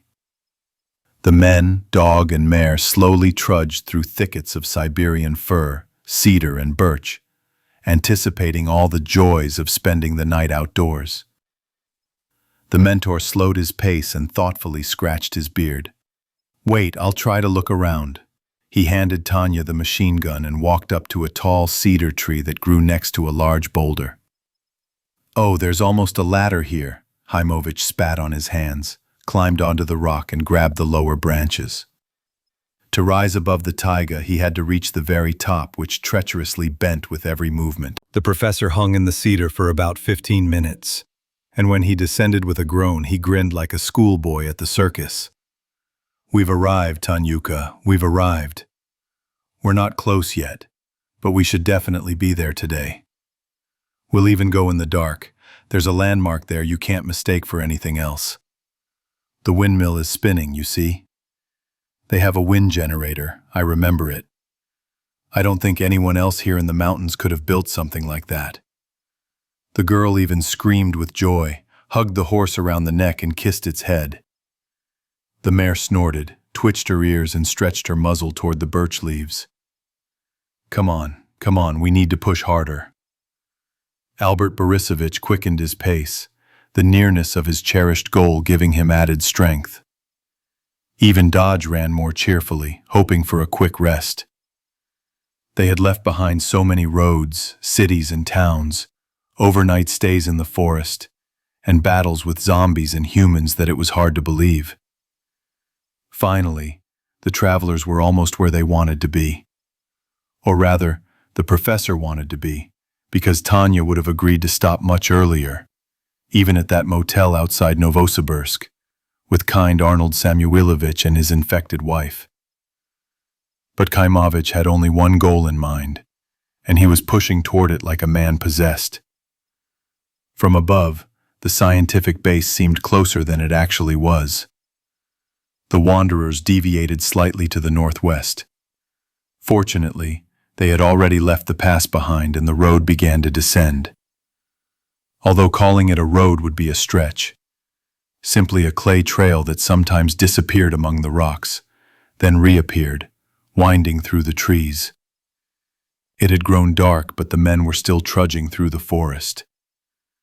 Kaimovich stubbornly pressed forward, refusing to even entertain the thought of spending the night outside. The scientist illuminated the way with a dim flashlight. Suddenly, the professor tripped over a root protruding from the ground and fell to one knee. Damn. This is a plague. Albert Borisovich struggled to his feet and continued walking, wincing from the pain in his leg. At first, he limped heavily, but soon his stride became smoother and faster. About 40 minutes later, when the flashlight had almost died, the travelers emerged into a wide clearing surrounded by forest. The outlines of a house and other buildings, over which a wind turbine towered, were visible in the starlight. As soon as the men stopped, Dodge immediately stretched out on the grass. Kaimovich leaned on his horse with one hand, his legs already buckling from exhaustion. Tanya, too, was barely able to stay in the saddle. The mare snorted discontentedly, demanding food, water, and rest. They finally reached their destination. The professor dropped his backpack on the ground and took his machine gun off safety. "Stand behind the trees over there, get off your horse and hold the dog." Tanya quickly and without further ado fulfilled this request. The scientist took several deep breaths to calm his trembling. Then, with a slow pace, he headed toward the house, where a cozy, warm light glowed in one of the windows. Chapter 86. Before the Rooster Crows. Lev Nikolaevich surveyed the surrounding area near the village. The field was currently overgrown with grass, but soon they would plow it and sow winter crops, and over there they would make a pasture. For now, there were only a few cows and sheep, but next year more were expected, and the farm would grow. They would have to return to an agricultural system, but that didn't seem the worst thing. The main thing was to survive this winter, and then things would get easier. Those were the president's plans for the future. The weather had been bad since early morning.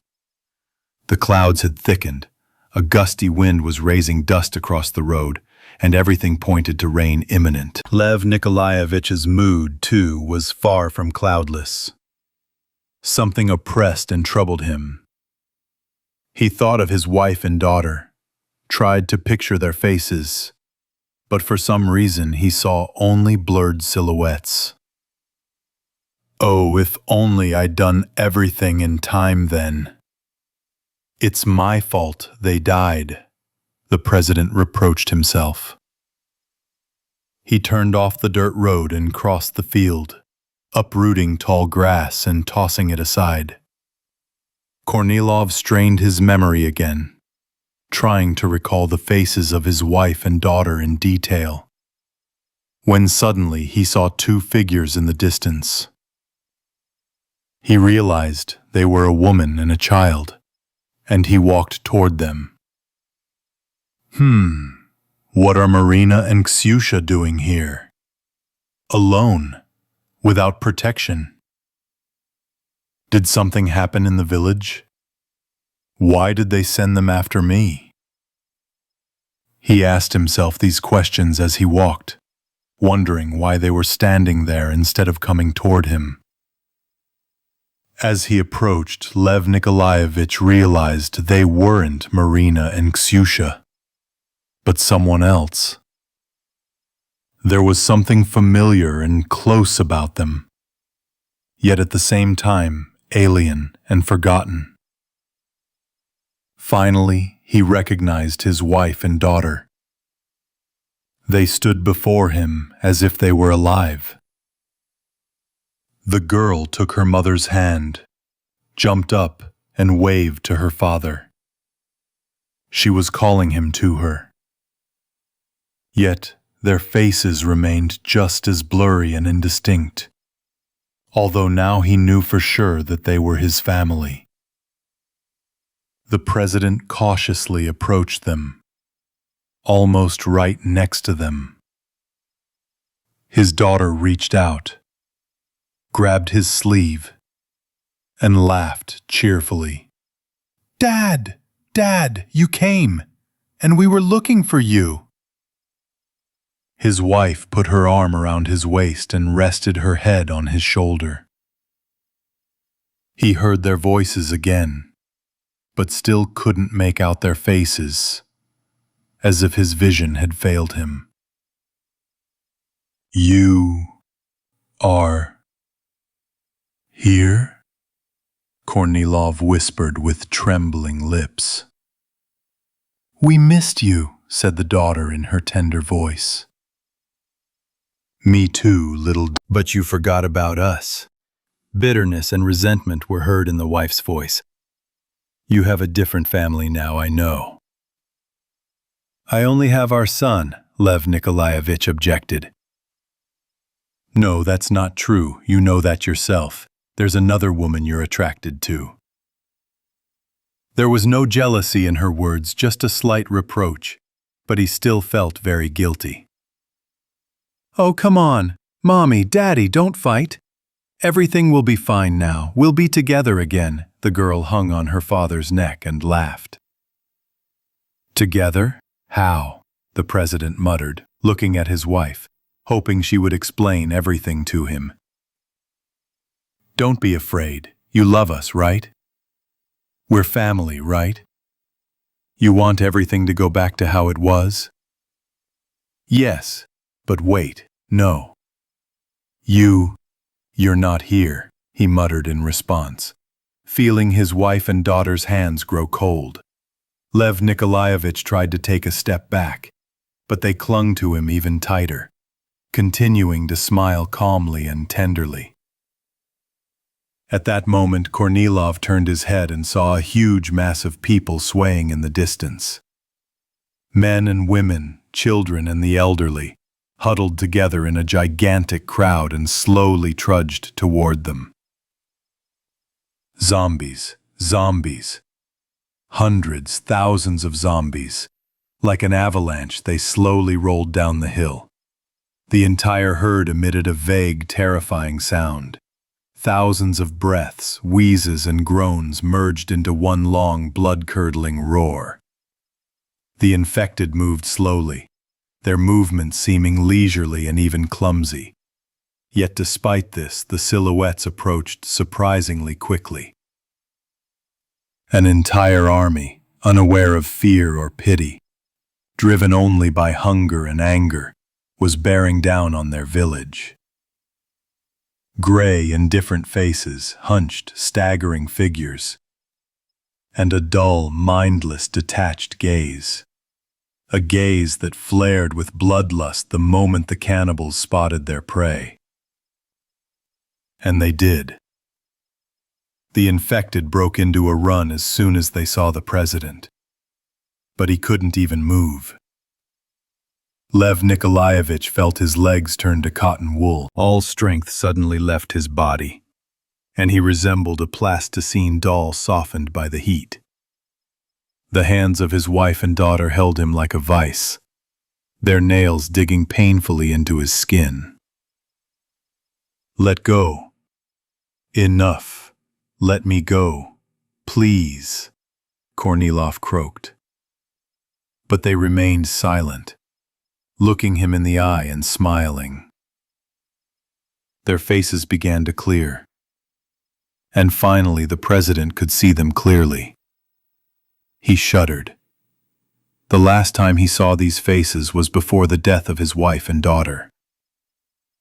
Their lead-gray skin was peeling, their noses sharpened like those of the dead, their eyes red and inflamed. It was as if a mask of death had imprinted itself on their beautiful, delicate features. Lev Nikolaevich remembered killing them with his own hands and screaming, "You're gone. You're dead. It's not my fault that you died. It's not my fault for any of this. I couldn't do anything." He struggled with all his might, lost his balance, and fell to the ground. They leaned over him but didn't try to bite or harm him. They only sighed heavily, as if reproaching him for not wanting to be with them. The zombies were getting closer. For a moment, the president thought he saw a familiar, yet forgotten, face among their ranks. Kornilov tried to concentrate, rose slowly, and took the first step with effort, then the second, then another, and finally, he ran. The path to the village was clear. The images of his dead wife and daughter were left behind. Lev Nikolaevich wanted to turn around to see them again, but his intuition told him to look straight ahead. Forward, forward, to shelter. Warn Fyodor, Marina, Boris, Grek, Gore, and the others, but most importantly, save his son.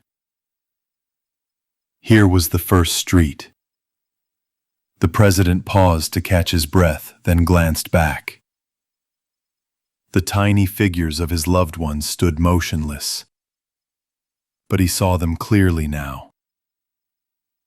They smiled and waved goodbye. His wife and daughter seemed to vanish, dissolving among the crowd of cannibals. The enormous stream of fleeing bodies raised a cloud of dust, which suddenly transformed into a flock of black crows, and with a wild cawing, covered Dalny. Lev Nikolaevich ran through the village, desperately looking at the locked windows and doors. Where is everyone? Have they already hidden? I didn't hear the bell. There's my house. Just a little longer. Just be patient. Be patient. He opened the gate, went up onto the porch, yanked the door open and began looking around for Peter. The president hoped the zombies would pass by Dalny if everyone remained quiet. But suddenly, a rooster crowed loudly and long in the backyard. Stupid bird. I should have killed it long ago, Kornilov cursed under his breath. And, as if to spite him, the rooster crowed even louder. Everything swam before his eyes. He found himself on that border between sleep and reality, when consciousness still wanders through the scenery of a dream, but already perceives the real world. A few seconds later, he woke up and felt a dull, aching pain in his head. "Dad, get up for breakfast." "You asked me to wake you up," came his son's voice from the kitchen. The rooster crowed for the third time outside Fyodor's house. The president exhaled with relief, looked out the window, and rose from his bed. It was all over. The dead family and the zombies remained in a nightmare. But after taking a few steps, he felt his legs almost as weak as they had been in his sleep. Chapter 87. Presumption of Innocence. When the entire Beluga crew had gathered on shore, a meeting began. The meeting with Tamara changed the friends' plans. Masha had already examined the wounded woman and insisted on her treatment. "We have medicine, food, and water. We can stay here for a while until we get her back on her feet." "Are you sure she doesn't have gangrene? Did you see the color of her leg? How long will this treatment take? And then what? Should we take her with us?" Andrei countered skeptically. These words outraged Katya. "No, come on, let's just leave her here to her fate. Would you want someone to do that to you?" "Do whatever you want, I've expressed my opinion." Kuznetsov waved his hand and headed towards the boat. "I'll go get some junk and food, it's better to float." Ivan watched his friend go, found a shell in the sand and threw it into the sea. "Okay, we'll stay here for a couple of days and see how the woman is doing. If we can cure her leg, then we'll decide what to do with it. Everyone agree?" A collective yes was heard. Evening was approaching, and the men still had much work to do before nightfall. A high fence protected the base from the road, strong enough to keep out zombies but weak against human intrusion. However, the access roads were clearly visible and within easy reach from the roof of the main building, where the men had decided to take turns keeping watch. The beach proved to be the most vulnerable spot. There were no fences there, and any enemy, by making a small detour, could easily approach the tourist center from the sea. The situation is making me nervous. Sure, it's a beautiful place, and in peacetime it would be a fun place to hang out. But we're right here, in plain sight.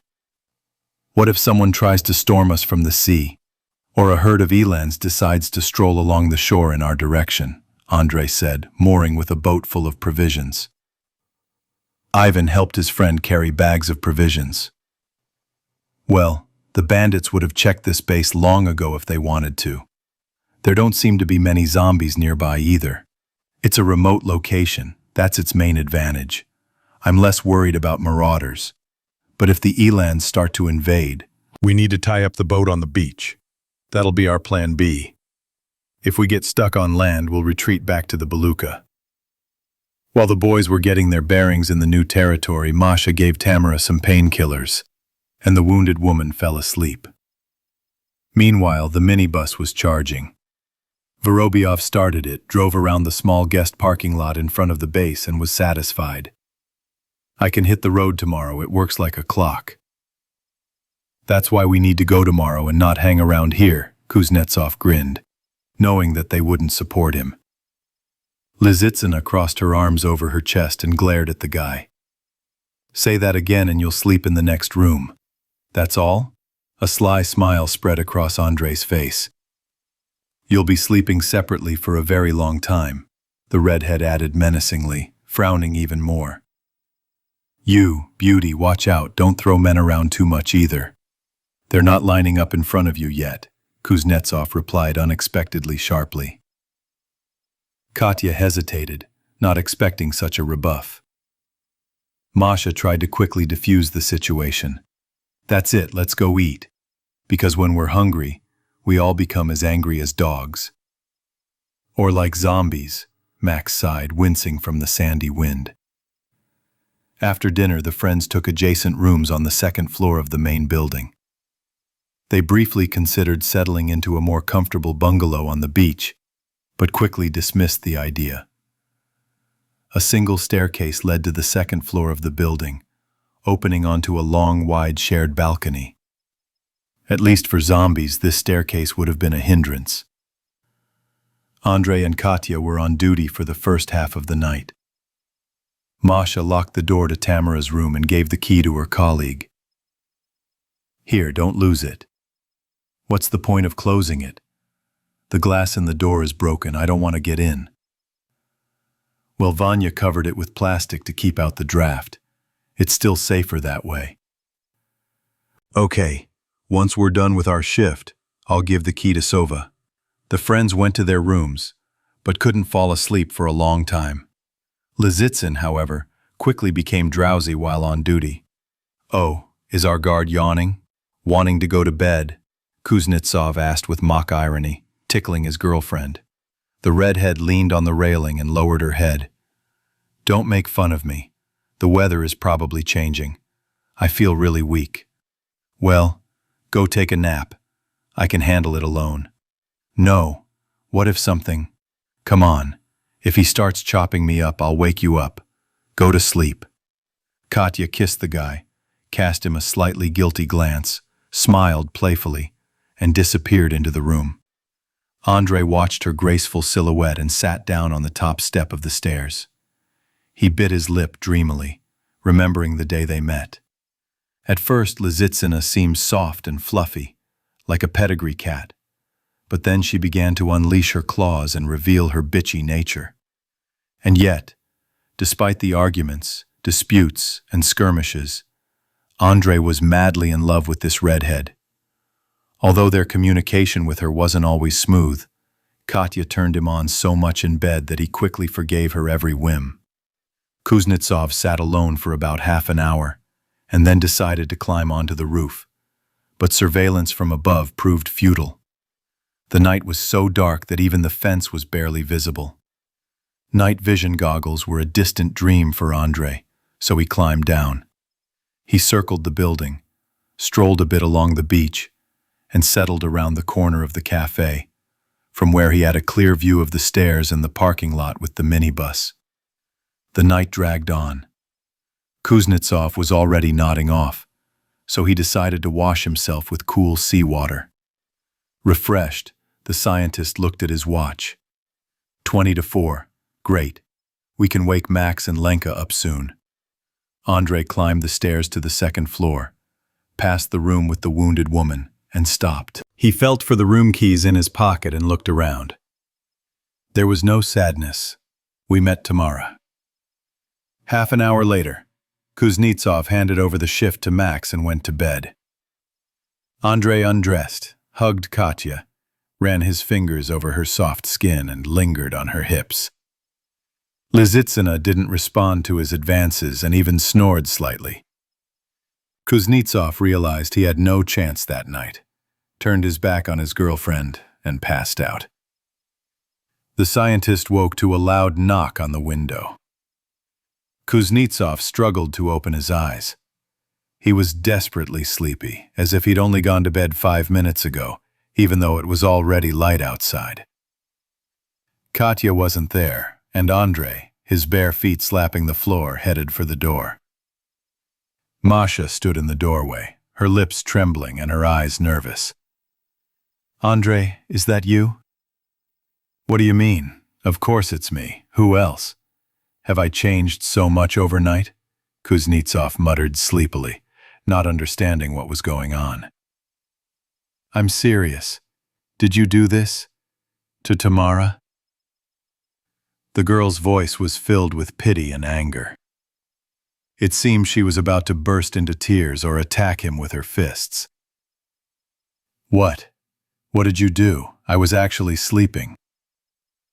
"Katya said you were on duty alone. This morning I went to check on Tamara, and she was dead," Masha challenged, her words clearly laced with accusation. Andrei understood what she was getting at and got angry. "What do you mean? Are you saying I killed her last night?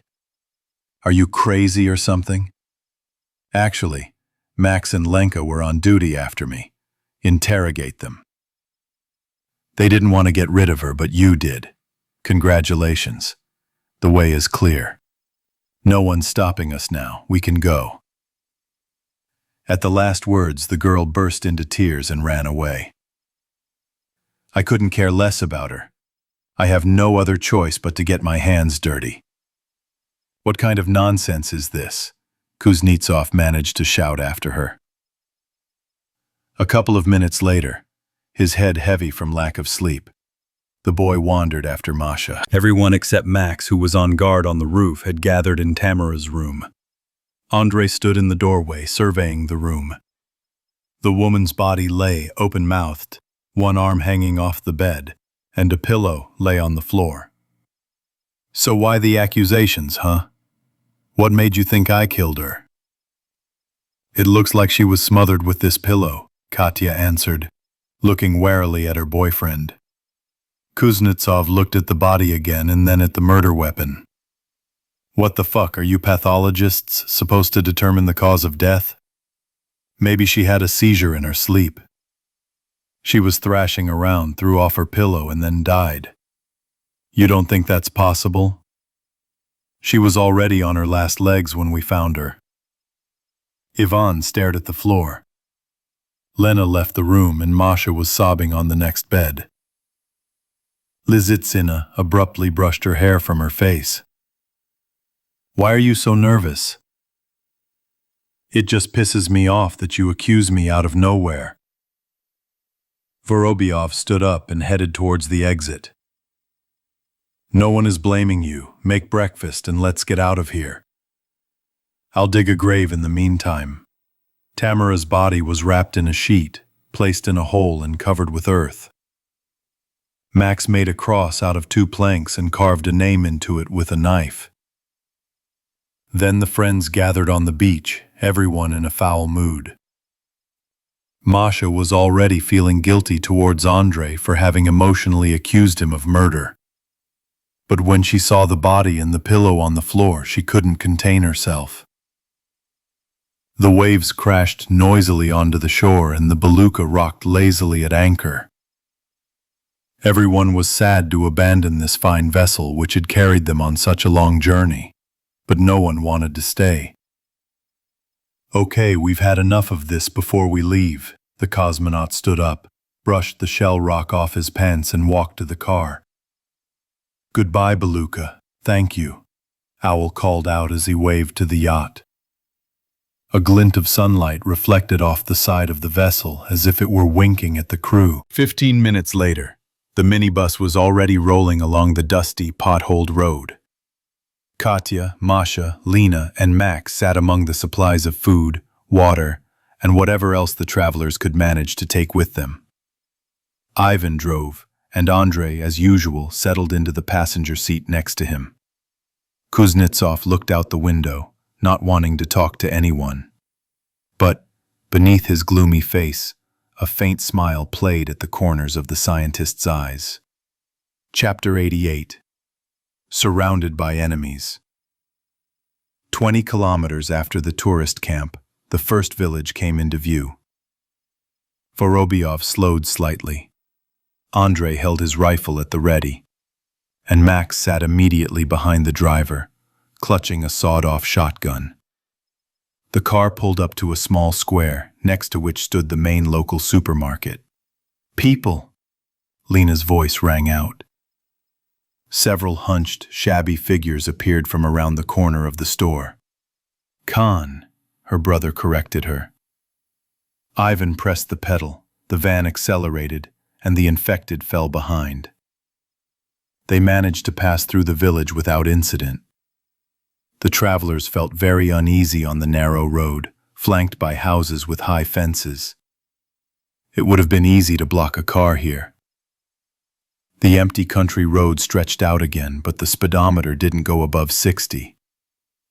The highway was full of potholes, and they had to steer around all sorts of debris. Around the next turn, a zombie blocked the road. The infected lay across the asphalt and tried to crawl, but his strength failed him. The cannibal sprawled out like a speed bump, and Vorobyov slammed on the brakes. "Take it away." Andrei took aim at the open window, then regretted the bullet and climbed out of the car, fiddling with his knife. The zombie had recently lost a leg. A torn, bloody piece of his trouser leg dragged along the asphalt. The virus had somehow managed to stop the bleeding, trying to save the host's life. But even the Novaya Zvezda's resources were not limitless. The infected was dying, continuing its fruitless attempts to find food. With a few quick stabs, Kuznetsov wiped the blade on the corpse's shirt, grabbed him by the remaining leg, and dragged him to the side of the road. Then he leisurely returned to the car. The poor guy got it bad. They tore his leg off and disfigured his face, like he'd been burned or doused with acid. He suffered a lot before I calmed him down. "Karma," Ivan answered philosophically. The minibus picked up speed, and the potholes in the asphalt diminished. It was obvious that this section of the highway had been repaired recently. The friends could tell from afar that a new settlement was approaching, even without road signs. Several columns of black smoke rose into the sky on the horizon. "Full combat readiness," Vorobyov announced, half jokingly, half seriously. Soon, street-like poles began to flash along the right side of the road. Hanged figures swung from several of them, and one had a sign dangling from his neck. The inscription was difficult to read as they drove, but no one seemed inclined to stop. "Oh my, war in the Germans. This is not a cheerful place," Andrei whistled. Instead of a village, the friends saw the ruins of a conflagration. Black ashes and charred skeletons of houses stared at strangers with empty window sockets. Smoke still billowed here and there, and nearby the fire was only gaining strength. Columns of smoke visible from the highway were emanating from somewhere in the center. Fortunately for the people, the highway skirted the village at the very edge. They pulled on to the bypass road, where the fences of private homes lined the right, and to the left a continuous line of small shops, cafes, auto repair shops, tire shops, and motels. The road continued straight ahead, the car bouncing slightly over speed bumps without slowing. On such stretches, Ivan didn't particularly spare the suspension, knowing it was only a disposable vehicle. Every 50 meters on the right side, perpendicular streets led to the center of the village.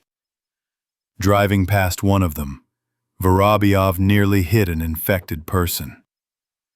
The man threw himself under the wheels, but the cosmonaut managed to react. Andrei turned his head and cursed in fear. "Give it gas! Give it gas! There are a ton of them here."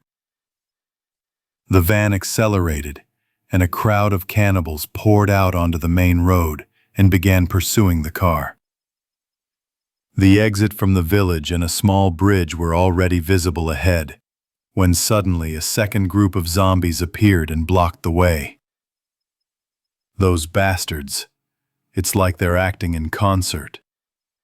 "Crush those bastards," Kuznetsov barked, realizing things were bad. "Vanya!"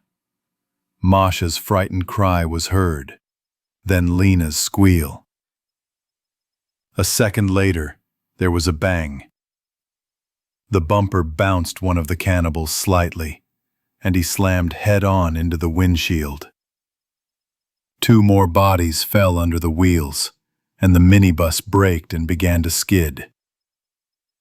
The cosmonaut tried to back up, but the car was surrounded so quickly that he had no time to react. Dozens of hands pounded on the windows from all sides, leaving dirty marks on them. The friends felt as if they were sitting inside a giant drum, pounded incessantly by the zombies. "What are we going to do?" Owl panicked, waving the shotgun in all directions. "Just don't shoot at the glass. Just sit quietly," Ivan shouted at him. Andrei pressed himself into the chair and croaked, "Holy shit, we've arrived. What's wrong with the car?" Vorobyov pressed the gas pedal, rocking the car back and forth, but he couldn't break through the ranks of infected. The minibus got stuck in the crowd. "It looks like it's a mess. It's not moving at all. They've got me surrounded, the devils." The girls trembled in fear. Masha and Katya grabbed each other's hands, and Lena curled up. The disfigured faces of the infected pressed against the windows, peering at the passengers. Dozens of hungry eyes drank in greedily. Andrei bit his lower lip in fear until it bled. "You can't escape on foot. It's too crowded. They'll overwhelm you with numbers and tear you apart." "How many bullets do you have?" Ivan asked. "I used to take 500 per barrel, but now it's a little less." The cosmonaut climbed from the driver's seat into the passenger compartment. "So, we'll shoot back from above through the hatch." Vorobyov pulled the clamp aside and pushed the hatch cover upward with his hand. Then he carefully leaned out, turned his head, aimed the sight at the nearest zombie, and fired. The enemy was less than a meter away. It was harder to miss than to hit. A thick fountain of blood, along with remnants of brain matter, spurted from the back of the infected's head. But the body didn't even hit the road. The infected were standing so close together that the remaining cannibals simply pinned the corpse to the side of the car. Ivan emptied his clip, dove back into the van, and locked the hatch behind him. While his opponents weren't as agile as he'd hoped to climb onto the roof, there was no point in tempting fate either. "We have a chance. We'll get through. The main thing is not to panic. It's a shame there's only room for one shooter. I want to deal with them quickly. There are at least 300 of them there." The cosmonaut encouraged his friends, filling his magazine with bullets. "We can open the window a little so as not to break it, stick the barrel out and shoot at those nearby," suggested Owl. Ivan made a thoughtful face. "Well, that's for emergencies. Don't even think about it for now. How about I stand on the roof, and you shoot from the car through the hatch?" Kuznetsov wasn't exactly thrilled with this plan, but the words just came out. Vorobyov surprisingly quickly supported the risky undertaking. By the way, here's a chance. They won't be able to reach you from the ground if you stand right in the middle. The main thing is not to shit yourself or slip on your own poop. Then, Andreyuka, go to the roof, and Sova will reload. Ready? Uh-huh, the scientist nodded uncertainly and climbed into the hatch. Kuznetsov shifted slightly toward the cabin and felt his knees buckle with fear. Falling into this crowd of zombies was an unpleasant prospect. From above, the minibus resembled a small island surrounded by a raging sea of hungry cannibals. The zombies occupied the entire width of the street and kept coming. The rapid, nervous pops of a Belgian rifle began to sound, and the shells fell with a clang onto the roof of the car.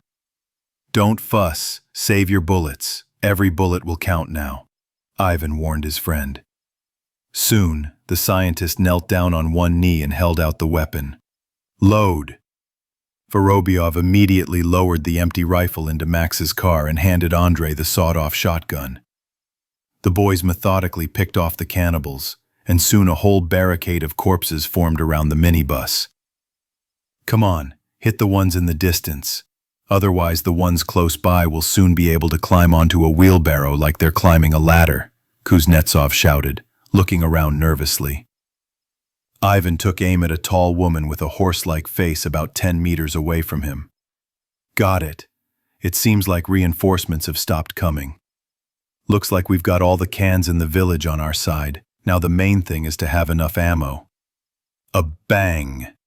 And the woman collapsed, shot through the throat. The cosmonaut immediately picked a target for his friend.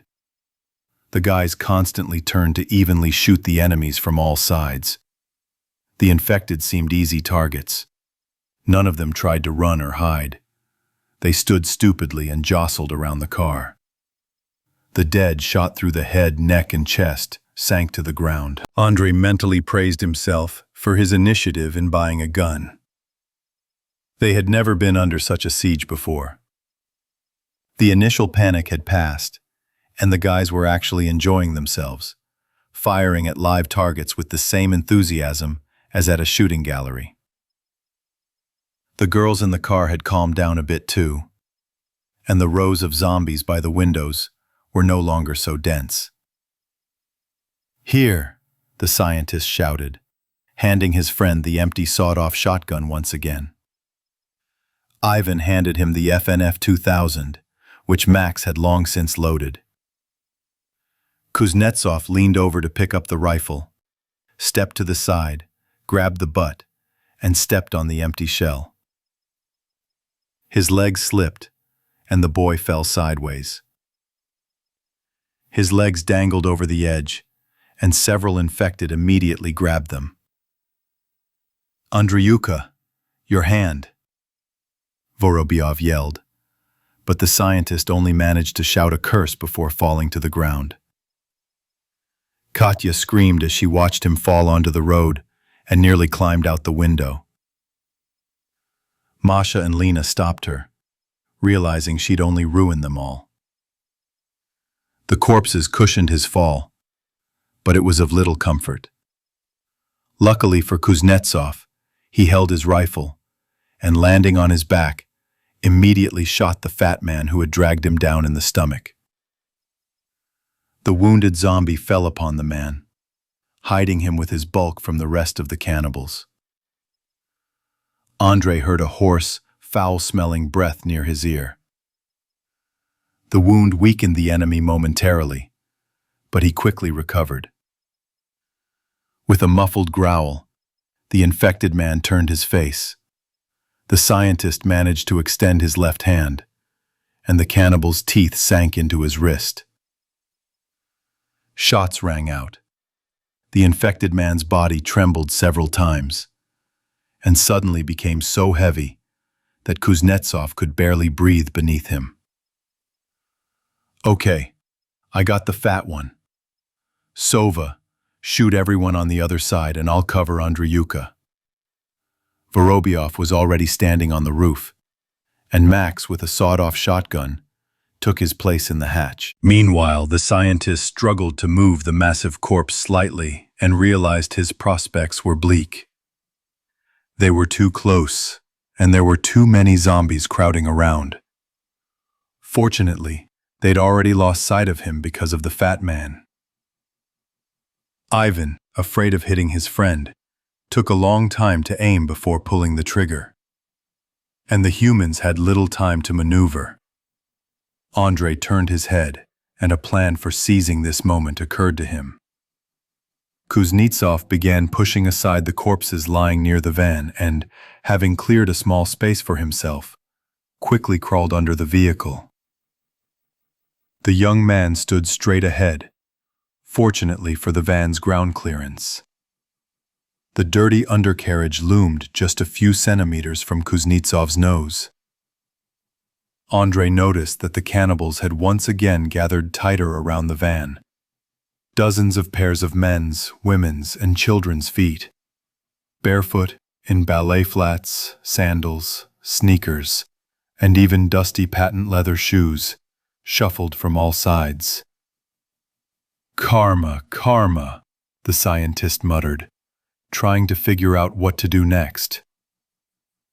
He felt like he was buried alive. Only the machine served as the lid of the coffin. At the same time, it became his temporary protection. Andrei, are you alive?" Katya's tearful voice came from above. He shouted at half strength. "Yes, I'm fine. I'm lying under the car. So far no one's bothering me. Just lie there and don't move. Max and I will clear the area soon," Ivan promised, shooting another lover of human flesh in the forehead. From his hiding spot, Kuznetsov could only fire at the zombie's legs, but he decided that was a waste of ammunition. The area to the left and right of the vehicle was clearly visible. Everything going on behind his legs could also be seen if he lifted his body slightly and squinted. He didn't know what was happening behind his head, but he could hear a persistent rustling coming from that direction. Andrei stretched his neck and turned as best he could. "That's what you get for it doesn't fit. Bastard, you've brought trouble upon yourself." A girl of about 12 lay on her stomach, crawling toward a man.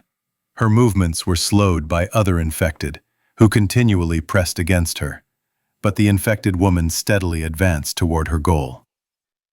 The scientist managed to discern that a brown blood clot had formed in place of the teenager's right eye, and her lower lip was torn, revealing a row of jagged yellow teeth.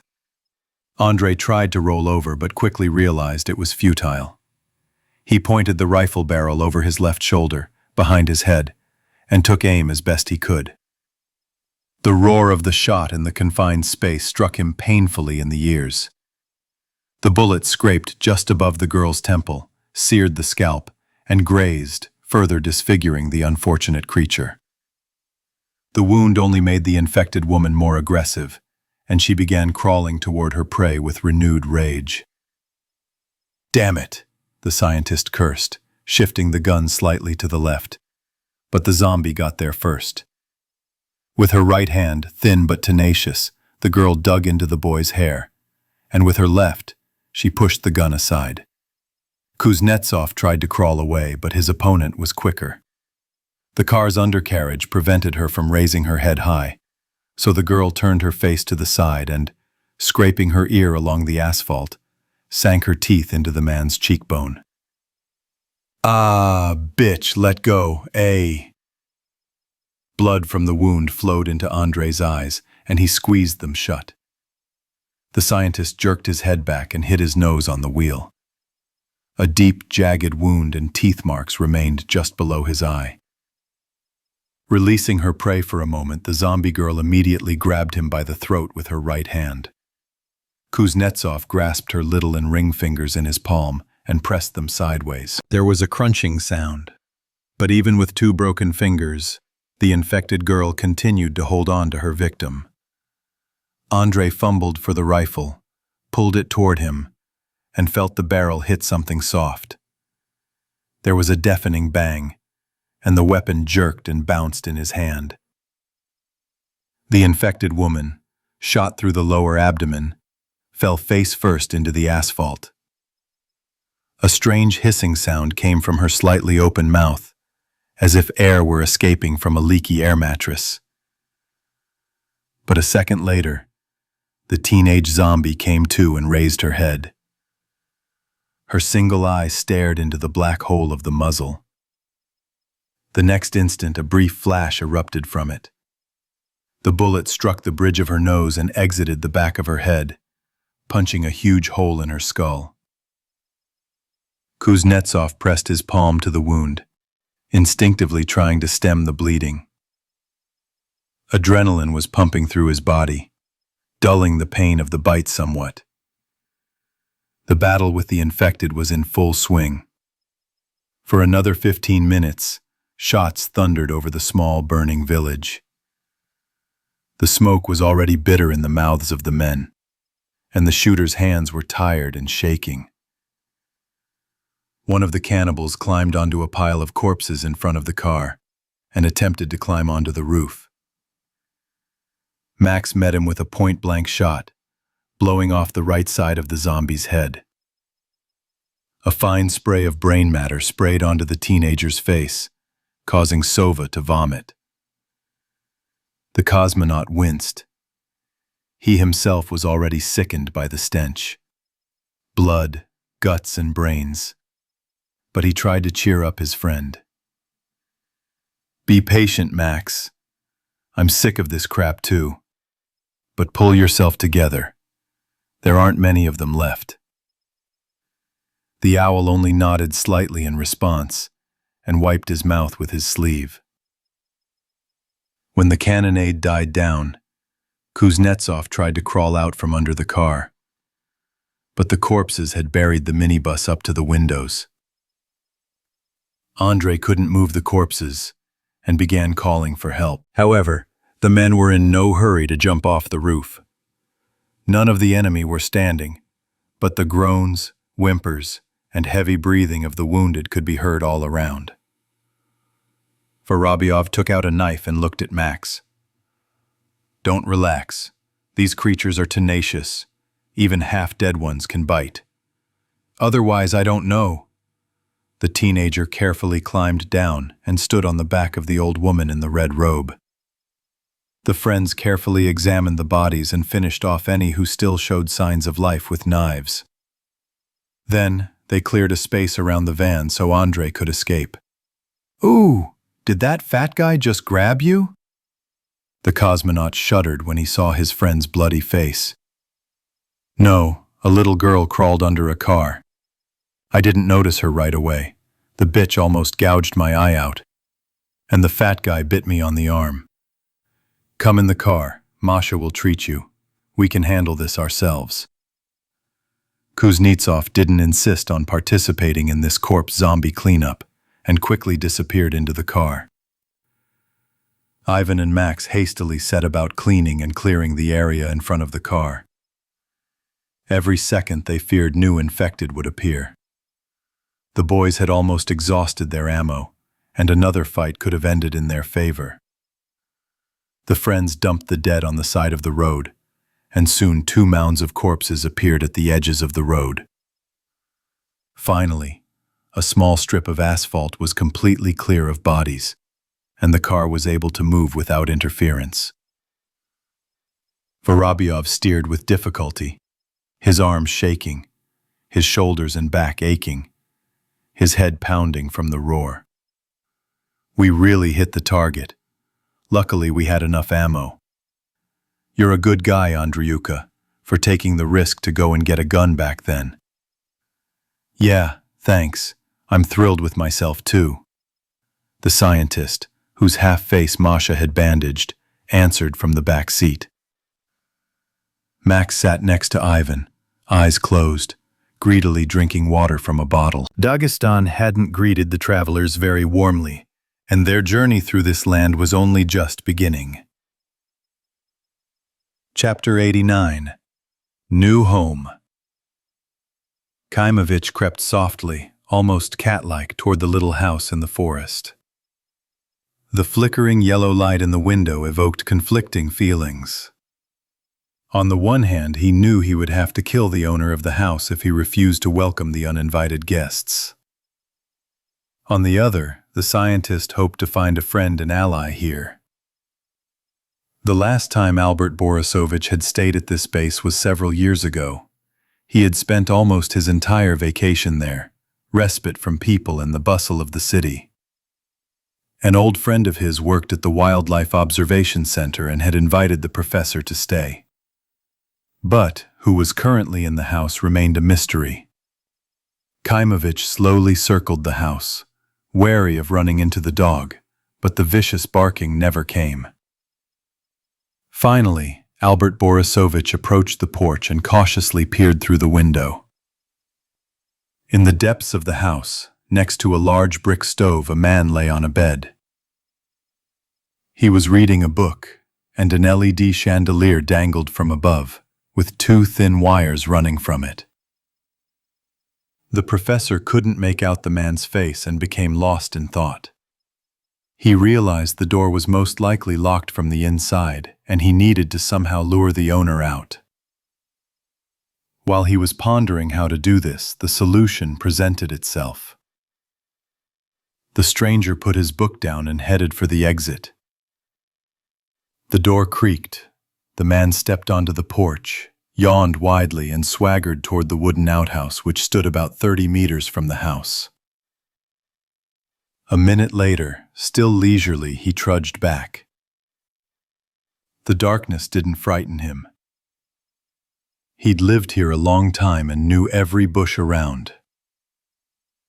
The man entered the house, took off his shoes, and was about to lie back down on the bed when he was suddenly startled by a sharp exclamation. "Down! On the floor! Quickly! Hands on the back of your head!" Kaimovich jumped out from behind the stove and pointed his machine gun at the owner of the house. He immediately obeyed, muttering pitifully, "Don't shoot! Don't shoot! I have nothing." Hearing this voice, the professor smiled, but then asked sternly, "Who else is here? Speak quickly." "Nobody, nobody. I live alone," the man answered without raising his head. Albert Borisovich noticed that he was shaking with fear and was probably already saying goodbye to life. "You're holding the line poorly, Venya. You're sitting in your taiga, apparently unaware of the times we live in. Come on, get up. We're visiting you. For a long time." The owner rose with a groan, his eyes wide with surprise as he stared at Kaimovich. His hands were still shaking, but his face had already broken into a joyful smile. "Alec? You? Oh, come on. Damn it. How could this be? Really, you?" "Well, as you can see, it's me. Anyone else would have shot you without even saying hello." The professor lowered his machine gun and extended his hand to his friend. "Tell me, how? Where from? What's there, in civilization?" "A little later, I'm not alone. I have, a fellow traveler with me. An orphan. She's become like an adopted daughter to me now, it seems. We'll be right back." 10 minutes later, the horse was standing in a warm, safe barn. Dodge was gnawing on bones near the stove, and the men were sitting at a large cedar table. The owner quickly prepared a late supper and produced a bottle of pure alcohol. The kettle whistled comfortably on the stove. A mouse scratched somewhere behind the stove, and a cricket chirped faintly under the ceiling. Meanwhile, conversation was in full swing at the table. Albert Borisovich recounted their journey at length, beginning with the story of how some bandits had broken into his country house. The professor praised Tanya's courage in freeing him, after which they escaped and burned the invaders alive, along with the cottage. He briefly mentioned the circumstances under which Kaimovich had met the girl, without going into detail.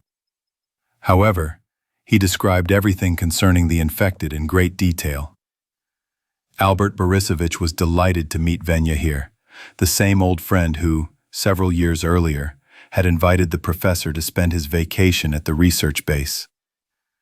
Venya was the only person Kaimovich wanted to see in these parts. Before the epidemic, 2 specialists were always on duty here for 3 to 4 months at a time. The scientists monitored the animal population, helped combat poachers, and even made films about Siberian wildlife. Leonka and I were dropped off here just a couple of weeks before it all started. Then they announced that all helicopters had been handed over to the military for evacuating people from the contaminated zones. They promised to deal with us later. And then contact with the center was lost. Completely. How did you maintain this connection? Albert Borisovich asked inquisitively. Last year the center gave us a radio station. A Japanese one, a powerful one.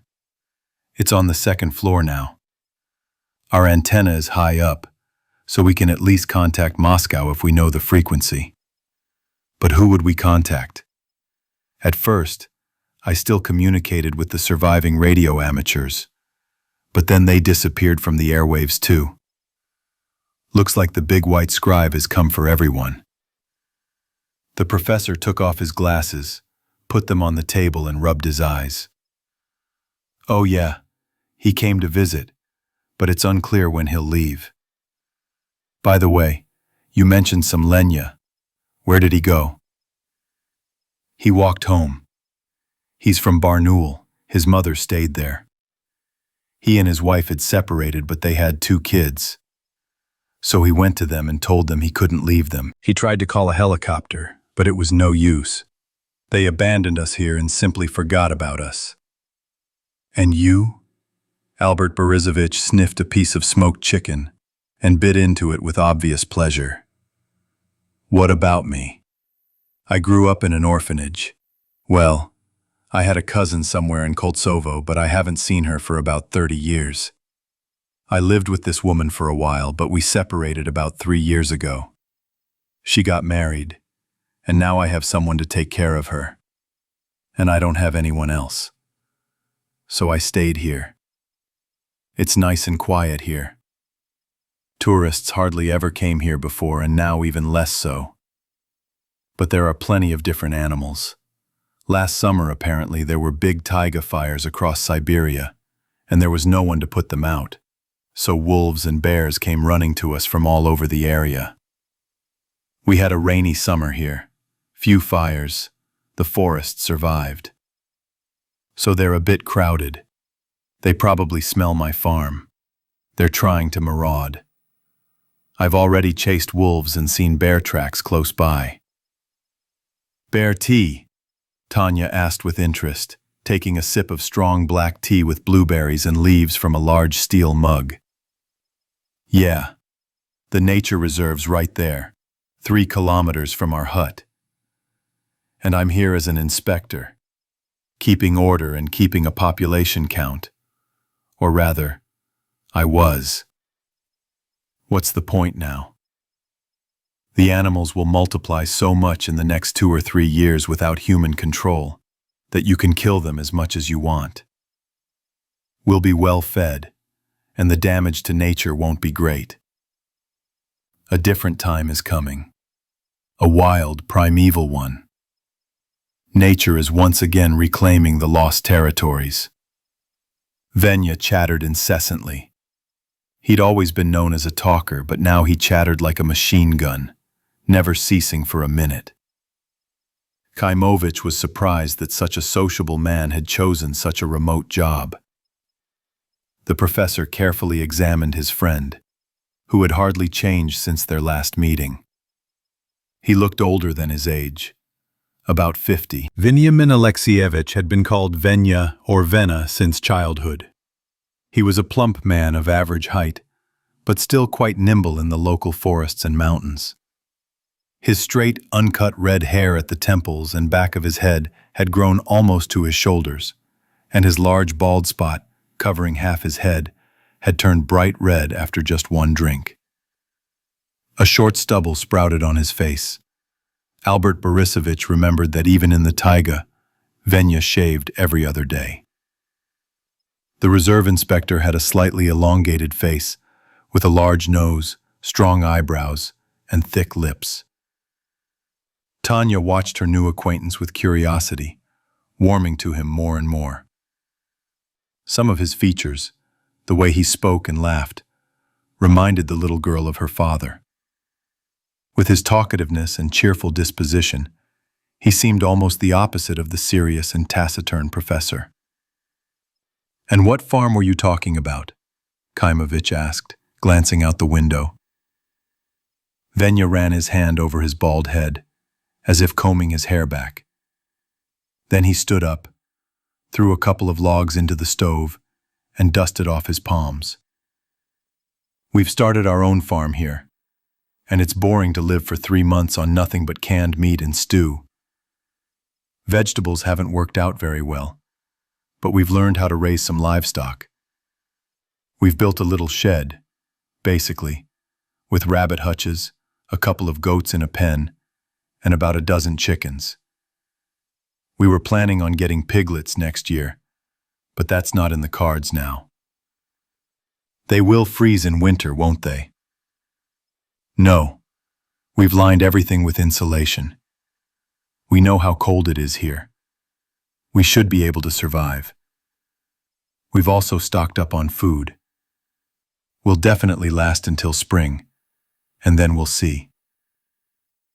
The professor understood that it was too early to make plans beyond spring. "How are you doing with autonomous survival?"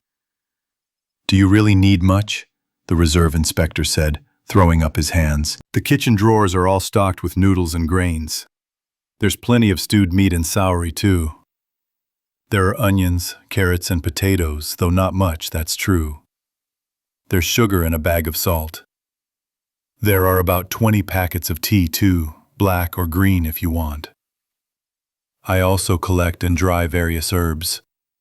We'll be brewing them all winter. The wind generator provides enough electricity, thank God. We managed to get the money for it from the ministry some time ago. Plus, there's a gasoline generator and a couple of barrels of fuel. But I saved that for the snowmobile." "Wow. You have a snowmobile here too?" "Yeah. Since we started monitoring year-round, we were given winter equipment." Albert Borisovich yawned tiredly, covering his mouth with his hand. "The main thing is that there are no infected people here, and we are far from the bandits. That's for sure. It's pure silence, peace, and bliss. I can't even imagine how poor people in big cities survive. No way. You can't survive there. If not zombies, then cholera will finish you off.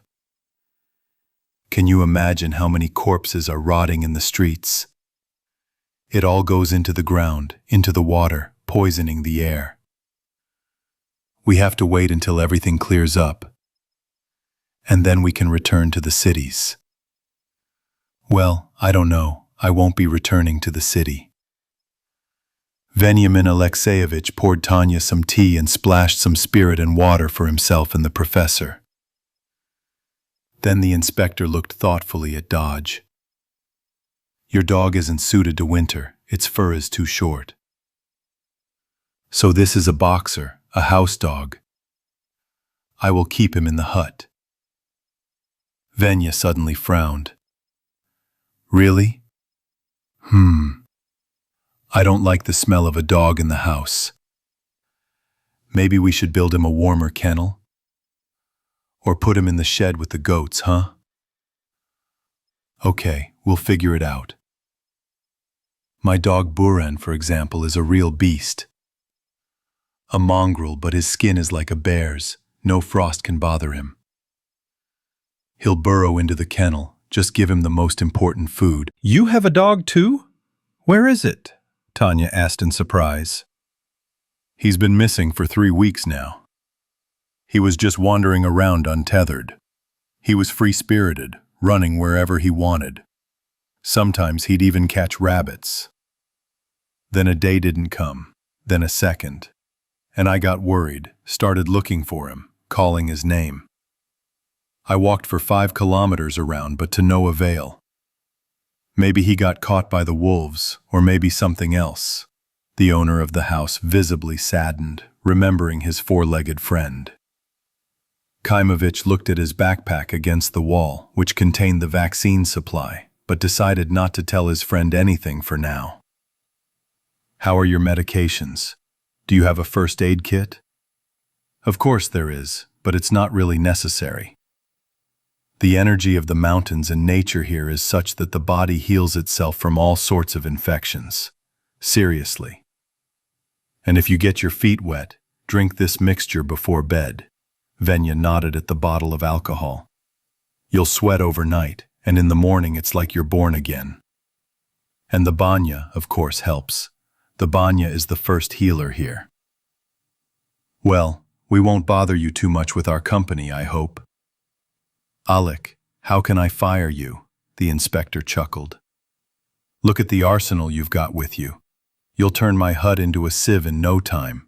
Where did you get all those weapons, by the way? Did you rob an army depot? The professor shuddered slightly, remembering the shootout with the Berkut fighters. No, we ran into some local bandits. They were on the other side of the river, in a village. I honestly don't remember the name of it. Anyway, we fled, they gave chase, and we caught them with guerrilla cunning. We set an ambush and killed them. And Tanyuka fought? Venya was surprised, looking at the girl. She also had an important role, even a key one. The scientist avoided answering. I think I'll teach her how to shoot a little later, when she gets a little stronger. The inspector opened a can of Sprats and placed it in the middle of the table. Yeah, I can't go anywhere without a gun these days. I have 2 shotguns too. Smoothbore ones. A Tazik 34 and a Baikal 12 gauge. But I have a feeling I'll have to learn to hunt with bows soon. You can't buy ammo anymore. I don't know much about guns, to be honest. And I'm not much of a shot. I'm amazed we even made it here alive. Albert Borisovich shrugged. The main thing is we got there. Let's drink to our goals. May we always achieve them. Venya cheerfully proposed. They drank to their goals, then to the meeting, friendship, and health. They sat there until the middle of the night. Until Kaimovich felt like he was seeing a blurry silhouette instead of his companion's face. Tanya had long since fallen asleep by this point. The entire second floor had been assigned to her. The house could comfortably accommodate at least 5 or 6 people, so there was plenty of room for the whole group. The next day, the professor woke up around lunchtime. He could finally catch up on sleep after the long journey without fear of being eaten, robbed, or stabbed in the night. Albert Borisovich went up to the second floor and saw the girl still snoring, her face buried in her pillow. Kaimovich didn't wake her and went outside. Despite the recent party, Venya rose as usual shortly after 7 and had been busy with housework for half a day. The cages were cleaned, the animals fed, and the horse the travelers had arrived on was tethered and grazing. Good morning, or rather good lunch. It's good you came on 1 mare, otherwise I don't have room for 2. I'd have to slaughter her for meat, and I don't want to waste horses on that. As it is, she'll get through the winter just fine on her own. And in the spring, we'll build and expand. Are you seriously considering getting down to business here? Kaimovich stretched slightly and looked around. The place had changed a bit since his vacation. New buildings had appeared, the clearing had widened a bit, and inspectors were slowly cutting down the old trees around it. The grass on the helipad had grown noticeably longer. Venya hadn't mowed it since he realized no one would come for him anymore. No, we'll have to move closer to the river. I'll set up some sort of transit base here. Why go to the river? Don't you have enough water here? The water here is excellent, especially when mixed with alcohol. Veniamin Alexeyevich winked at his friend. But a river is a river. My supplies will easily last until spring. Meat, fish, and hides for clothing are easily sufficient. But salt, sugar, ammunition, fuel, and so on will run out sooner or later. And the river is a trade route, summer and winter alike. Albert Borisovich beckoned Dodge over and sat down with him on the porch. "Who are you going to trade with?" "Well, not everyone died out. You said you met people. It's better if you don't see those we met." The professor was being disingenuous, slandering the members of the community where they were held captive. Most of the village's inhabitants were perfectly reasonable. It was simply Kaimovich's bad luck that Berkut had once worked as a guinea pig in the professor's laboratory. However, the scientist preferred to conceal these details. "Well, if there are some, there will be others. In any case, the people will soon come to their senses and realize they need to somehow continue living and organize their economy. Cultural trade and exchange will begin anyway. And those who survive will start settling along the river, as people have always done since ancient times. In the spring, we'll go down by boat, make some connections, and then think about it." Albert Borisovich understood his friend's logic perfectly well and did not argue. "You're the boss here, you decide. By the way, I'm not planning on living like a parasite, so give me the orders, don't be shy. I won't shirk my work. Coming up with a job is not a difficult task. There is a lot of work here." At that moment, footsteps were heard in the house, and a couple of seconds later, a girl looked out of the door. "Hello?" Hello, well, since everyone's awake, let's go have lunch. And then I'll show you my farm so you can know every rabbit by sight." While the guests slept, Venya managed to cook mushroom soup with wild boar. The inspector now went hunting in the reserve, almost like going to work. After the traditional tea party, the host took Kaimovich and Tanya to see the radio transmitter. "Let's listen in, maybe someone's online." Venya started the scanner, but there was dead silence on all frequencies, or rather a quiet, monotonous hiss. Albert Borisovich and Tanya examined the buttons on the device with curiosity. Meanwhile, the inspector explained how the radio station worked. "This is how you can record a message like SOS, help me if you can, and all that. The system will automatically broadcast it on all frequencies until you turn it off. And if someone responds to the signal, their frequency will be saved right here. It's a cool thing, but it's useless now. All right, let's go show you the farm." Venya introduced the guests to the animals, explained how he cared for them, and gave them a tour of the entire property, of which he was very proud. Then they strolled to the stream for water. Tanya enjoyed fresh blueberries from a bush, and the inspector showed them several cedar trees with ripe cones. Then Albert Borisovich helped the owner fetch water for the bathhouse, and while it was heating up, the professor serenely read a book on the porch. Tanya wanted to draw and went up to her room on the second floor, while the inspector played with Dodge, with whom they quickly became friends. The travelers had become unaccustomed to such peaceful days, when they didn't have to walk from dawn to dusk, go hungry, worry about finding a place to sleep, hide from the elements, or, resigned to it, get drenched in the rain.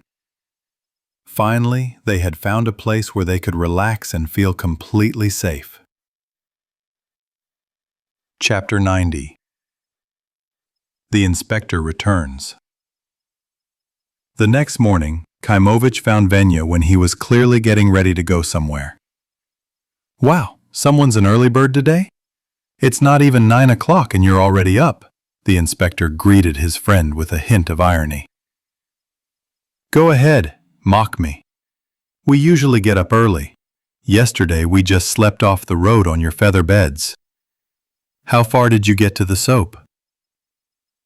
"I'm going hunting, to the reserve. I told you all about my farm yesterday for a reason. I'll be gone for a day, maybe 2. You'll be in charge, like adults. In the meantime, I'll set the traps and check the snares. There are 3 of us now, plus the dog, and I want to smoke more meat for future use. The professor suddenly remembered the smokehouse near the house by the river, where cannibalistic maniacs had wanted to turn them into delicacies. But he decided to save that story for the next evening tea party. Meanwhile, Venya continued. In winter, sometimes you can't move more than 100 meters from home for a week. While the weather holds, you need to stock up. You can pick berries and mushrooms. Once you've sorted through them, put them all in bags and put them straight in the cellar. You know where it is. It's unexpected that you're leaving like this. Kaimovich scratched his beard in confusion. I'm afraid the rains will soon drag on again, as the Germans say. Nicht kluven klotz klotz. Venya laughed at his own joke and went outside. An hour later, Albert Borisovich, Tanya, and Dodge escorted the base owner to the stream. Venya patted the boxer's drooling muzzle, shook the professor's hand, and winked at the girl. Well, a long farewell is unnecessary tears. Expect it by the weekend. The main thing is, don't burn down my house or starve the rabbits. Otherwise, go ahead and manage it to your heart's content. My home is your home. The inspector hurried along the path and soon disappeared behind the trees. Kaimovich looked at the sky, which flickered in blue patches between the white clouds. Well, shall we go and do some housework?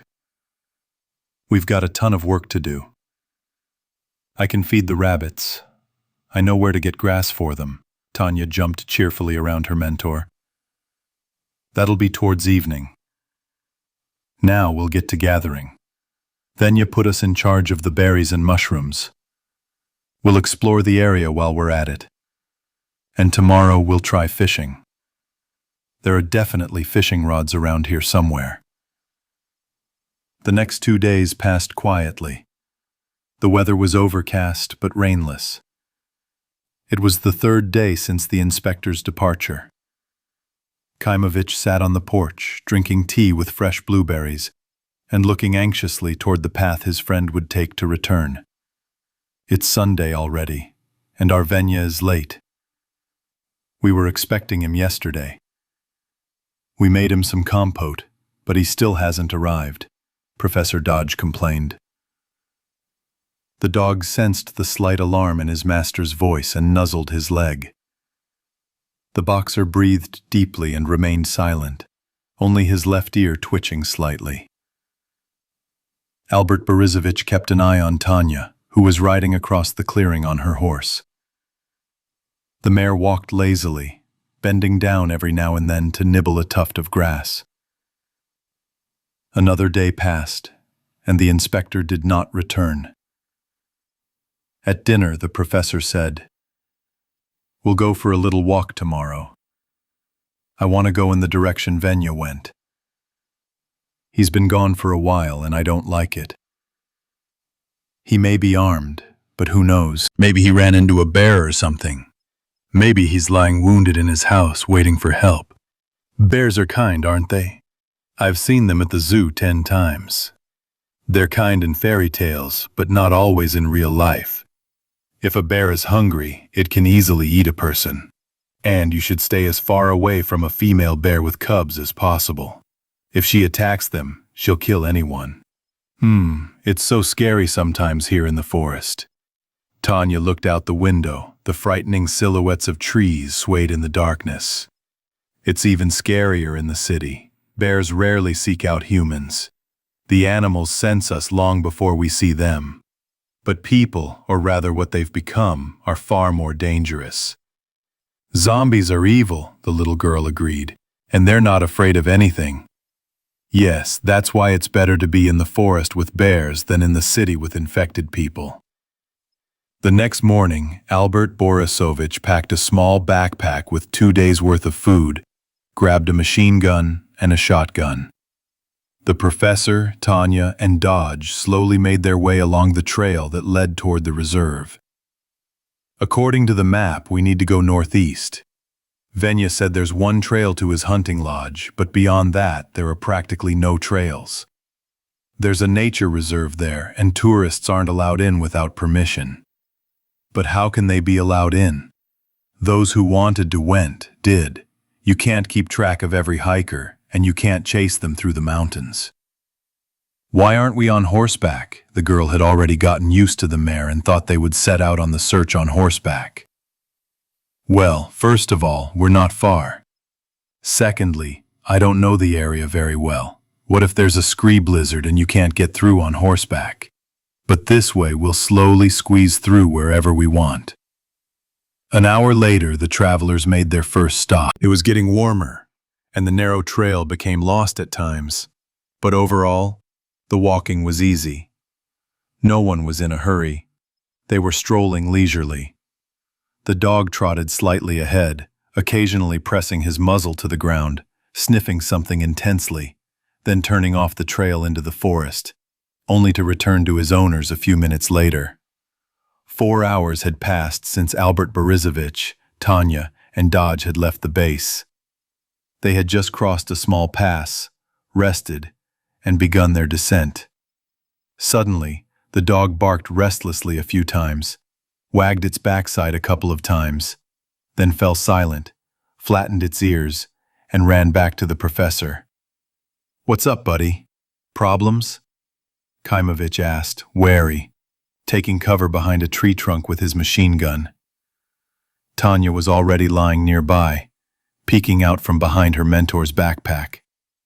The sound of a breaking branch was heard, and the scientist winced in alarm, silently praying it wasn't a bear. Albert Borisovich remembered Venya telling stories about foolish tourists who fed young bears or orphaned cubs in the mountains. The animals would lose their fear of people and become increasingly brazen. Brazen enough to come to camp, demand food, or steal it. And if a young beggar managed to survive the winter and mature, the following summer it would begin raiding tourists. Sometimes such a beast would even kill a person. Then the inspectors would have to track down the brown man-eater and shoot it. If you see a bear, stand on something high and start yelling. Curse it at the top of your lungs. Better yet, grab a pot and hit it with a ladle or a stick. If there's more than one of you, huddle together and wave your arms as if you were a single being. These words of Venya's were now clearly echoing in Kaimovich's mind. The professor followed his friend's advice and shouted a warning in the direction of the noise. Albert Borisovich resisted the temptation to fire into the air as a warning and decided to save his bullet. A few seconds later, a human silhouette appeared among the trees. The scientist breathed a sigh of relief. "Damn it, you scared me." "The bastard. I thought it was a bear." The mentor turned to the girl with a smile. "It's good we didn't miss each other. Otherwise we would have had to trudge all the way to his hut." But instead of joy, Tanya's face was contorted with horror. Kaimovich turned sharply, and it was as if he'd been struck by electricity. Venya was walking toward them. He was without his backpack or gun, wearing only his underwear and a t-shirt, and his bare, bloody feet. The inspector moved slowly, staggering as if drunk, and stared blankly ahead with clouded eyes.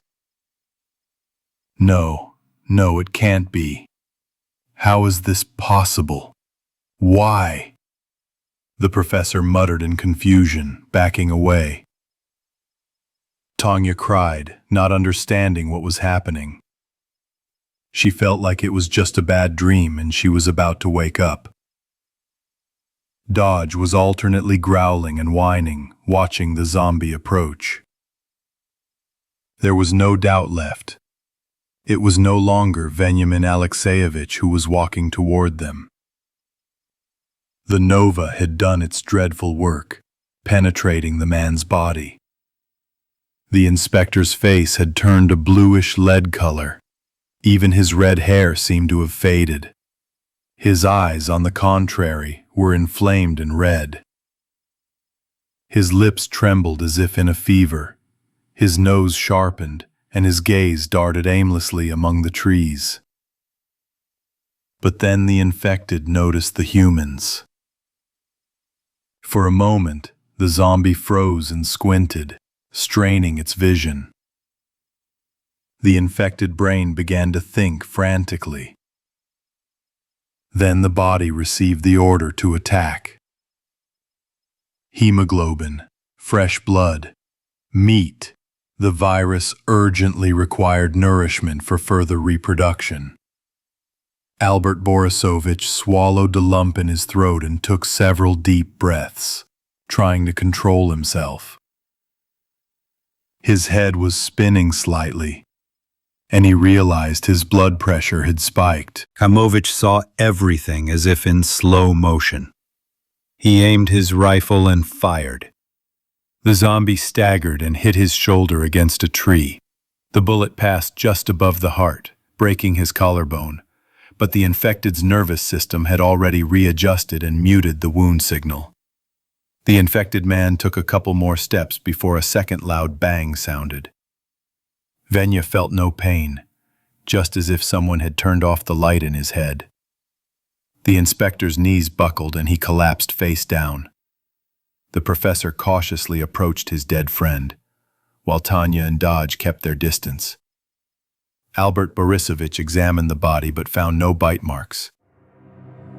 He sat down next to Venya's corpse, hunched over, and clasped his head in his hands. Kaimovich didn't make a sound. The scientist didn't even move, but the girl saw his beard wet with tears. Chapter 91. Badri. The minibus carrying the friends slowly drove along the narrow mountain road. They passed several more villages and managed to avoid another zombie encounter, although they had already encountered many infected in the area. Max counted the cartridges and reported that there were just over 100 left for the Kalashnikov, about 300 for the Belgian rifle, and only 20 for the sawed-off shotgun. It was great on the Beluga, just swim and enjoy yourself. But as soon as we got out on the shore, they immediately surrounded us, those toothy creatures, grumbled Andre, leaning his healthy cheek against the glass. Well, you can't spend your whole life swimming, can you? We're alive and almost all healthy. That's good, let's move on, Vorobyov replied, steering around a huge boulder that had recently rolled off the cliff onto the highway. To the right of the road loomed a massive rock formation, and to the left a steep forested slope. The cosmonaut tried to drive as economically as possible, but he knew the batteries wouldn't last even halfway. In fact, the conversation about their destination finally came up. While the friends had been making their way through Siberia, crossing the Urals, and descending the Volga, they'd barely given it a second thought. Their goal was to reach the sea. But when they were just a short distance away, the question of where to stay became more pressing. Everyone knew that Ivan's parents had flown to Gelendzhik just before the epidemic began, which was where the cosmonaut was aiming to get to. But he didn't remember his parents having rabies vaccinations. So the chances of finding them alive and sane seemed slim. Still, Vorobyov wanted to try his luck. Abkhazia would be a better destination for us, and from there we could sail along the coast to Gelendzhik, Lizitsina suggested, squinting sleepily. To sail at sea you need a lot of fuel, a whole lot, Vorobyov shrugged, and generally speaking at least a little bit of knowledge about navigation. On the river, downstream, we could slowly crawl along on electric motors alone, steering only. But that's a whole different story, a whole science. Max turned to his friend and said the first thing that came to mind. So what should we do? Let's go, the cosmonaut replied laconically. Basically, we just need to head west. We'll definitely hit the coast that way. We won't be able to get past it. And then we'll see. Actually, I wouldn't make any plans right now. We've lived through the day and that's good. Optimistic, dude, I agree. Kuznetsov showed a thumbs up. Masha decided to change the subject and talk about more pressing matters. It's almost evening. What are we going to do about spending the night? We won't all fit in the car. Not everyone needs it. 2 sentries will have to stand guard outside anyway, Owl replied, sipping juice from a box. Well, it's still uncomfortable to sleep here, Lena noted. Well, you know, this isn't a 5-star hotel. We'll spend the night sometime, have a roof over our heads, and Vorobyov didn't have time to finish. A large rock rolled down the mountain right in front of the van. Ivan swerved. The boulder caught under the wheel, and the minibus bounced, its suspension rattling. The girls screamed in fright. Sova hit his head on the roof, and Andrei cursed quietly, clutching his injured eye. Another one! He's falling! Lena and Katya shouted almost simultaneously. The cosmonaut floored the gas pedal to avoid danger, but he was too late. A boulder rolled down the cliff, hitting the car in the rear fender, and the van flipped onto its 2 wheels, rolled a few meters, and then fell onto its side. Vorobyov felt like he'd lost consciousness for a few seconds. Ivan lightly rubbed his forehead, where a red bump had already formed. Is everyone alive? Are there any injuries? Once the initial shock of the accident had worn off, a mournful hubbub of voices could be heard. No one was wearing seatbelts, so everyone was in trouble. The sound of doors opening could be heard. The terrified passengers, wincing in pain, began to climb out of the minibus. The cosmonaut walked around the car, examined the huge dent, and kicked the bumper in frustration. We're here. We can't even get the car back on its wheels now. Does anyone have the phone number for a local tow truck? Yeah, you might as well suggest calling the emergency services. Andrei thoughtfully pulled out a backpack from the car, which contained a suitcase with an antivirus. Luckily, aside from the overturned van, no one sustained any serious injuries. A dozen bruises, scrapes, contusions, and a couple of minor sprains were suffered by the entire group. But they had to say goodbye to transportation. They distributed their supplies into bags and set off on foot. A few hours later, the cliff gave way to a steep hill, on top of which a structure was visible. After some discussion, the friends decided to stop there for the night. I wonder what this was like before, Masha asked, touching the stone ruins, which had long since been covered in thick moss. Max climbed one of the walls and looked around from above. It looks like a small fortress, or maybe a temple. An ancient one, I guess. It's a shame the roof's gone, but it's a good place to get out of the wind. Someone was uncomfortable in the car there, but here it couldn't be more comfortable. An open-air hotel. We're having a blast. Kuznetsov threw down his heavy bags, put down his rifle and stretched out on the ground. Lena was hurt by these words. It sounded as if she was to blame for the rockfall and the accident. The girl remained silent, lowered her eyes in resentment, and walked away from Andrei. We need to think about firewood before it gets dark. Owl, do you see anything suitable up there? Ivan took his machine gun off his shoulder and stretched his back. Yeah, the firewood is right ahead, but we have to go together. It's heavy. The guys soon felled a dead tree, providing the camp with enough fuel to last the night. However, they couldn't find a water source, so they had to use the supplies they'd brought from the camp. Despite the difficult journey, the loss of the car, and the dim prospects of reaching the sea alive, the whole group's spirits were noticeably lifted after dinner. Even Andrei barely grumbled and tried to joke occasionally. It's nice here, huh? Well, somehow special. Masha looked at her friends with a smile. Kuznetsov leaned against the stone wall and stared, mesmerized, at the play of flames. It's all the energy of the mountains. It gives strength and brings harmony to the brain.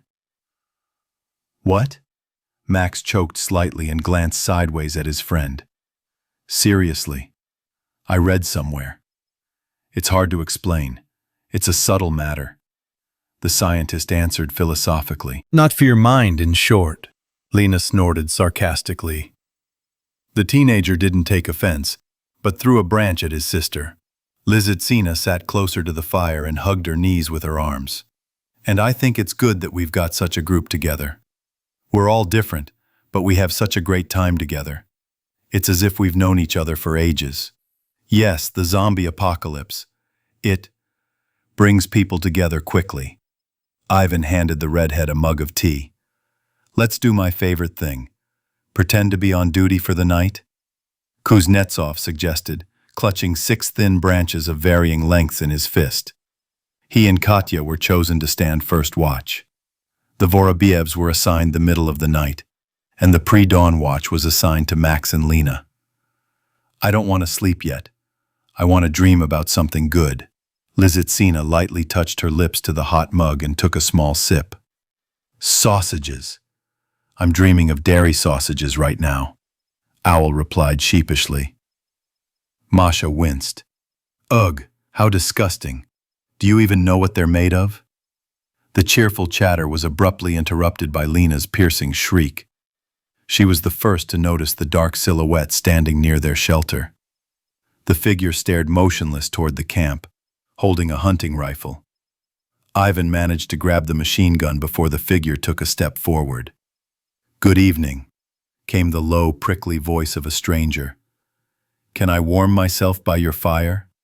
Yes, but who are you? Masha was the first to answer, trying to calm her nervous trembling. In these parts, I was rarely asked such questions, since everyone knew the shepherd Badri. The man answered with a colorful Caucasian accent. When he stepped into the flame's light, the friends saw a tall old man with a gray beard. His deeply wrinkled face was dominated by large gray eyes. A noticeable wide scar ran from his temple to his cheekbone on the right side. The stranger was dressed in a loose black hoodie and faded blue jeans. Despite his menacing and slightly intimidating appearance, the old man's voice held a cheerful lilt. The friends exchanged glances, unsure of what to say. The man blew on his palms and rubbed his fingers to warm them. And you, I see, are not from around here? At that moment, Andrei returned, having gone to the bathroom a minute before the stranger's arrival. Kuznetsov's eyes widened and he glanced at Ivan, who merely nodded for him to sit. Hello, the scientist said warily, eyeing the shepherd. Badri pressed his hand to his heart and nodded slightly. Max discreetly moved the sawed-off shotgun closer. Vorobyov stood up and raised his machine gun. I'm sorry, I need a minute. Your caution seems understandable, but belated. You should have posted sentries. I noticed the light from the fire from afar. It's a rare sight these days. Ivan was embarrassed, but he nevertheless left the fortress to look around. He feared the stranger hadn't arrived alone and that his accomplices were now surrounding the camp. The cosmonaut felt like a complete idiot, realizing that even if the old man had managed to sneak up on them unnoticed, the gang of thugs would have hung them by the balls long ago. At least the male part of the group. When Vorobyov returned, Badri was chatting carefree with everyone, as if they were old friends. The old man looked at Ivan. You've come a long way, and you're still alive. That commands respect. And frankly, it's surprising. We're very lucky, we could have died 100 times already, the cosmonaut admitted, understanding what his colorful interlocutor was getting at. Yes, not everyone is so lucky. This area is empty now. Baudry stared at the flames with an unblinking gaze and thought, everything happens so quickly. When the news started talking about the disease, we were calm. No one was attacking anyone. And then, in one night, a third of the village fell ill. It was the worst thing I've ever seen in my life. Little girls bit their mother until she bled. She screamed at them, begged them to stop, cried. People started killing each other. Father, son, brother, brother, neighbor, neighbor. A week later, when almost no one was left, the military showed up. Several people went with them to some evacuation center outside Makhachkala. I never saw them again. Many refused, began to rebel, but I never saw them again either, at least not in a normal state. And those I did meet, I had to kill. Max glanced sideways at the old gun that lay next to the old man. Are there many zombies here? There are fewer of them now. They rarely venture into the mountains, mostly wandering around the alls and villages. By the way, you shouldn't have stopped here. It's going to rain tonight, and you don't even have a shelter here. Everyone automatically raised their heads and looked at the clear, starry sky. It seems like there are no clouds visible, Andre replied uncertainly. Trust my right knee. It always aches before a rainstorm. The weather changes quickly here. Let's go to my house. We can talk calmly there. Despite the shepherd's likable manner and trustworthiness, everyone was a little hesitant about his invitation. But after exchanging glances and a few words, the friends decided not to give up the shelter. 2 minutes later, Baudry was striding briskly forward, leading the way. His long legs took enormous strides, making it difficult for the others to keep up. Despite his advanced age, he remained in excellent shape, and his friends looked at their new acquaintance with respect. When the first clouds covered the moon and it became completely dark, the shepherd took a lantern from his sweatshirt pocket and handed it to Masha. Here. I can get here with my eyes closed, and it will be easier for you. About 40 minutes later, the travelers reached a one-story, yellow brick house. It stood at the foot of a low mountain covered in dense forest. There was no fence or barrier around the dwelling. As they approached, a small, shaggy dog greeted them with a loud bark. Wagging its tail at its owner, it simultaneously barked furiously at the strangers.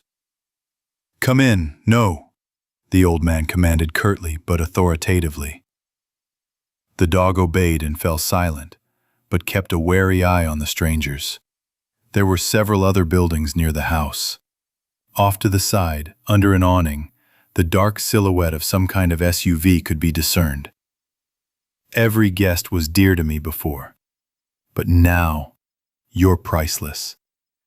Here's my home. Should I heat the bathhouse? We just need a place to spend the night, Andre answered, coughing into his fist. Is your car electric? No, it's a UAZ Combat. It's about 10 years old. What kind of electric propulsion does it have? It uses regular gasoline. But I haven't started it for 2 months, and the fuel is absolutely terrible. And the horses? There were horses in the village. Some were eaten when the disease came. Some ran away. I have nothing to chase them with. Maybe they'll come to me on their own when it gets colder. A fresh, cool breeze blew, making everyone shiver. Badri opened the door, which was never locked due to his complete absence. Then the shepherd took off his shoes and turned on the light in the hallway. Several small LEDs glowed brightly from the ceiling. I don't have electricity, but I've probably got enough batteries for another year. I always packed a few extra boxes when I went into town. A quarter of an hour later, a light smoke was already rising from the chimney above the little house. The hospitable host was bustling about in the kitchen, entertaining his rare guests. Cheese, stewed lamb with onions, a few vegetables, and 3 bottles of wine appeared on the table. A pot of water, blackened by time, hummed on the stove. Max looked around the modest but clean house with interest. "Were you born here?" "I'm from the village behind that mountain, where my parents' house is. I finished school here but went to Moscow to study and stayed there for a long time. I started my own business, owned stores, then sold everything and came back here. I never chased money, but after 40, I realized I wanted to go back to my small homeland. I lived in the village for a while, but then I built this house. I started working as a shepherd, a job I've loved since childhood. My children stayed in Moscow. I bought them apartments there. They came to visit me in the spring, before it all started." Badri fell silent, but his lips continued to move. His friends understood that the old man was pained by the memory of children he would likely never see again. "Why didn't you stay in the village?" Lena asked, trying to keep the conversation going. The owner came out of his stupor, looked at the girl in surprise for a few moments, blinking his eyes. And then the meaning of the question seemed to dawn on him. Well, I kind of wanted some solitude. But I wasn't exactly a hermit. I'd visit the village from time to time. My sister and her family stayed there." "And what about everyone in the village?" Ivan didn't know how to finish the question. Badri took a sip of wine. "That's all of those who's left. I haven't seen any normal people here in a long time. And I shoot the wild ones from time to time." "And how come you haven't gotten infected?" "We seem to have immunity," Masha replied, exchanging glances with Andrei. The old man raised his eyebrows thoughtfully. God must have decided to leave a handful of young people behind to start all over again. And me, the ancient one, for some reason. Although, maybe he just overlooked it, and I'll only be here for a little while. Kuznetsov reached for the cheese and asked casually, "Do you by any chance have a rabies vaccination?" Rabies. But you know, I think it exists. When I was young, in Moscow, definitely, some dog bit me near a store. I went to the clinic and they sent me straight for a vaccination. I'd already forgotten about it. Why did you ask? We met a few people on the way here who had been vaccinated against rabies, just like us. So we figured that was what gave us the immunity, Andrei said, almost sincerely, leaving out the antiviral medication he was carrying in his backpack. The owner put his elbow on the table and supported his head with his hand. It's interesting. Murat didn't have any, and neither did Artur. But Malika. I think they did it to her. Yes, she's my youngest, Badri said, perking up. A glimmer of hope flickered in his eyes that at least one child had a chance to survive. At that moment, the first drops of rain began to pound the windows and roof. A couple of minutes later, a full-blown downpour began outside. The shepherd pointed upward. Do you hear that? It's pouring down like a bucket. I told you I can feel a change in the weather in my bones. They're more accurate than a barometer. Ivan swallowed the piece of meat and drained his glass. Is it possible to find any transport here? Well, he who seeks will find, but why do you need it? The cosmonaut even choked on this question. Well, how is it? We're heading towards the sea. Go on foot through the mountains. It's safer. You have weapons. You'll be able to fight off wolves or bears. And they won't want to approach you anyway. By car, you need to go north through Mozdok, Pyatigorsk, and to Kuban, or south through Vladikavkaz, then to Georgia, and then either to their coast or to Abkhazia. But you'd have to drive through big cities anyway. It's very dangerous. It's scary to imagine what happened there. If even in our village there was such a massacre with brutal people. On foot? Through the mountains? Masha stared at the old man in surprise. Well, yes. No one's forcing you to conquer the peaks. There are passes and gorges here. There's even a dedicated hiking route from Makhachkala to Sochi. I'd do the same if I were you. And how many days would it realistically take to get there? Owl asked cautiously. About 2 weeks, if we take it easy.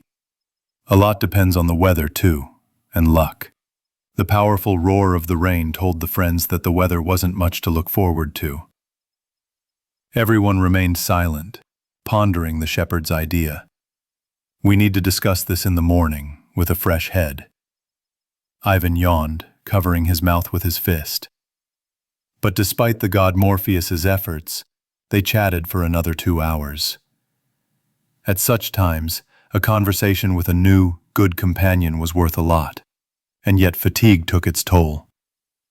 Badri's house had 1 bed and a sofa, which he gave up to the girls. The shepherd laid sheepskins on the floor for himself and the boys, so there was enough space for everyone to sleep. The cosmonaut woke in the middle of the night to the shrill barking of a dog. He sat up, felt for his machine gun, turned his head in the pitch darkness, and listened intently for several minutes. But nothing happened. Badri and Andrei were snoring loudly, and the rain continued to pound outside. Before he knew it, Ivan had fallen asleep again, and when he woke, it was long since dawn. Andrei, Masha, and Katya were sitting at the table, eating breakfast. Max and Lena were still snoring, and the master of the house was nowhere to be seen. Vorobyov looked around the room with sleepy eyes. Good morning. And where is Badri? He woke me up an hour ago. He said he'd be back for lunch and asked me not to leave until he got back. Kuznetsov replied, his mouth full. The cosmonaut stretched his entire body, and a dull crunch was heard somewhere in his lower back. Why leave? He offered me a bathhouse yesterday. I would have gone for a steam bath. By the way, yes, I forgot. Katya perked up, glancing at Andrei. I'm all for the bathhouse too. Let's wait for the owner. We can hang out at his place for another day, if he doesn't kick us out. Kuznetsov grinned hopefully. Badri returned as promised. The shepherd was delighted by his new friend's desire to stay with him until tomorrow. You can stay with me at least. I'll heat up a sauna for you right now. The boys helped pump water, and the friends spent the entire evening in the banya, occasionally running outside to douse themselves with cold water from a bucket. Over dinner, the shepherd drew them a rough map of the route to Sochi. Are you sure you're going tomorrow? Maybe you'll stay a little longer, Badri asked, genuinely sad, for the 10th time that evening. We are incredibly grateful for your hospitality, but the journey is still long. If it doesn't rain, we must go, Masha replied, looking at the old man with sympathy. By the second day, everyone adored Badri, as if the shepherd had been their best friend their entire lives. He had a way of winning people over, and they didn't want to say goodbye to him. If you suddenly change your mind, or if problems arise in the mountains, come back to my house. I will always help you, no matter what. You gave me hope that Malika is alive. That's a true gift and a reason to live for an old man like me." The next morning, Badri went to see his friends off, bringing his flock with him. A small, feisty dog helped him herd the sheep and followed his master constantly. She no longer barked at strangers, but she wouldn't let anyone pet her either. "You need to go west, maybe a little further north, but you won't get past the sea anyway. You won't be able to go straight ahead all the time, but try to orient yourself by the sun at all times. I believe you can handle it. You're young, strong, and united. Never give up and fight to the end," the shepherd said as he left his new comrades. The friends thanked the old man warmly, hugged him goodbye, and Katya even kissed him on the cheek. Badri laughed and said that if he were 5 years younger, he might have made a move on such a beauty. The shepherd watched the retreating figures for a long time, until they were completely out of sight. Then he raised his eyes and saw an eagle soaring high. The shepherd's lips whispered a prayer, the hope of a miracle warming his soul. Tears streamed down his wrinkled cheeks, quickly dried by the wind. He was alone again. Chapter 92. The Last Friend. Albert Borisovich, Tanya, and Dodge hurried back to the base. The professor hid Venya's body in the bushes and covered it with branches, at least temporarily concealing it from scavengers. They made the return journey in less than 3 hours. Kaimovich told the girl to lock herself in the house while he saddled his horse and rode back toward the reserve. The scientist returned when it was already completely dark. Tanya was sitting by the window and noticed the flash of a lantern's light on the path, followed by the outlines of a man and a mare. The inspector's body lay across the horse's saddle. The professor no longer had the strength to dig a grave, so he placed his murdered friend's body in the barn where he had recently been feeding the rabbits. Kaimovich entered the house, kicked off his shoes, and collapsed onto the bed fully clothed. The girl locked the door, poured fresh water for the dog, turned off the light, and without further ado, went to her second-floor room to sleep. When she woke up, her mentor was no longer home. Tanya went outside, just as Albert Borisovich was returning from the edge of the forest with a shovel. "Hey, I dug a grave further away from the stream. It's higher up there, so it shouldn't wash away in the spring. Will you come with me to bury him?" "Well, yes, of course I'll go." Veniamin Alexeyevich's body was carried on horseback, wrapped in a sheet, and dumped in the grave. The professor muttered a few words about their friendship, hesitated, paused, then waved his hand and picked up a shovel. Clods of earth fell dully onto the inspector's dead body, and soon a small mound formed where the deep hole had been. Kaimovich planted a cross at his feet with a wooden plaque on which he had carved Venya's last name, initials, and date of death. Albert Borisovich tried to recall the day, or at least the year of his friend's birth, but couldn't, so he left it as is. For the next 2 days, the scholar barely spoke, lost in his thoughts. He tended to the household, groomed the horse, cleaned the house, chopped wood, and practiced shooting to keep himself occupied. Tanya tried to talk to him, but the mentor simply waved him off, replied, "Not now," and went about his business. On the 3rd evening after the funeral, Kaimovich sat in the kitchen with a mug of tea and petted Dodge. The dog turned his head, and the professor's hand slid over his wet nose and drooling muzzle. Albert Borisovich winced and wiped his palm on his pant leg. Then, suddenly, he rose from the table and began pacing the room. Well, well, well. No one bit him. There were no traces. So the virus came from a carrier. The question is, who is it? I was bitten several times after the vaccination. Could I be a carrier? Theoretically, yes. Dodge? Animals don't get infected, but the virus can live in his saliva. Novia can spread through the air. While Venya lived here alone and didn't come into contact with anyone, everything was fine. But then we came and brought the virus with us. We still need to check that little house he went to. Maybe something did happen there after all? No, I don't think so. Ah, Venya, I'm sorry we killed you. We know too little about the virus. Not enough observations.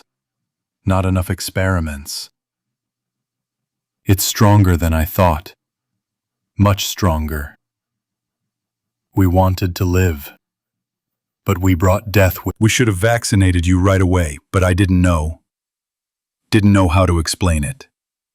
You wouldn't have understood. You wouldn't have understood my plan. Ah, if you hadn't been gone for so long.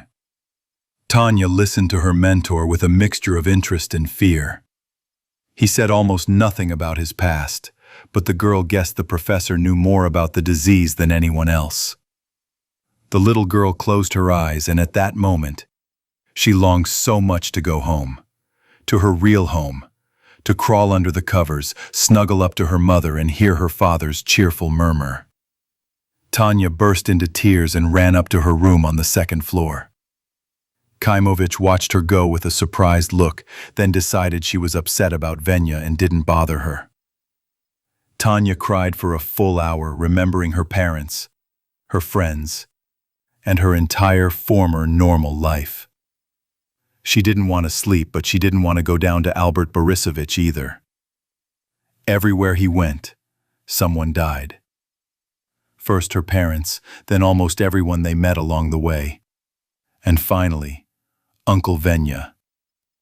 He reminded her of her father in some way, and the inspector's death was especially painful for the little girl. A vague mistrust and fear of the professor grew stronger in Tanya's mind. But she had nowhere to go, nowhere to run, and no one to help her. She sat alone in a dark room in the middle of the remote taiga in the mountains, sobbing loudly. The girl heard the clatter of claws on the stairs. Dodge, his tongue hanging out, approached her bed with a friendly expression. Tanya sat on the edge of the mattress, hugged the dog's head, and pressed her cheek against it. The dog breathed quietly, calmly, and seemed like he could stand there forever until she let him go. "I love you, you're the best, you're my friend," the little girl whispered, her arms wrapped around Dodge's neck. The clatter of dishes could be heard downstairs. The professor was clearing the remains of dinner from the table. The boxer's ears pricked up, and Tanya scratched him under the chin and kissed his wet nose. "I'm going to bed, and you're in thorns, so don't climb on my bed." Dodge went down to his master and lay down near the stove. Meanwhile, Kaimovich was examining the gun he had inherited from his friend. "I want to go hunting tomorrow. I need to learn the craft. Will you come with me?" "No. You better stay and guard the house. I'll wander around alone. I'll just take a short walk this first time, explore the area a bit." The next day, when Tanya woke up, Albert Borisovich had already left the house. The girl went downstairs. Dodge met her at the stairs and licked her hand. There was a note on the table. "I'm hunting. Have your breakfast. I'll be back for dinner. Close the door. Don't open it for anyone. Anyone." Tanya opened the stove slightly and saw that the coals were still warm. She threw some birch bark and thin wood chips into the firebox, then began adding thicker logs. The girl warmed up last night's dinner and shared it with the dog. A couple of hours passed, and the child grew bored at home. The sun was shining through the window. It was one of those rare, warm autumn days for these parts. The mare was grazing freely on the grass. Kaimovich even stopped tying her up, as the horse stayed close to the people and showed no signs of escaping. "Dodge, let's go for a walk." The girl peered into the flock, tossed some fresh grass and water to the rabbits and chickens. Then Tanya and the dog began playing in the clearing, chasing each other. The weather was perfect, and even the recent pain of Vinya's death began to dull. The little girl hadn't felt so safe in a long time. Now this meadow seemed to her the best place on earth. Tanya tried to snatch the stick from Dodge's mouth, but the boxer resisted with all four paws and growled with feigned anger. The girl slipped, lost her balance, and fell onto the grass. The dog, looking triumphant, ran away with the precious piece of wood in his teeth. Tanya stood up, blew a stray lock of hair from her face, and placed her hands on her hips. "Okay, you win. That's it, let's go home. Otherwise, he might get mad at us for being out alone." Dodge reluctantly followed his little mistress, and they locked themselves in the house. Albert Borisovich returned from hunting about 30 minutes later. He dumped his trophy, the carcass of a large hare, on the porch. "Phew, hunting is a tough business. I practically shot that big-eared one by accident. I guess beginners have luck." "Why? We have rabbits." Tanya looked sadly at the dead animal. "We'll start cutting down our farm at the last minute. For now, we need to make use of nature's gifts." The mentor threw off his backpack and leaned against the wall of the house.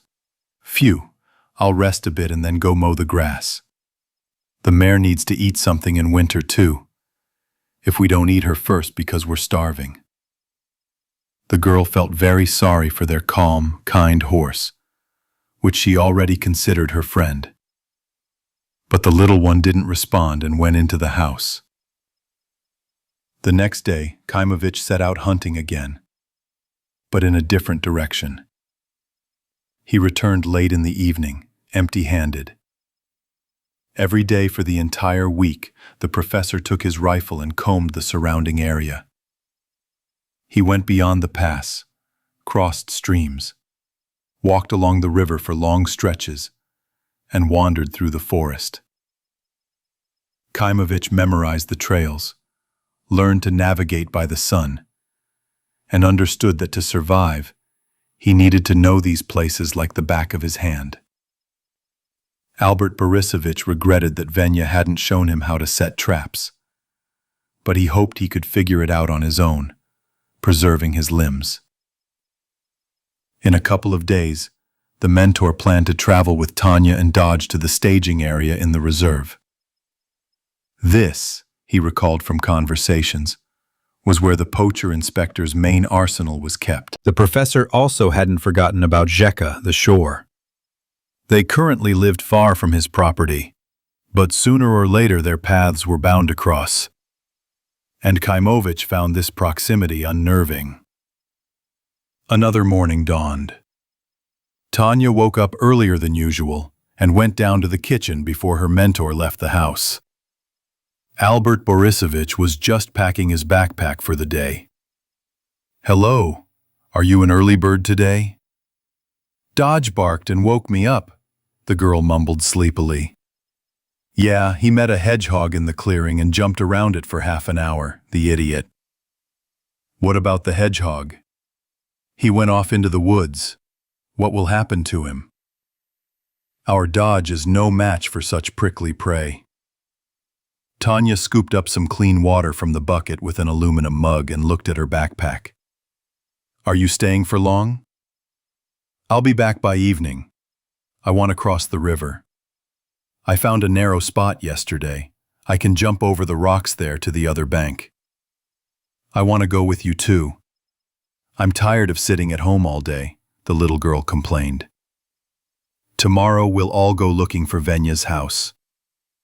We might have even almost reached it last time." The scientist recalled how they'd met the infected inspector on the trail. "This time, we absolutely must find his second lair. It'll come in handy for the future. Good, Tanya said happily. She too was drawn to wandering through the woods and seeing new places. The mentor soon left and the girl ate breakfast, then put on her jacket and went for a walk. The first half of the day flew by. By lunchtime, the weather began to deteriorate, and when a drizzle began, Tanya quickly led the mare to the stable under the shed. Dodge ran into the house and lounged next to the hot stove. The little girl sat by the window with a mug of herbal tea, looking out onto the street. Tanya hoped that Albert Borisovich would arrive early because of the rain.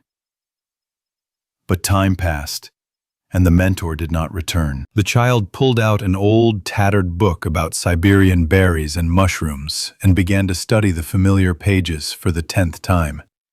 Suddenly, Dodge whined, walked over to the door and leaned his paws on it. "What? Do you need to go to the bathroom? Maybe you can hold on. It's so dirty in there now, you'll have to wash your paws again." But the boxer stood at the threshold, looking demandingly at Tanya. The girl sighed, jumped off the chair, ran her fingers over the dog's rough hide, and pulled back the bolt. "Okay, go ahead, just quickly." The dog hurried out of the house and quickly disappeared from sight. Tanya threw a couple more logs on the stove, then refilled the kettle. 15 minutes passed, and Dodge still hadn't returned. Transparent drops trickled down the wet glass like tears. Suddenly, a sharp, short bark was heard, followed by a piercing yelp. The girl ran out onto the porch, forgetting caution. At first, she couldn't make out anything. A light rain hung in the air like a gray shroud. 2 dogs were rolling on the ground near the pack, and a third, smaller one, stood a few meters away, circling the fray. "Dodge, come here, Dodge. Ugh, ugh, get out of here," Tanya screamed, trying to chase away the strange dogs. The little girl saw the huge gray beast grab the boxer by the scruff of the neck. Dodge's entire coat already covered in blood. The second dog bared its sharp fangs and took a step toward the girl. And then Tanya realized they weren't dogs. She instinctively let out a shrill, ringing yelp that pierced her own ears. Her legs seemed rooted to the grass. The little girl couldn't move, watching the full-grown wolf strangle her pet. The she-wolf, meanwhile, glared at the girl with her angry, hungry yellow eyes. Tanya realized, 1 more second and the beast would pounce, and then her life would end right here. She wouldn't make it home in time. There was no one to protect her. Time stood still, as if someone had paused her life. A moment later, a gunshot echoed across the clearing, and everything spun as if in fast forward. The she-wolf collapsed on her side, her body trembling, and bloody foam bubbled from her mouth. The gray male opened his jaws and released Dodge. The boxer's legs gave way, and he fell to the ground like a rag doll. Had the predator hesitated another second, the next bullet would have shattered his skull. The beast bolted toward the forest. Kaimovich fired 3 more shots after the wolf, but it reached the trees unharmed and disappeared. Tanya ran up to Dodge and fell to her knees before him. The dog didn't move. Only his paws trembled slightly, as if from the cold. The skin around his neck was torn, and blood flowed from a deep wound onto the grass. Behind him, she heard the master's heavy breathing. Albert Borisovich picked the dog up and dragged him into the house. "Find some clean rags, t-shirts, towels, anything, now, and put a bucket of water on the stove." Tanya rushed to carry out the order like lightning. The professor carefully laid Dodge on the table, tore an old t-shirt into shreds, and began hastily bandaging his 4-legged friend's wounds. The cloth instantly became soaked with blood. The boxer lay there, head down, unable to even do that. The dog merely opened an eyelid, trying to focus to see his owners. But everything swam before his eyes. Dodge sensed people. He knew Albert Borisovich and Tanya were nearby and caring for him. Instinctively, the boxer barely moved his stump of a tail and whined.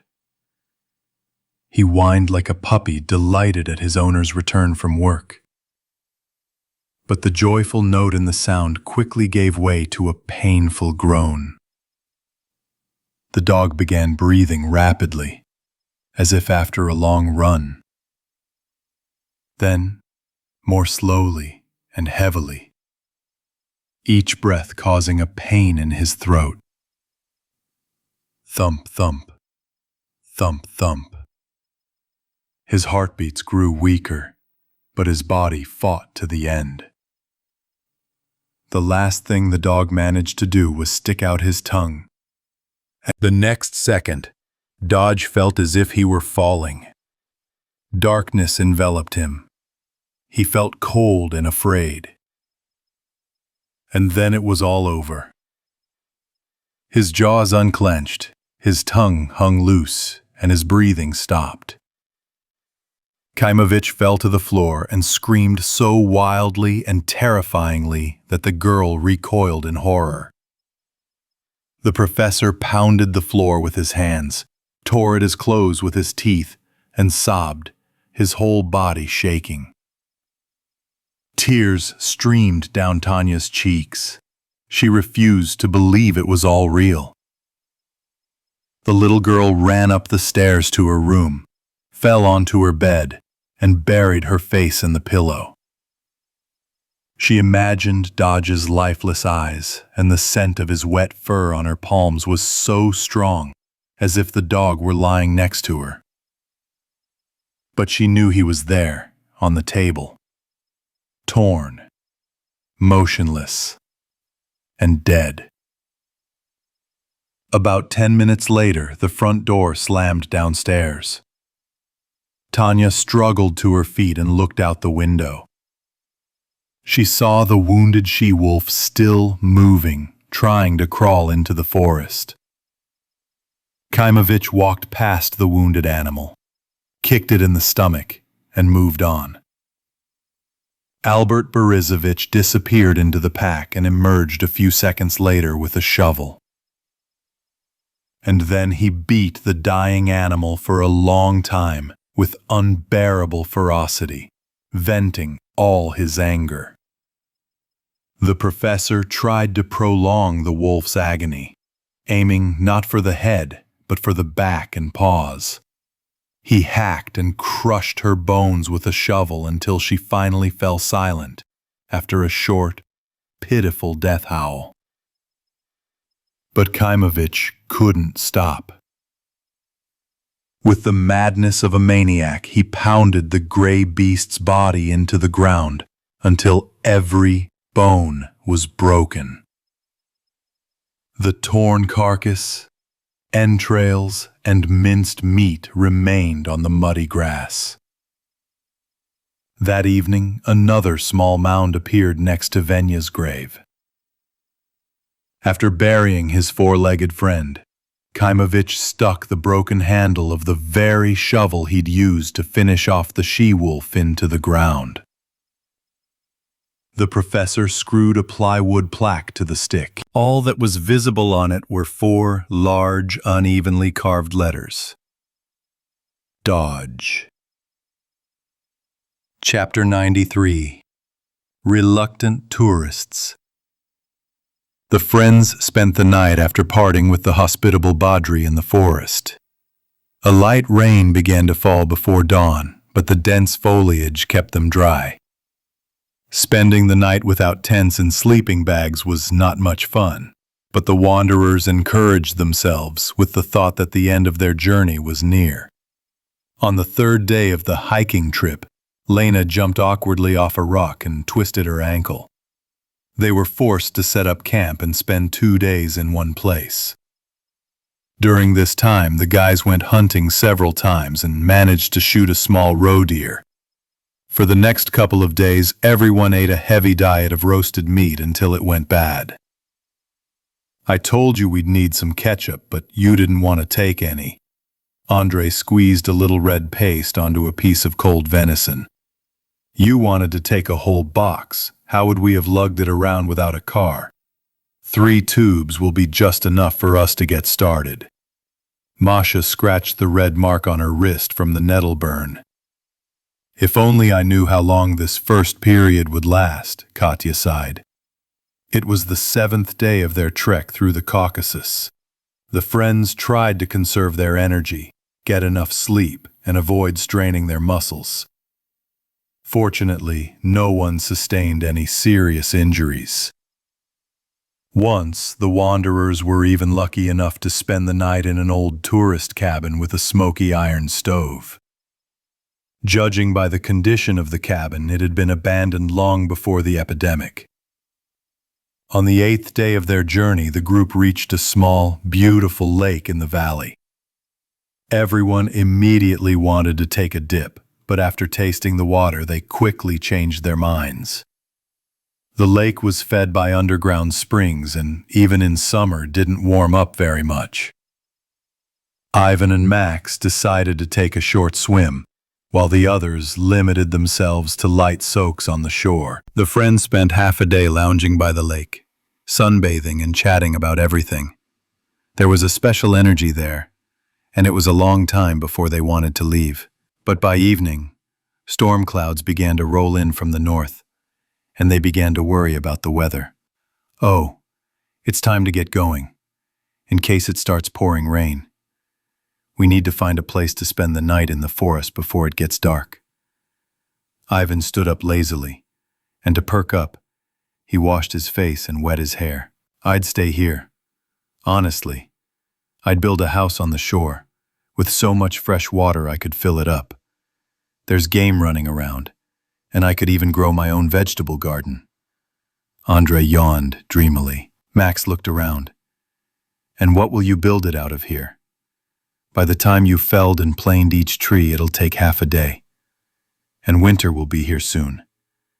We need to find a ready-made shelter. You're boring, not romantic. Katya pursed her plump lips in disappointment, looking at the teenager with laughing eyes. But practical.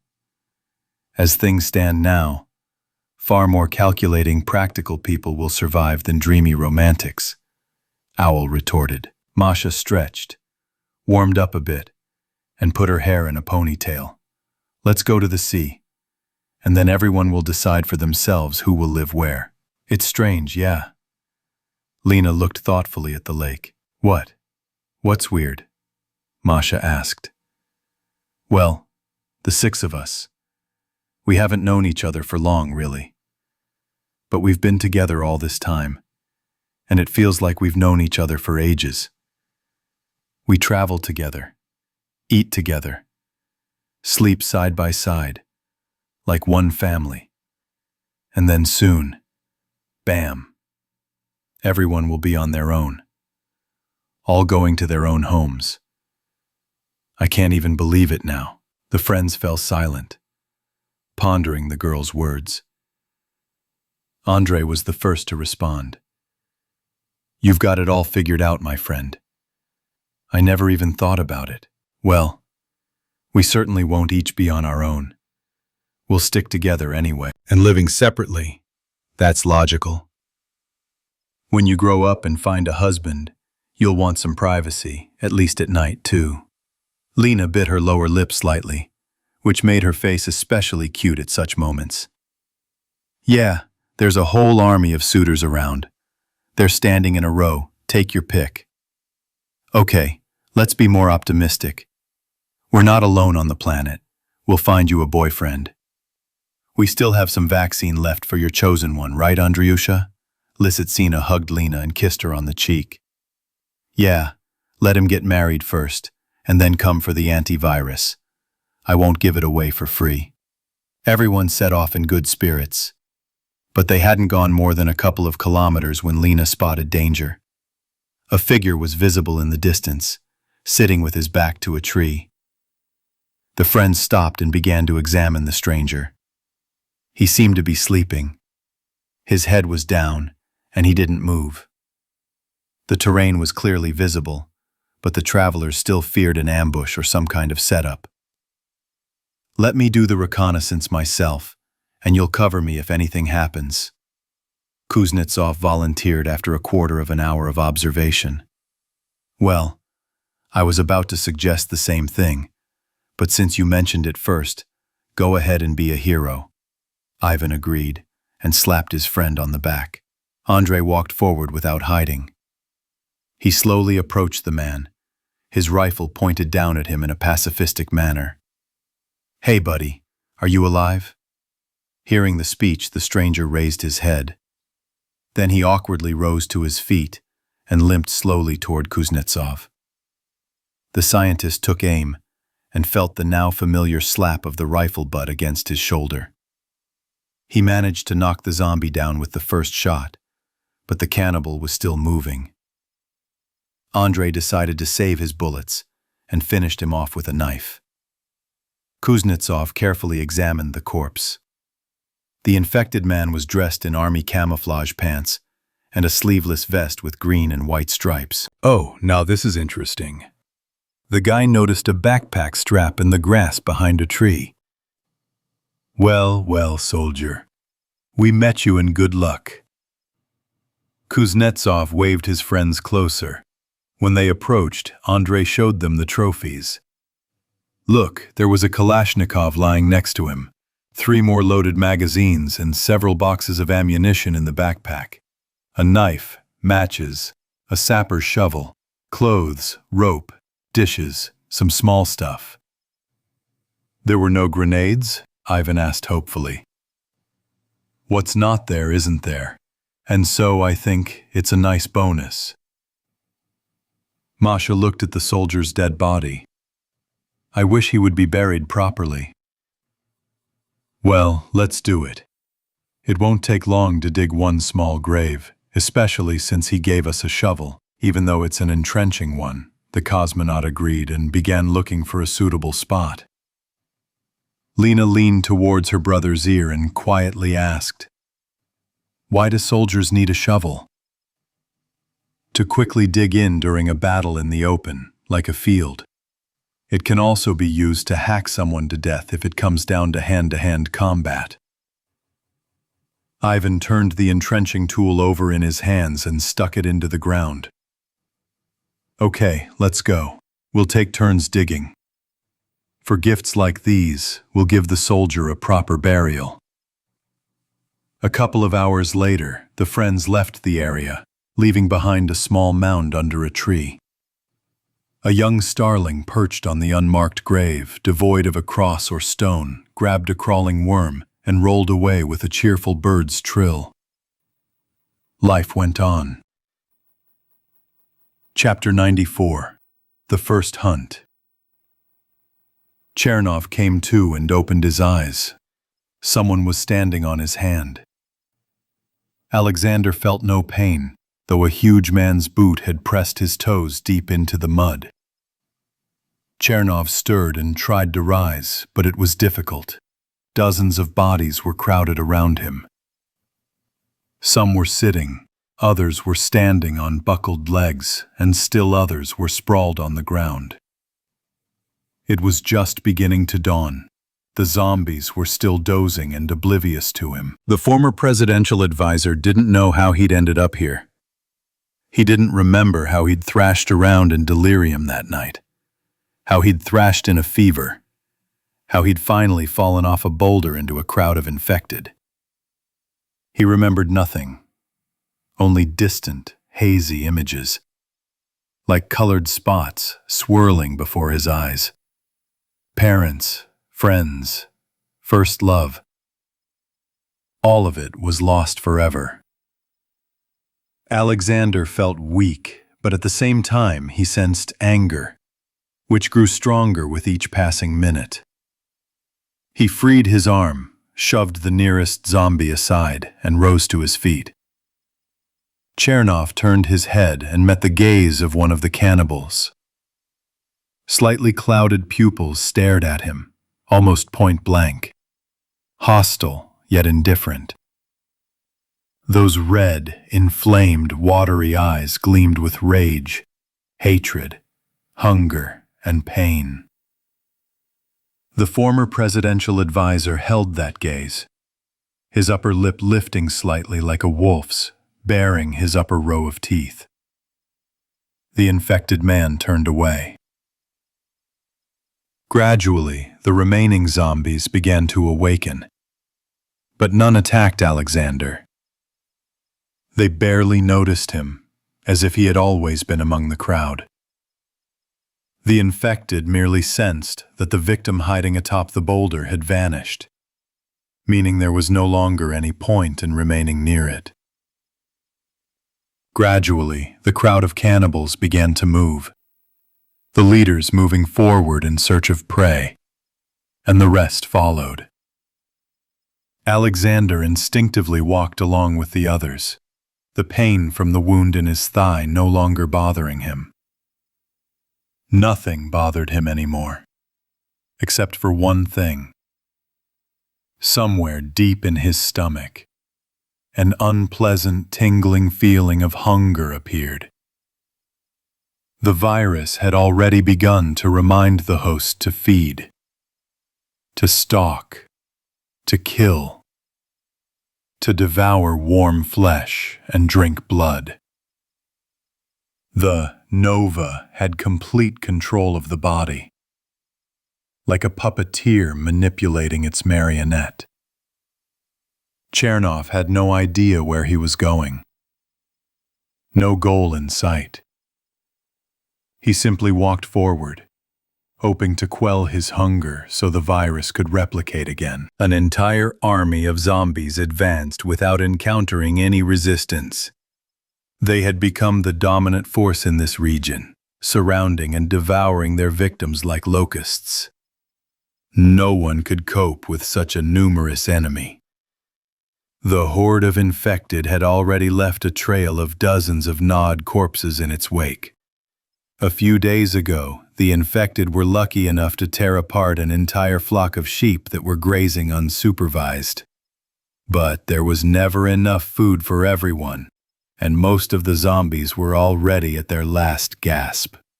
They trailed behind, at best making do with the scraps of the stronger ones. Every day, one of the cannibals would fall behind, collapse, and lapse into stupor. The core of this flesh-eating army consisted of infected who had migrated from Sochi. During their migration, new zombies constantly joined them, and the troop quickly grew. Men, women, the elderly, children. A motley mass of hungry, evil creatures of every color and nationality. Some wore business suits, with expensive watches that still dangled from their wrists like useless ballast. Others were from those who had worn rags and, in a previous life, rummaged through garbage. The former social boundaries had blurred. Now they marched shoulder to shoulder. Former homeless people became leaders, while well-groomed officials had grown emaciated and trailed at the rear of the herd. Chernov had recently transformed and was still full of energy. He kept to the vanguard, slightly behind the leaders. Suddenly, a stir swept through the crowd. Alexander didn't immediately understand what was happening, but the more seasoned zombies quickly realized someone had spotted the prey. About 200 meters from the lead group, a small ravine opened out of which 3 men had just emerged. One held an axe, the other 2 held wooden spears with sharpened ends. The men broke into a run and quickly began to break away from the cannibals. The man with the axe slightly outpaced his friends, who were running alongside him. Alexander overtook one of the leaders and heard a disgruntled growl behind him. But Chernov didn't care. He felt no fear, Only hunger drove him forward, and anger gave him strength. Suddenly, one of the fugitives stumbled and fell to the ground. He tried to rise, but the man's face immediately twisted into a grimace of pain. "What happened?"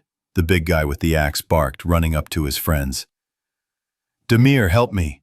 Rustam's legs twisted, maybe even broken. We need to drag him shorter," the other man replied, lifting the wounded man.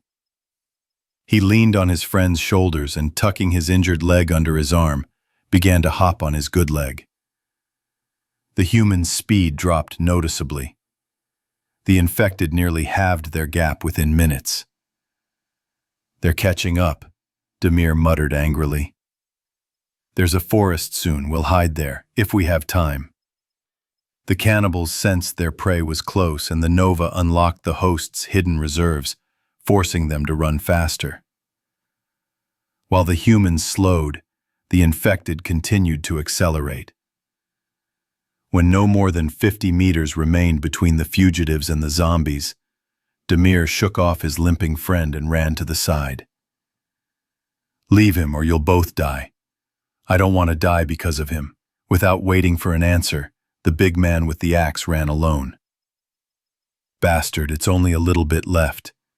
"Well, I'll have a word with him later," the boy said angrily, supporting his wounded friend with the last of his strength. The hoarse, ragged breathing of his pursuers could already be heard behind him. Rustam looked back and shouted, "Jan, leave me. Run, get the hell out of here faster. There's no way. With me." "No, brother, we'll both survive. Come on, push on." They reached the first trees just as the zombie vanguard caught up with them. Jan felled one of the leaders with a spear strike, but Chernov immediately pounced on the boy. The former presidential aide's teeth sank into the man's face. For the first time, he tasted someone else's blood, and a flash of light flashed through his head, blinding his mind. In such moments, the infected's brain experienced the highest pleasure imaginable. The cannibals surrounded their victims and began tearing them to pieces. The people died slowly and painfully, until finally, only a few entrails and bloody skeletons remained. 2 people dissolved into the zombies' stomachs, but most of the infected didn't get a single bite. The herd moved on. The pursuit of humans had altered the zombies' route. They had veered away from the coast and were heading northeast, away from the sea. However, they didn't care which way they went. Alexander had taken the place of the fallen leader and was now leading the herd. The cannibals penetrated deeper into the forest, and, after a couple of days, emerged at a wide clearing. Tire tracks were visible on the ground. The infected had made their way along the well-worn tracks. The vast crowd stretched out like a giant snake, every living thing scattering at its approach. It seemed as if even the trees were trembling anxiously, watching this merciless, eternally hungry army of killers. And the zombies continued to march. Silently and inexorably, for all they considered their prey. Chapter 95. Old Acquaintance. An emergency occurred in the village of Dalmi. Grek and Gorik became infected. Both men's symptoms were nearly identical and very alarming. Their temperatures quickly rose to 39 degrees Celsius, and they developed chills and a cough. It was decided to isolate them in empty houses on the outskirts of the village. The men agreed, knowing they could harm others.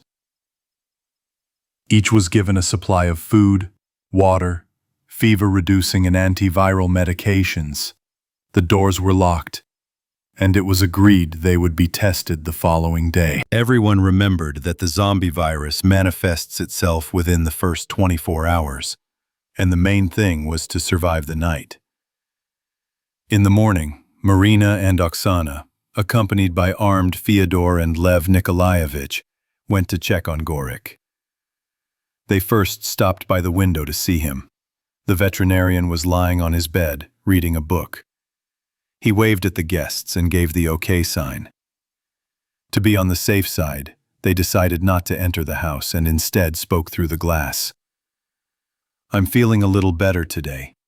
I still have a fever and a runny nose, but at least I haven't gone crazy yet and I'm still sane. I think it's some kind of flu, so you shouldn't bother me anyway. I have enough food and water to last me a couple of days and I have some reading material. Check in tomorrow just in case. I might have gotten excited too soon." That was the agreement, and everyone went to Grek's in high spirits. The former financial trader hadn't lost his mind overnight and didn't express any desire to eat his neighbors. He was even feeling slightly better than Gorik. But the sick man insisted on speaking through the window, as he was constantly coughing. "I don't want you breathing in my germs. It seems to be getting into your bronchi, the bastard. But it's better than eating people. We know how to treat bronchitis. I didn't sleep at all last night. I was shaking all over. I was afraid it was my last night. I even wrote a note," Midas admitted, a little embarrassed. "But I think I'm okay. I swallowed a bunch of pills. I'm still a bit shaky, but I feel like I'm getting better. The zombie disease would have probably shown up by now. And while I'm still thinking, I still prefer stew to human flesh." Everyone unanimously wished Grek good health. Oksana promised to visit the next morning. With that, the rounds ended and everyone felt a sense of relief. "Phew! I thought the infection had returned, but it's some kind of flu. That means it's spreading." Marina sighed with relief on her way home. "Yeah, where did they even pick it up?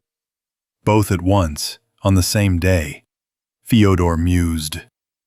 "I think we were all working together. The Greek spent half a day at the chip yesterday. Then Gore replaced him. Maybe he got a cold?"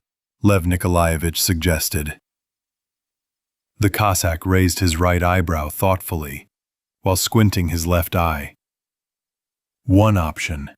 If there's a draft, we should tell Lyoka. He's on day shift today." A trick or observation post was set up in the attic of one of the houses, offering a clear view of the entire entrance to the village. A resident was stationed there on duty from dawn to dusk. The president suddenly remembered a recent nightmare with his wife and daughter, and he wanted to unwind. "Since it's a day off, I thought I'd go mushroom picking. I used to be a big fan of the quiet hunt. I even used to go to the Altai Mountains in the fall for that. How are the mushrooms here?" "We're not complaining. We have porcini mushrooms, we're picking chanterelles, and the honey mushrooms should be ready in a month." The pretty Oksana shrugged. "Maybe we should go together," Lev Nikolaevich suggested. Fyodor thought for a moment, tugged at his mustache and shook his head. Who'll be left in the village then? Lyoka alone? No, that's not an option. You go with Petruka and we'll do it next time. About 5 days after you, so the new ones can grow up." "Well, yes, I somehow forgot that without Grek and Gorik our combat effectiveness has dropped sharply. We'd be delighted.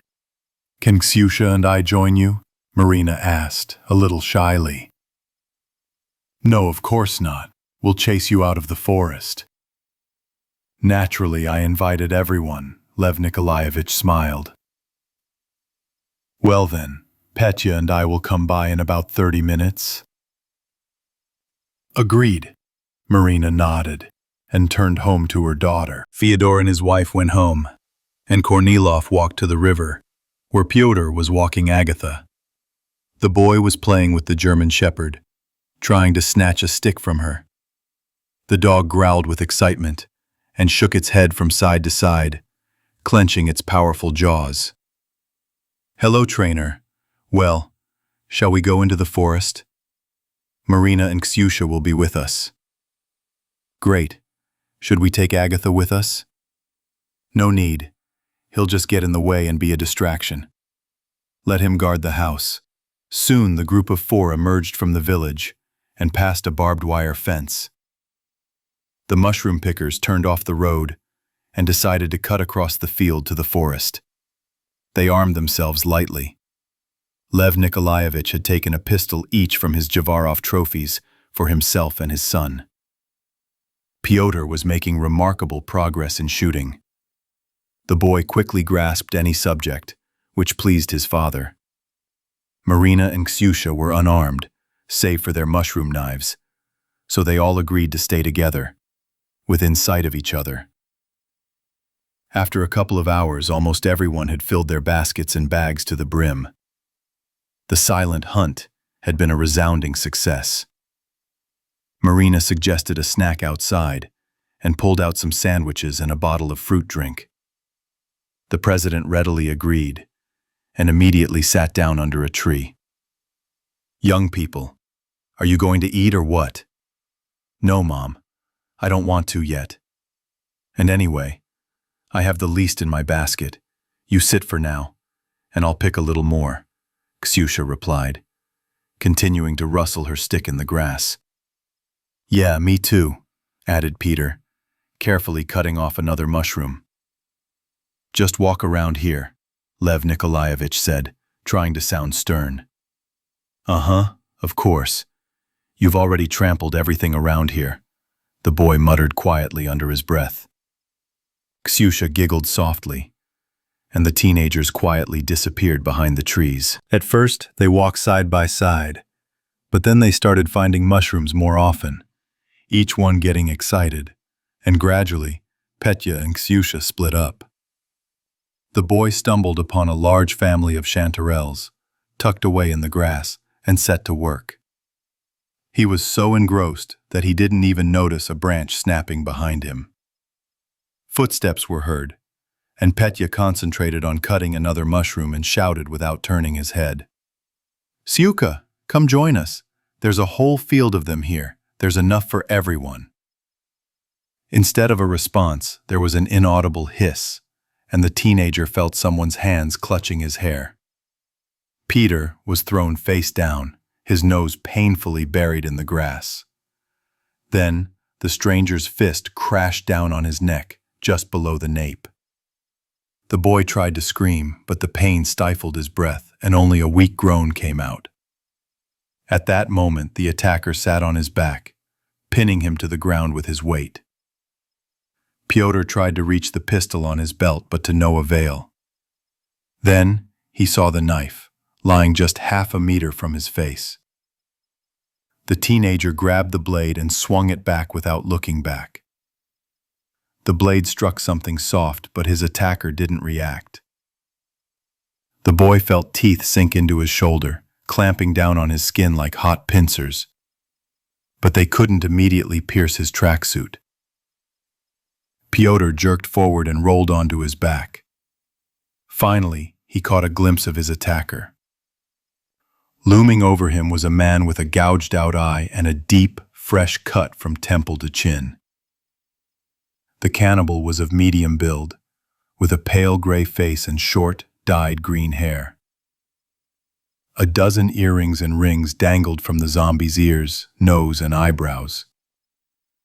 "You're a fucking punk," Petya managed to mutter, and immediately received a fist in the stomach. The infected man struck his victim on the head, instinctively trying to stun him, knock him out, and then rip out his throat. The teenager managed to scream for help several times before his attacker began strangling him. Petya was choking, death's cold, rough fingers squeezing his throat tighter with each passing second. The boy managed to reach the handle of the knife protruding from the cannibal's leg. He yanked the blade free and immediately jabbed the tip into the zombie's stomach. 1, 2, 3 blows. The infected's clothes became wet and sticky with blood, but he seemed to feel no pain. Out of the corner of his eye, the boy noticed another enemy approaching, and something about the silhouette seemed familiar. Meanwhile, the wounds only angered the zombie punk. He fiercely clutched his victim's neck, his dirty nails digging into the skin. Petya's face turned blue, and just before he lost consciousness, he felt the second cannibal's teeth sink into his left wrist. A sharp pain ran through his body, his head began to buzz, and red circles began to blur before his eyes. A moment later, something crunched loudly, and the grip on his throat loosened.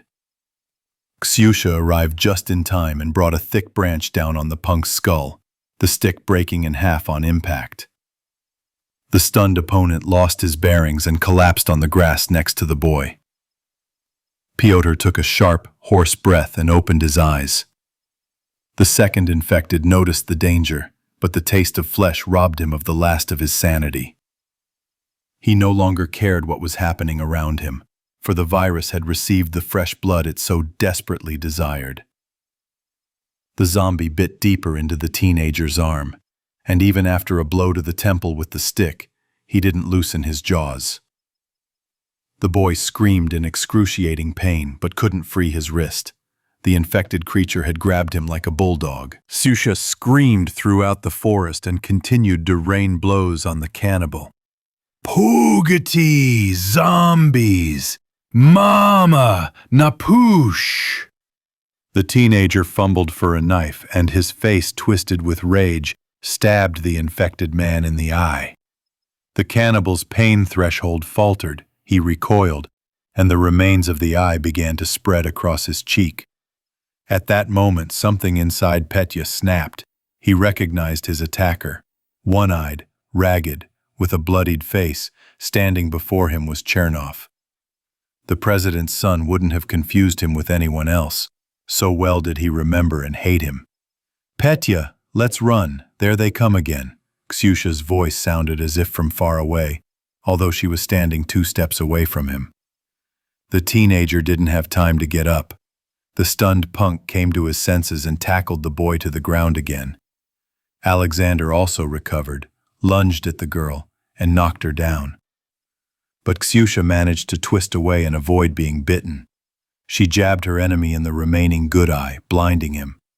The next moment, a heavy boot slammed into Chernov's head, sending him flying into a tree. 2 pistol shots, and the green-haired corpse sprawled on the grass next to Pyotr. Marina hugged her daughter, and the president helped his son up. "Dad, look, it's him. It's definitely him." Lev Nikolaevich quickly examined the bite on the child's hand and turned his gaze to Chernov, who was recovering from the blow. "We finally met you, bastard. Is that what he did to you?" "Yes." Petya pressed his bloody hand to his stomach. Both knew what a bite from an infected person could lead to. Kornilov aimed his gun at his former advisor, but his son stopped him. "I'll do it myself," the teenager thought for a second, then shot Chernov in the knees and elbows. "He won't be able to walk now, and I don't want him to die an easy death. Let him starve to death and rot alive here. Maybe we should finish it off. This creature is tenacious. We have to hurry. Look," Marina shouted in panic, pointing in the direction from which the other zombies were approaching. The people ran toward the village, and Lev Nikolaevich shot 3 more infected people along the way. Finally, when they emerged from the forest, the president said to his son, "Get Fedor like a bullet. Let him wake everyone up. Show the bite to Oksana so she can treat it." "Got it," the boy said, running faster than he'd ever run before. He knew he didn't have much time left, just a day. Now Peter focused on just one goal: helping his father and the others survive the danger. Chapter 96. Invasion. By the time Lev Nikolaevich, Marina, and Ksyusha reached the village, preparations for defense were already in full swing. The people didn't yet know how many enemies there were, but they were acting according to a pre-planned plan, bracing for the worst. Since the last major battle with the zombies, Dalny's defenses have been significantly strengthened. After eliminating the Javarov gang, the villagers increased their firearm arsenal. Furthermore, 100 meters before the village, they erected a semicircle of barbed wire, which simultaneously enclosed a safe area for grazing livestock and served as a first line of defense. In front of the barbed wire, Boris used a tractor to dig a deep ditch, with sharp stakes jutting aggressively from the bottom. According to RoboCop, all this was intended to stop the advance of a large crowd of infected. The road remained the most vulnerable spot. It couldn't be dug up or permanently blocked. It was the only thoroughfare connecting Dalny with the rest of the world. Ultimately, they decided to build a portable barrier with braces, in the form of a massive wooden shield, spanning the entire width of the asphalt and nearly 2 meters high.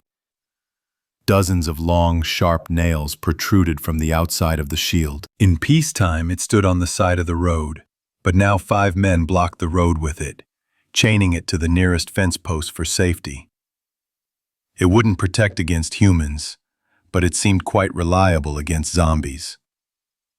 "Phew, this bastard is heavy, you can't knock him down," Boris said with a satisfied look when they set up the shield. "Maybe we're just fussing for nothing? What if there are only 10 of these zombies lurking in the forest?" Gorik said worriedly, his temperature rising again. "We didn't count how many there were. We have a plan for such cases and we're following it," the president replied irritably. The heavy thought of his son's bite haunted him. He was on the verge of a breakdown. Fyodor looked anxiously towards the forest. "Don't worry, Quack. If the enemy isn't numerous, we'll send you straight to the infirmary to finish your treatment. For now, excuse me, but you'll have to be patient. You see how many fighters we have." "You're the Quack yourself," Gorik said, offended. "I'm a certified veterinarian, by the way." The Greek sat silently on the grass next to his hunting rifle. He was freezing, and Midas coughed frequently, but he endured it, unlike the fussy Gorik. "I see them coming!" Lyoka handed the binoculars to his father, who began counting the infected. 1, 2, 5, 15. So guys, no one leaves. The evening stops being languid. A crowd of infected slowly crawled out of the forest.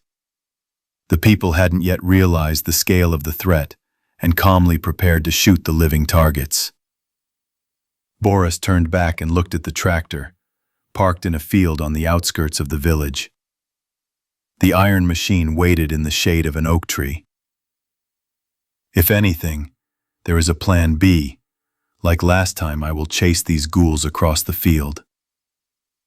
I'm afraid we can't get by with just one tractor. There are more of them now, many more," the Cossack frowned. The men waited tensely, hidden behind the shield. The border guard Gorik and Grek took up positions to the left of the barrier. The president Boris and Lyoka to the right. The zombies moved slowly. They spotted the outlines of the village and the rooftops of houses, but hadn't yet spotted any people. The cannibals sensed life glimmering nearby and were inexorably approaching Dalny. Black dots circled chaotically in the sky. A flock of crows followed the infected. Nothing had changed in nature. The scavengers still clung to the predators.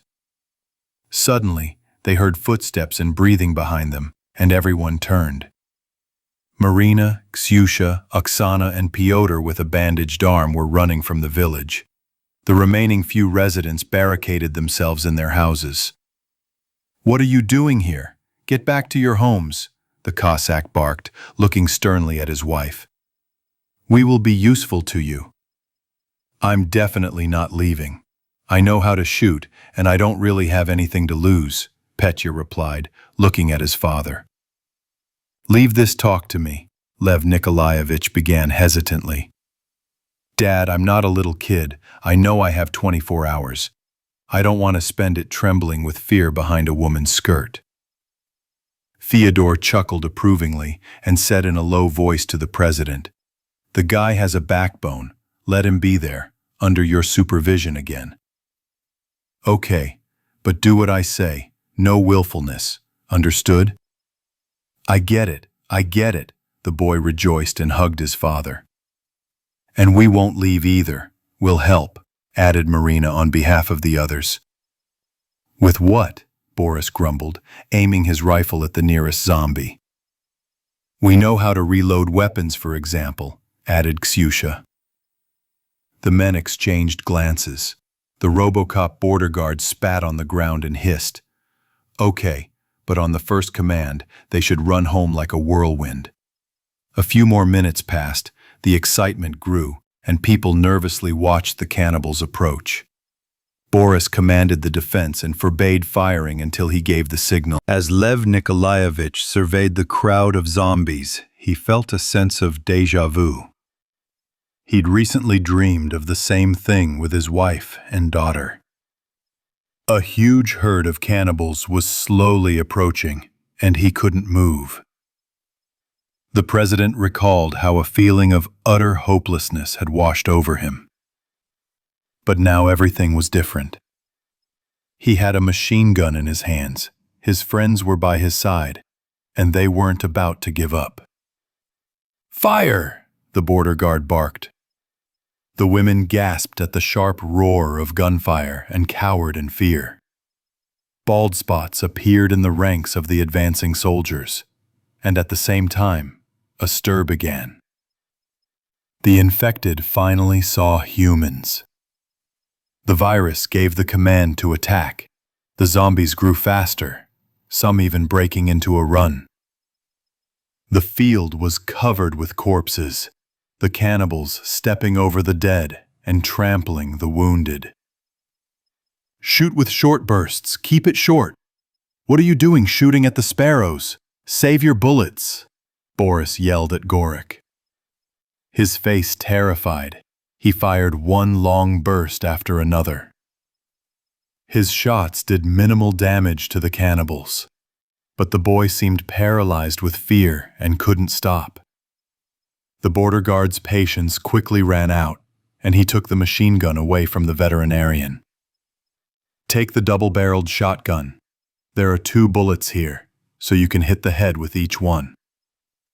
Aim for the right one, got it? Not now, it's still far away. You can't hit anything from that distance. Rest for now. I'll tell you when to join in. RoboCop was angry because, despite the villagers' fierce fire, the zombie army was steadily advancing. Its numbers were constantly replenished by new specimens emerging from the forest. There were too few humans to stop the enemy. The infected advanced in a broad front, oblivious to the deaths of hundreds of their fellows, and unafraid. Hunger forced them to run under fire, hoping for a sip of blood and a piece of meat. But this gathering had one major drawback. Each member of the herd acted independently. If the cannibals had learned to hunt at least as well as a pack of wolves, the villagers would have been reduced to skeletons. However, despite the infected's primitive, straightforward tactics, the defenders of Dalny were having a hard time. The distance between the barbed wire fence and the infected was rapidly closing. The humans had nearly exterminated the vanguard of the fastest and most ferocious cannibals. But the bulk of the zombies, the middle class, were inexorably rolling in like a huge wave. Everyone understood that this wave was about to wash away their defensive ranks and engulf the village. Ammo! Lev Nikolaevich shouted, pulling out an empty machine gun magazine. Here, this is the last magazine. There are no more. Peter, with a pale face, handed the clip to his father. How come there isn't? Well, that's how it is. The boy shrugged his shoulders in fear. Fyodor heard the bad news and shouted to Boris. RoboCop, are we sure we brought our entire arsenal? Exactly, the border guard responded after another shot. There weren't many automatic weapons there. Who knew they'd bring so many of these creatures to us? We'll have to retreat. Will the barbed wire hold up? Lyoka threw aside the unloaded Kalashnikov and grabbed his rifle. It will last for some time, but I don't think it will last long. Fyodor fired and, with a satisfied look, confirmed that the bullet had pierced the skull of a bald, tattooed-necked brute. Maybe with a tractor, then. There are too many of them. They'll swarm you like ants, climb into the cockpit, and that's it. I have another idea, Boris said, firing his last rounds and quickly laying out his plan. Having discussed the new tactics, Gor, Midas, Pyotr, Marina, Oksana, and Ksyusha ran into the village. Meanwhile, Lyoka, Fyodor, Lev Nikolaevich, and Boris slowly retreated from the fence, continuing to fire back. They were trying to buy as much time as possible while the others organized a second line of defense. The zombies were approaching. The first infected had already fallen into the deep trench in front of the fence. Sharp stakes at the bottom pierced their legs. The wounded tried to climb out, but were almost instantly trampled by those following them. Soon the entire trench was piled high with the cannibals' bodies. The wounded were trampled alive into the ground, unable to rise. For the others, they were merely an obstacle on the path to their prey. Several individuals attempted to tear down the wooden fence, but, stumbling upon sharp nails, retreated, bleeding profusely. The barbed wire strands stretched taut like strings under the cannibals' weight. The infected pressed each other into the barbed wire. The wire dug into the flesh of those in the front ranks, literally cutting them to pieces. Wheezing and groaning could be heard. The ground around the fence was soaked with blood, but the cannibals continued to press forward. The men retreated about 50 meters and stopped, continuing to shoot at their opponents. The cannibals formed such a dense wall that it was practically impossible to miss. The wounded and dead couldn't even fall to the ground, so tightly were they pressed against the fence by the rear ranks. Picking off the zombies with their rifles was slow. As Fyodor reloaded yet again, he was angry that the fence wasn't strong enough. We should have sewn everything up completely and put up a solid fence. So where are we going to get so much material? We wouldn't have been able to build a fence like that in that time anyway, the border guard replied angrily. After these words, one of the supports gave way and collapsed. Part of the fence collapsed, and the infected broke through to the village. Fuck, now we're definitely getting out of here, Boris yelled, and everyone fled from the enraged mob of cannibals. The men had given themselves enough of a head start to escape their enemies. I hope our guys make it in time, Fyodor muttered, breathing heavily. RoboCop fell behind a little and suddenly shouted, "Okay guys, I'll hold them off for a bit. Follow the plan." "Where the hell are you going? Borka, what are you doing?" the terrified Cossack screamed. "Don't worry, we'll get through this," the border guard replied and rushed off in the other direction. Leka followed RoboCop with his eyes. He ran to the tractor, 100% to the tractor. "That shell-shocked lunatic, they'll eat him up there. You told me yourself, it's not an option on a tractor," the Cossack cursed, realizing there was nothing he could do. "If we hang around here any longer, they'll devour us all. You can't swallow something like that. You'll choke." "He knows what he's doing. Let's retreat," Lev Nikolaevich shouted at his friends. As the trio disappeared into the Far East, RoboCop reached the tractor. He climbed into the cab, but in his nervousness, he awkwardly hit his prosthetic leg and nearly fell to the ground. Cursing profusely, Boris locked himself inside and placed his pistol nearby. "Well, what's up, bastards? Let's go." Chapter 97. The Last Frontier. Fyodor, Lyoka, and Lev Nikolaevich fled without looking back. Every second counted. The road leading into the village became the only main street, and several secondary roads already connected to it. A barricade of cars, driven by Gorik, Grek, and Oksana, had already formed before the first intersection. 4 cars were parked in 2 rows across the road. Boris had planned this, with the idea that once the zombies had climbed over the first cars, they would have to descend to the ground to overcome the next obstacle. This would buy the humans some time. The approach to the carts was paved with old tires, which emitted a distinctive smell of biodiesel. This idea was Leka's idea. He collected discarded tires from all over the village, even taking them from trophy Javarov vehicles. When everyone was on the same side of the barricade, Marina asked, "And where is Borya?" "Who knows where? He must have decided to get his hero star posthumously. He fell behind us and ran to the tractor." Fyodor continued to rage, worried about his friend. Oksana pressed her palms to her face in fear.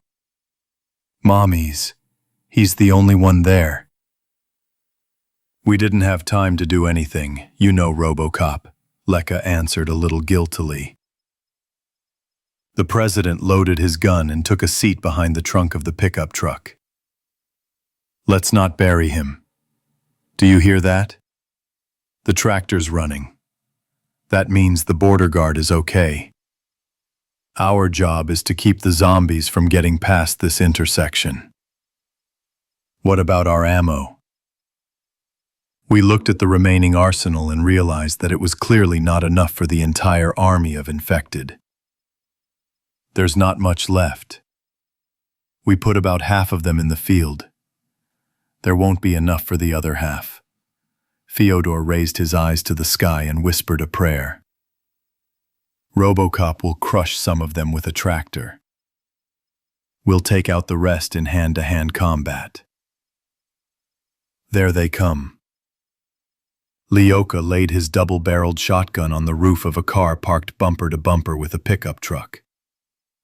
And damn, he forgot to light the tires. The guy quickly handed the gun to Petr, reached for the tires, and struck a lighter. The biodiesel ignited, and the tires began to ignite, one after the other, one after the other. By the time Lyoka returned to his place behind the barricade, black smoke was already filling the street. Midas scratched his stubble and took a deep breath. The idea is interesting, but if the wind blows in our direction, we'll end up breathing in this crap.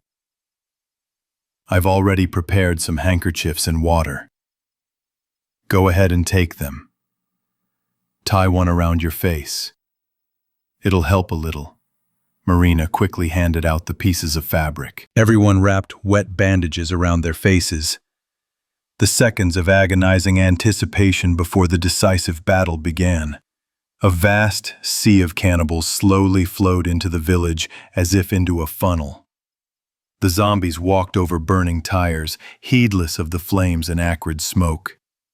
Some even caught fire, but the cannibals endured the pain of the burns and pressed on.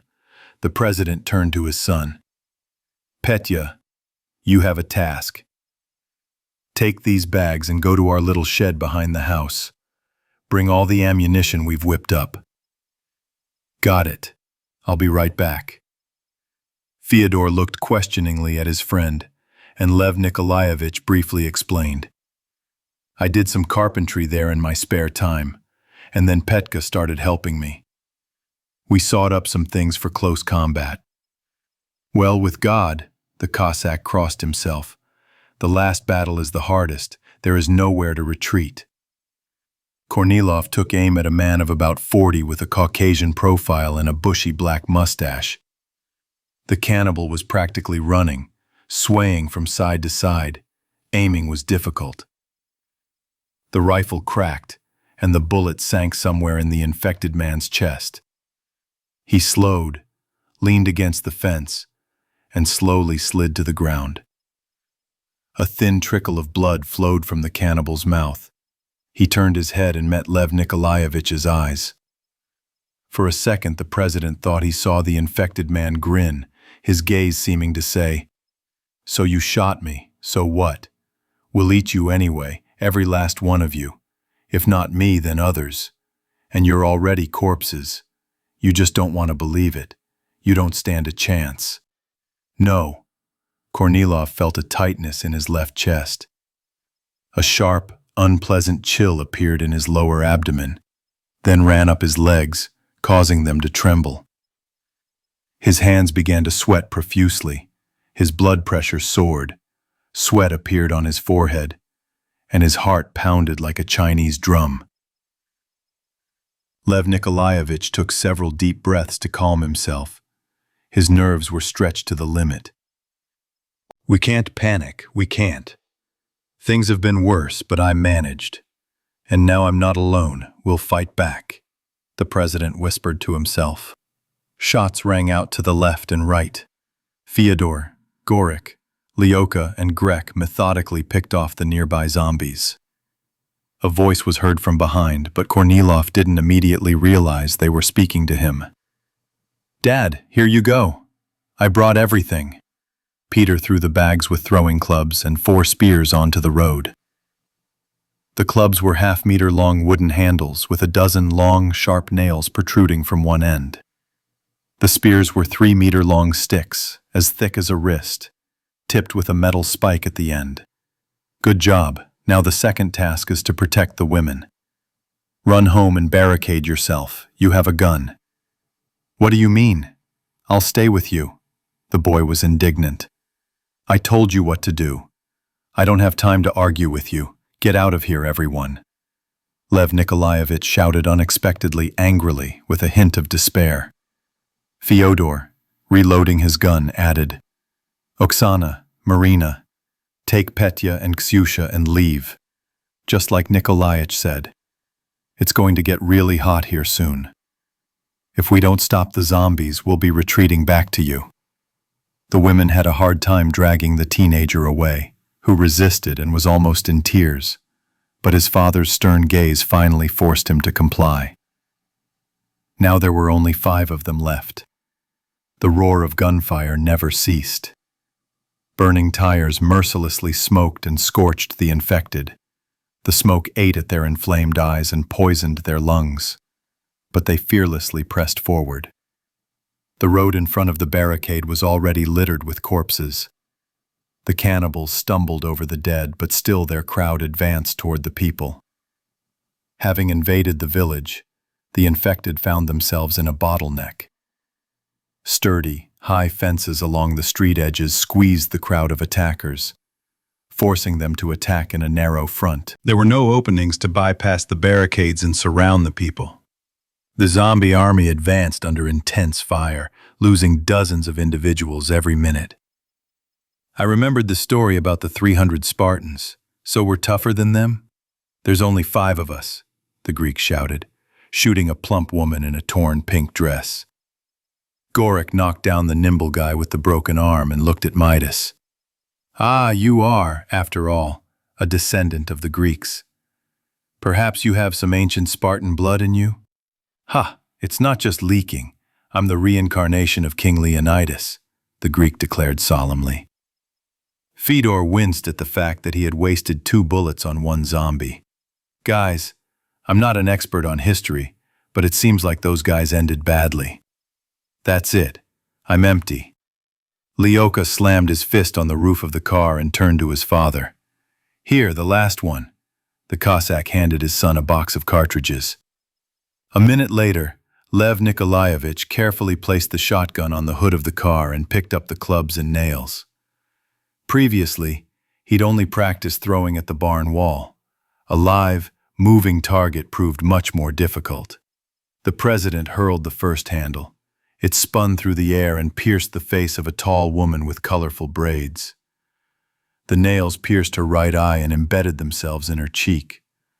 The wound caused the infected woman to stagger sideways and push another cannibal, who stumbled and sprawled across the road. The clubs continued to whistle through the air like Indian tomahawks, inflicting serious injuries, but it wasn't enough. The zombies were gaining ground on the street, meter by meter. Okay, let's get rid of the townspeople. Fyodor raised his Cossack saber and took a step back from the barricade. Lev Nikolaevich and Grek armed themselves with spears, while Leka and Gorik preferred axes. The infected clumsily climbed over the cars, overcoming the last line of defense. Humans and zombies clashed in hand-to-hand combat. Midas's axe crashed down on the skull of a burly, bearded old man, splitting it in half. Lev Nikolaevich plunged his spear into the throat of a young clerk in a dirty suit and tie. Fyodor slashed open the face of a bald man, biting off his nose and ear. One of the cannibals climbed onto the hood of a car and leaped on top of Gorik. The veterinarian swung his axe and severed his opponent's hand, but the zombie collapsed on top of him, pinning Gorik to the ground. Lyoka rushed to the rescue and severed the cannibal's neck, but he was immediately attacked by two others. A trio of infected men rushed at the Greek and pinned Midas against the fence. Lev Nikolaevich wanted to help his friend, but he himself was forced to defend himself from two enemies. Fyodor was puffing and already red as a lobster. The Cossack swung his saber incessantly, but felt his arm weaken. Kornilov stabbed a fat man with broken glasses, which miraculously still clung to his fleshy nose, with his spear thrust into his stomach. The zombie grabbed the shaft and growled, just as a nimble teenager with a skinned cheek kicked Lev Nikolaevich in the right side. The blow struck his liver, a sharp pain gripped his body, his breathing was ragged, and his legs buckled. The president sat down in the road, and the boy, howling madly, immediately grabbed his face with his fingers. The wounded fat man, meanwhile, pulled the spear from his belly and tried to bite the man's leg. Lev Nikolaevich heard a strange clattering sound, followed by a short growl. Something dark flashed above him, and a second later the teenage zombie flew to the side. Agat knocked the cannibal down, sank his powerful jaws into his throat, and began strangling him. The German shepherd arrived just in time. The president came to his senses and kicked the fat man in the nose. A gunshot rang out, and the infected man lay on the pavement with a hole above his right eye. Kornilov turned around. Pyotr stood 5 steps away, clutching a pistol with both hands. The boy immediately took aim and shot the half-naked, huge-breasted woman in the heart, who had fallen upon Lyoka. Through the hubbub and noise of the fight, Grek's piercing scream was heard. One of the cannibals had nearly bitten off his little finger, while the other had grabbed him by the shoulder. Fyodor took a blow to the jaw and staggered, but he remained on his feet and continued fighting with a split lip. The zombies pushed the humans back from the barricade and advanced with renewed ferocity. The scent of first blood was already in the air. The infected sensed their victims' fatigue. The virus activated the cannibals' last remaining reserves for a decisive strike. Chapter 98. Death Machine. Boris set the tractor into motion and plowed full speed into the crowd of cannibals, scattering them like bowling pins. He crushed his opponents with a fierce relish, reveling in the crunch of bones under the wheels and the death groans of their bodies. The border guards soon noticed that the zombies were in no hurry to attack the tractor. Instead, they were trying to evade and even run away. "Are you getting any smarter, you bastards? It's too late. You should have thought about it earlier. If you were smarter, you wouldn't have come to us." Robocop turned toward the fence, where most of the infected still remained near the breach. The iron bucket rammed a group of zombies, then the tractor abruptly reversed and drove over the mangled bodies. The wheels, bed, and cabin were quickly covered in blood splatter. A severed arm dangled from the bucket, and brown intestines dangled from the ladder. Boris glanced at the fuel gauge light. It glowed a demanding red, and the robotic assistant's voice in the cabin insistently asked him to fill up. The border guard frowned. Damn it. I was about to fill up the canister yesterday, but it went straight out of my head. The tractor snorted biodiesel fumes and rolled toward the village. RoboCop chased a dozen infected, clearly drawn by the sounds of gunfire in Dalny. The chase was short-lived. The bucket knocked down 7 of the attackers, and then the wheels began to flatten them. The engine growled stubbornly as the border guard crashed into another crowd of cannibals. The tractor even lifted, its front wheels landing on a pile of writhing, wounded bodies. The gunfire in the village was becoming less frequent, and the cannibals, despite Boris's efforts, continued to break through to the main street. The field in front of Dalny was almost completely covered with the dead. RoboCop decided not to pursue the zombies that had already infiltrated the village, entrusting their elimination to his friends. He still had plenty of work to do here. The obnoxious horn blared again in the cabin. The border guard, gritting his teeth, cursed himself for forgetting. The engine was sucking down the last drops of fuel. The tractor jerked a few more times, as if using up its last bit of strength, and then stalled. The wheels sank into the bloody mess of crushed human bodies. Boris frantically assessed the situation. There was no way to reach the others along the main street. He could try to run around Dalny and infiltrate from the river, but that would risk bringing a tail of cannibals right behind his friends. RoboCop took the safety off his pistol. 2 full magazines, 24 rounds. That was his entire arsenal. Meanwhile, the infected had begun to show interest in the stationary tractor. It no longer frightened them. One of the zombies even put his foot on the ladder, grabbed the handrail, and grabbed the door handle. The border guard cracked the window and shot the guest between the eyes. But this served as a signal to the others, and within minutes, the tractor was surrounded in a tight circle. Dozens of cannibals tried to climb into the cabin, and Boris conserved his ammunition, shooting only the most brazen. 2 of them climbed up the bucket and were already pounding on the windshield with their fists.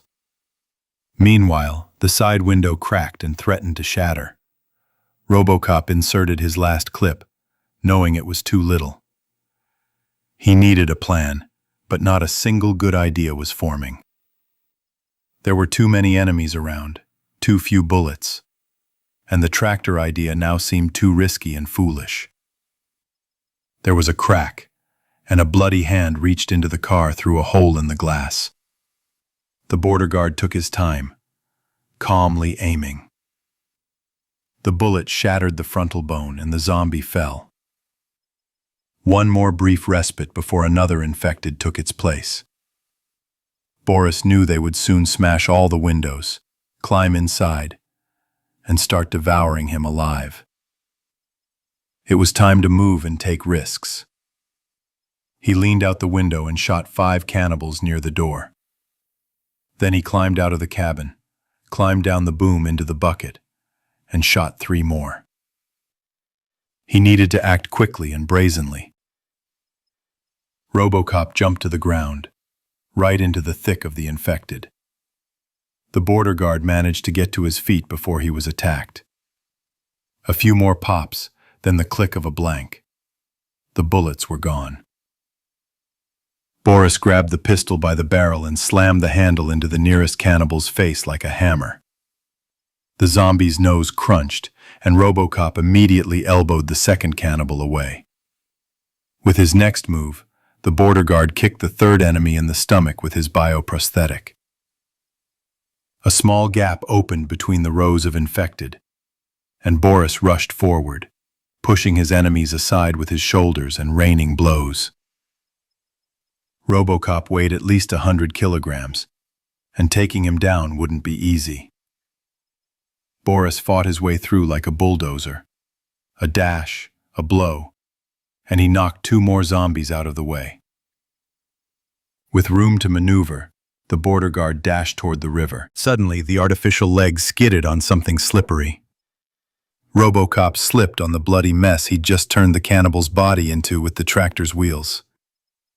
Boris landed on his butt and felt his hands sink into something soft, sticky, and warm. Before the epidemic, this image would have made him sick. But now the border guard didn't even bat an eye. His body had adapted to this abomination. Adrenaline was pumping, and all he could think about was escape. Robocop turned his head to assess the distance to his pursuers, and immediately a sneaker slammed into his jaw. The man fell backward, his mouth filling with blood. He spat out a broken tooth and, reflexively, curled up, pulling his knees to his chest, covering his face and head with his hands.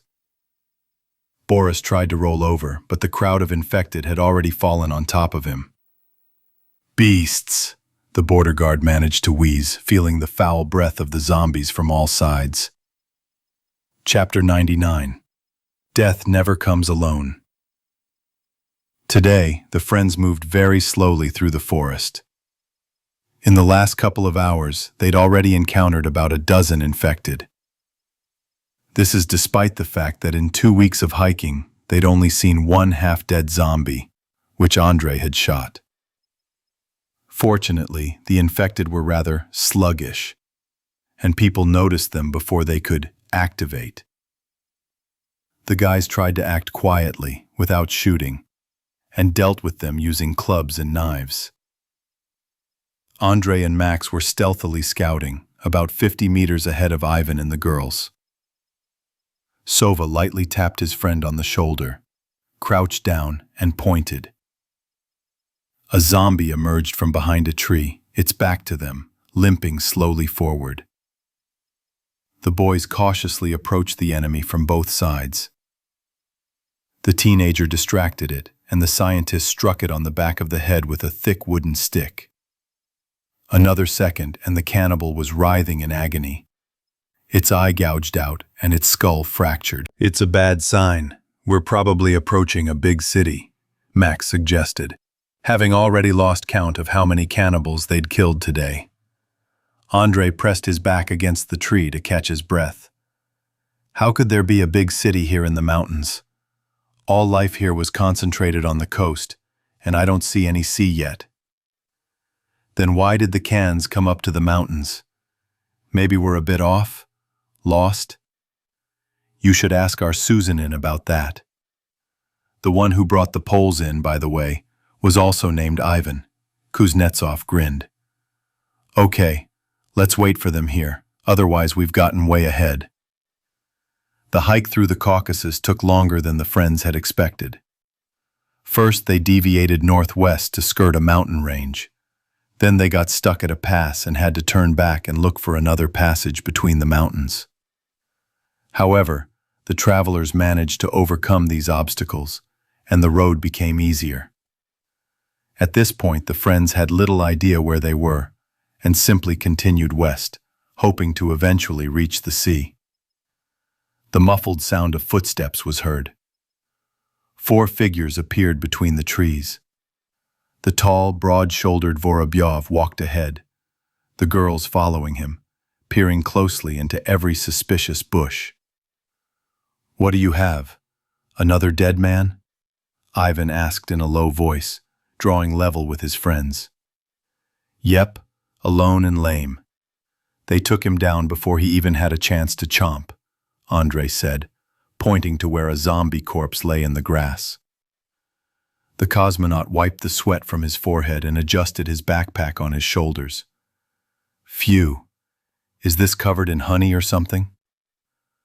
We're not setting up camp yet?"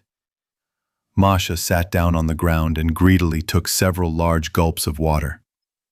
"It's still early," Andre answered, leaving a mark on the tree just in case.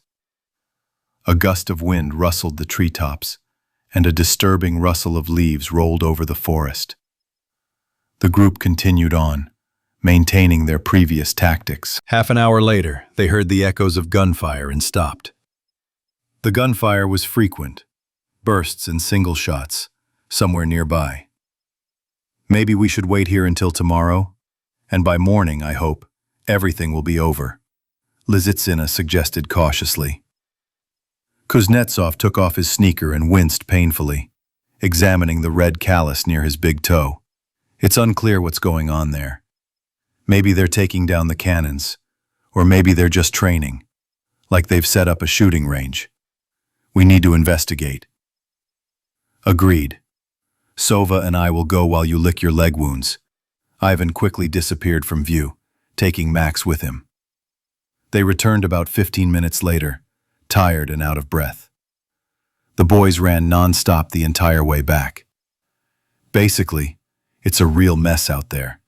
There's a whole field of cannons, some village, and the locals are fighting off zombies. I have a feeling they'll tear these guys apart. There are a lot of cannibals there. Who knows where all these cannibals came from in this remote place? The cosmonaut reported the situation. Lena even turned a little pale at this news. A whole field? And then what? We waited out here? Andrei began to nervously click his teeth, thinking about the situation.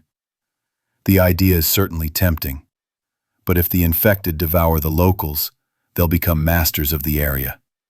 And it will be harder for us to advance. Again, if we manage to make allies, we can ask them how to get to the sea more safely, Masha added. So what are we going to do? Katya looked from Andrei to Ivan. Vorobyov turned towards the direction from which the shooting was coming. To be honest, I don't want to get involved in any trouble with the cans. We're just passing through, and no one's kindly sending us any ammo. But if we want to help the locals, we need to get moving quickly. Max raised his right hand. I'm in favor of helping. There are people there after all. There are people who are worse than zombies, and helping them is a waste of time. Okay, let's go see what kind of shit we're getting ourselves into. Kuznetsov pulled on his sneaker and stood up. Soon the friends hid behind tall bushes at the edge of the field and watched the battle unfold from a safe distance. Most of the zombies had already emerged from the forest and were crowding near the long barbed wire fence in front of the village. A few men were shooting at the infected, but they continued to press forward, heedless of their losses. Finally, the cannibals broke through the fortifications, and the people rushed to the village for safety. Well, that's it. The locals are finished, Ivan sighed. Maybe they have a tank hidden in the village, Max suggested optimistically. Yeah, and a submarine with an airship. Masha abruptly interrupted her friends. Listen, we'll have time to run across the field before the elands chase the locals. They'll all be running to the village after the people. There won't be many of them left in the field, and beyond that there's a forest.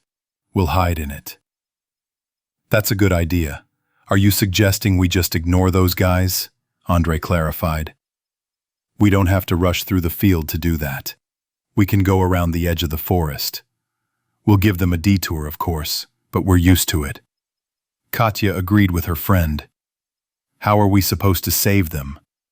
Run around the village until they surround us. You can see how many zombies there are.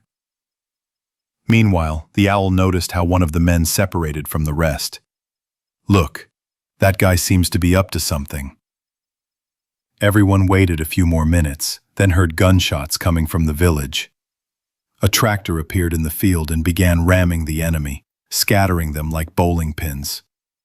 Cool, what a guy. And the locals are no pushovers, Ivan rejoiced. So, what if we hit the cons from behind? We'll use the element of surprise, or, at worst, we'll run back into the woods. I'm all for it.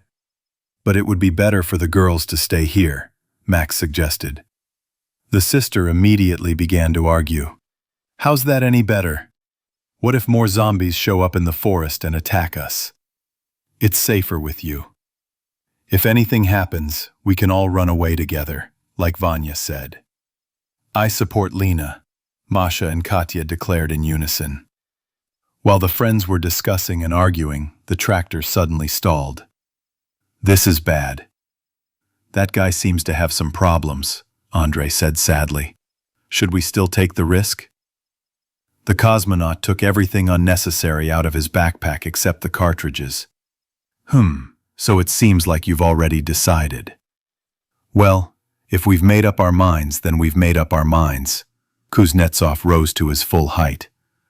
I'll be in the center, you'll be on the right, Sova on the left. We'll move in a single line. Girls, stay behind. If possible, finish off the wounded with your knives. The friends quickly emerged from the forest and began sneaking up on the infected. The zombies didn't see them, and all the cannibals had split into two camps. Some attacked the barricade in the village, while the others tried to pull Boris out of the tractor. Robocop emerged from the cockpit, shot several enemies, and leaped into the crowd of cannibals. Simultaneously, Andrei, Ivan, and Max opened fire on the infected from behind. By the time the zombies noticed the new humans, half of the infected had already been destroyed. We need to help the tractor driver, back him up. Kuznetsov rushed toward the large pile of debris above the border guard's body. You back me up. The cosmonaut barked after him and shot two cannibals who were chasing the scientist. Andrei couldn't see Boris under the swarm of swarming zombies. Kuznetsov fired a short burst at the cannibals' backs, then retreated slightly. Several elands rushed at him, but they didn't manage to take more than a few steps. The scientist pushed aside the wounded and began carefully picking off those who had already grabbed Robocop. Soon, the friends cleared the field of enemies and bent over the border guard's bloodied body. Masha checked his pulse in his neck. He's still alive. His wounds need bandaging. Help me. Let's drag him to a clean place. While Andrei and Masha administered first aid to the wounded man, the others provided cover. Max froze, cupping his hand to his ear. Do you hear? The shots in the village have died down. Do you think they killed all the cans? Lena felt sick, barely holding back her nausea. Ivan quickly filled the magazine with cartridges and changed the magazine. I'm afraid it's the other way around. We need to hurry. What are we going to do with the tractor driver? Someone needs to stay with him. Let's go to the village together. Sova will cover the girls and the guy for now. The scientist tore his t-shirt and tightly bandaged the wounded man's bloody forearm. Ivan thought for a second. How many bullets do you have? It's not much, but what we have is all ours.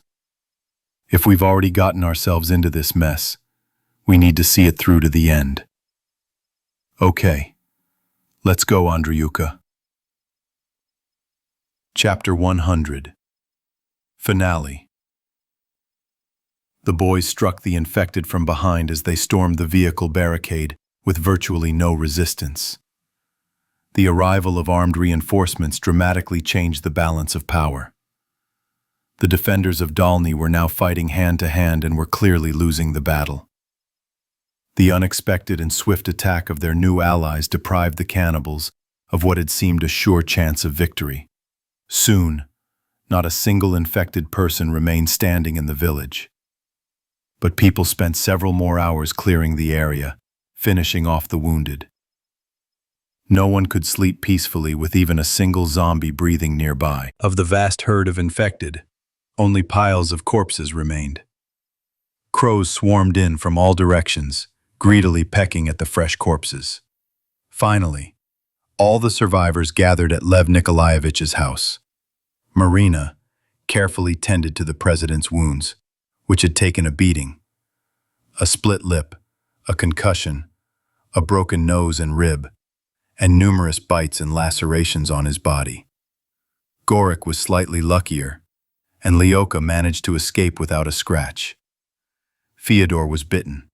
His ear and lip were bloodied, and the Cossack broke 2 fingers. But overall, he escaped unscathed. Agate lay on the hallway floor, the shepherd's mouth reeking of carrion. Bald spots from torn patches were visible on his fur, and in places, his fur was matted with blood. The dog had been a great help to people in a difficult time and was now resting. In addition to the bite on his wrist, Piotr had wounds on his neck and stomach. A large purple hematoma was forming under the boy's right lower eyelid. Boris was resuscitated, and several of the deepest wounds had to be stitched up with improvised means. Furthermore, Robocop had lost 3 front teeth in his left eye, and now lay with a bandage on his face.